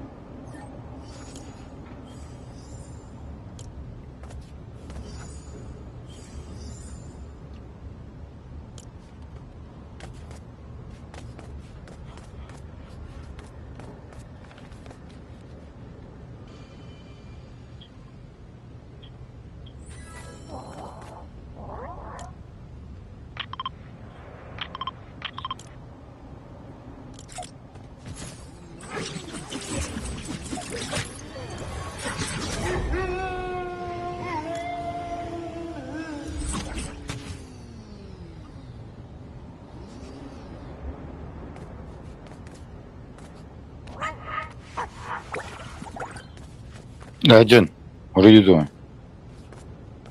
I could hear you. Get out of there now.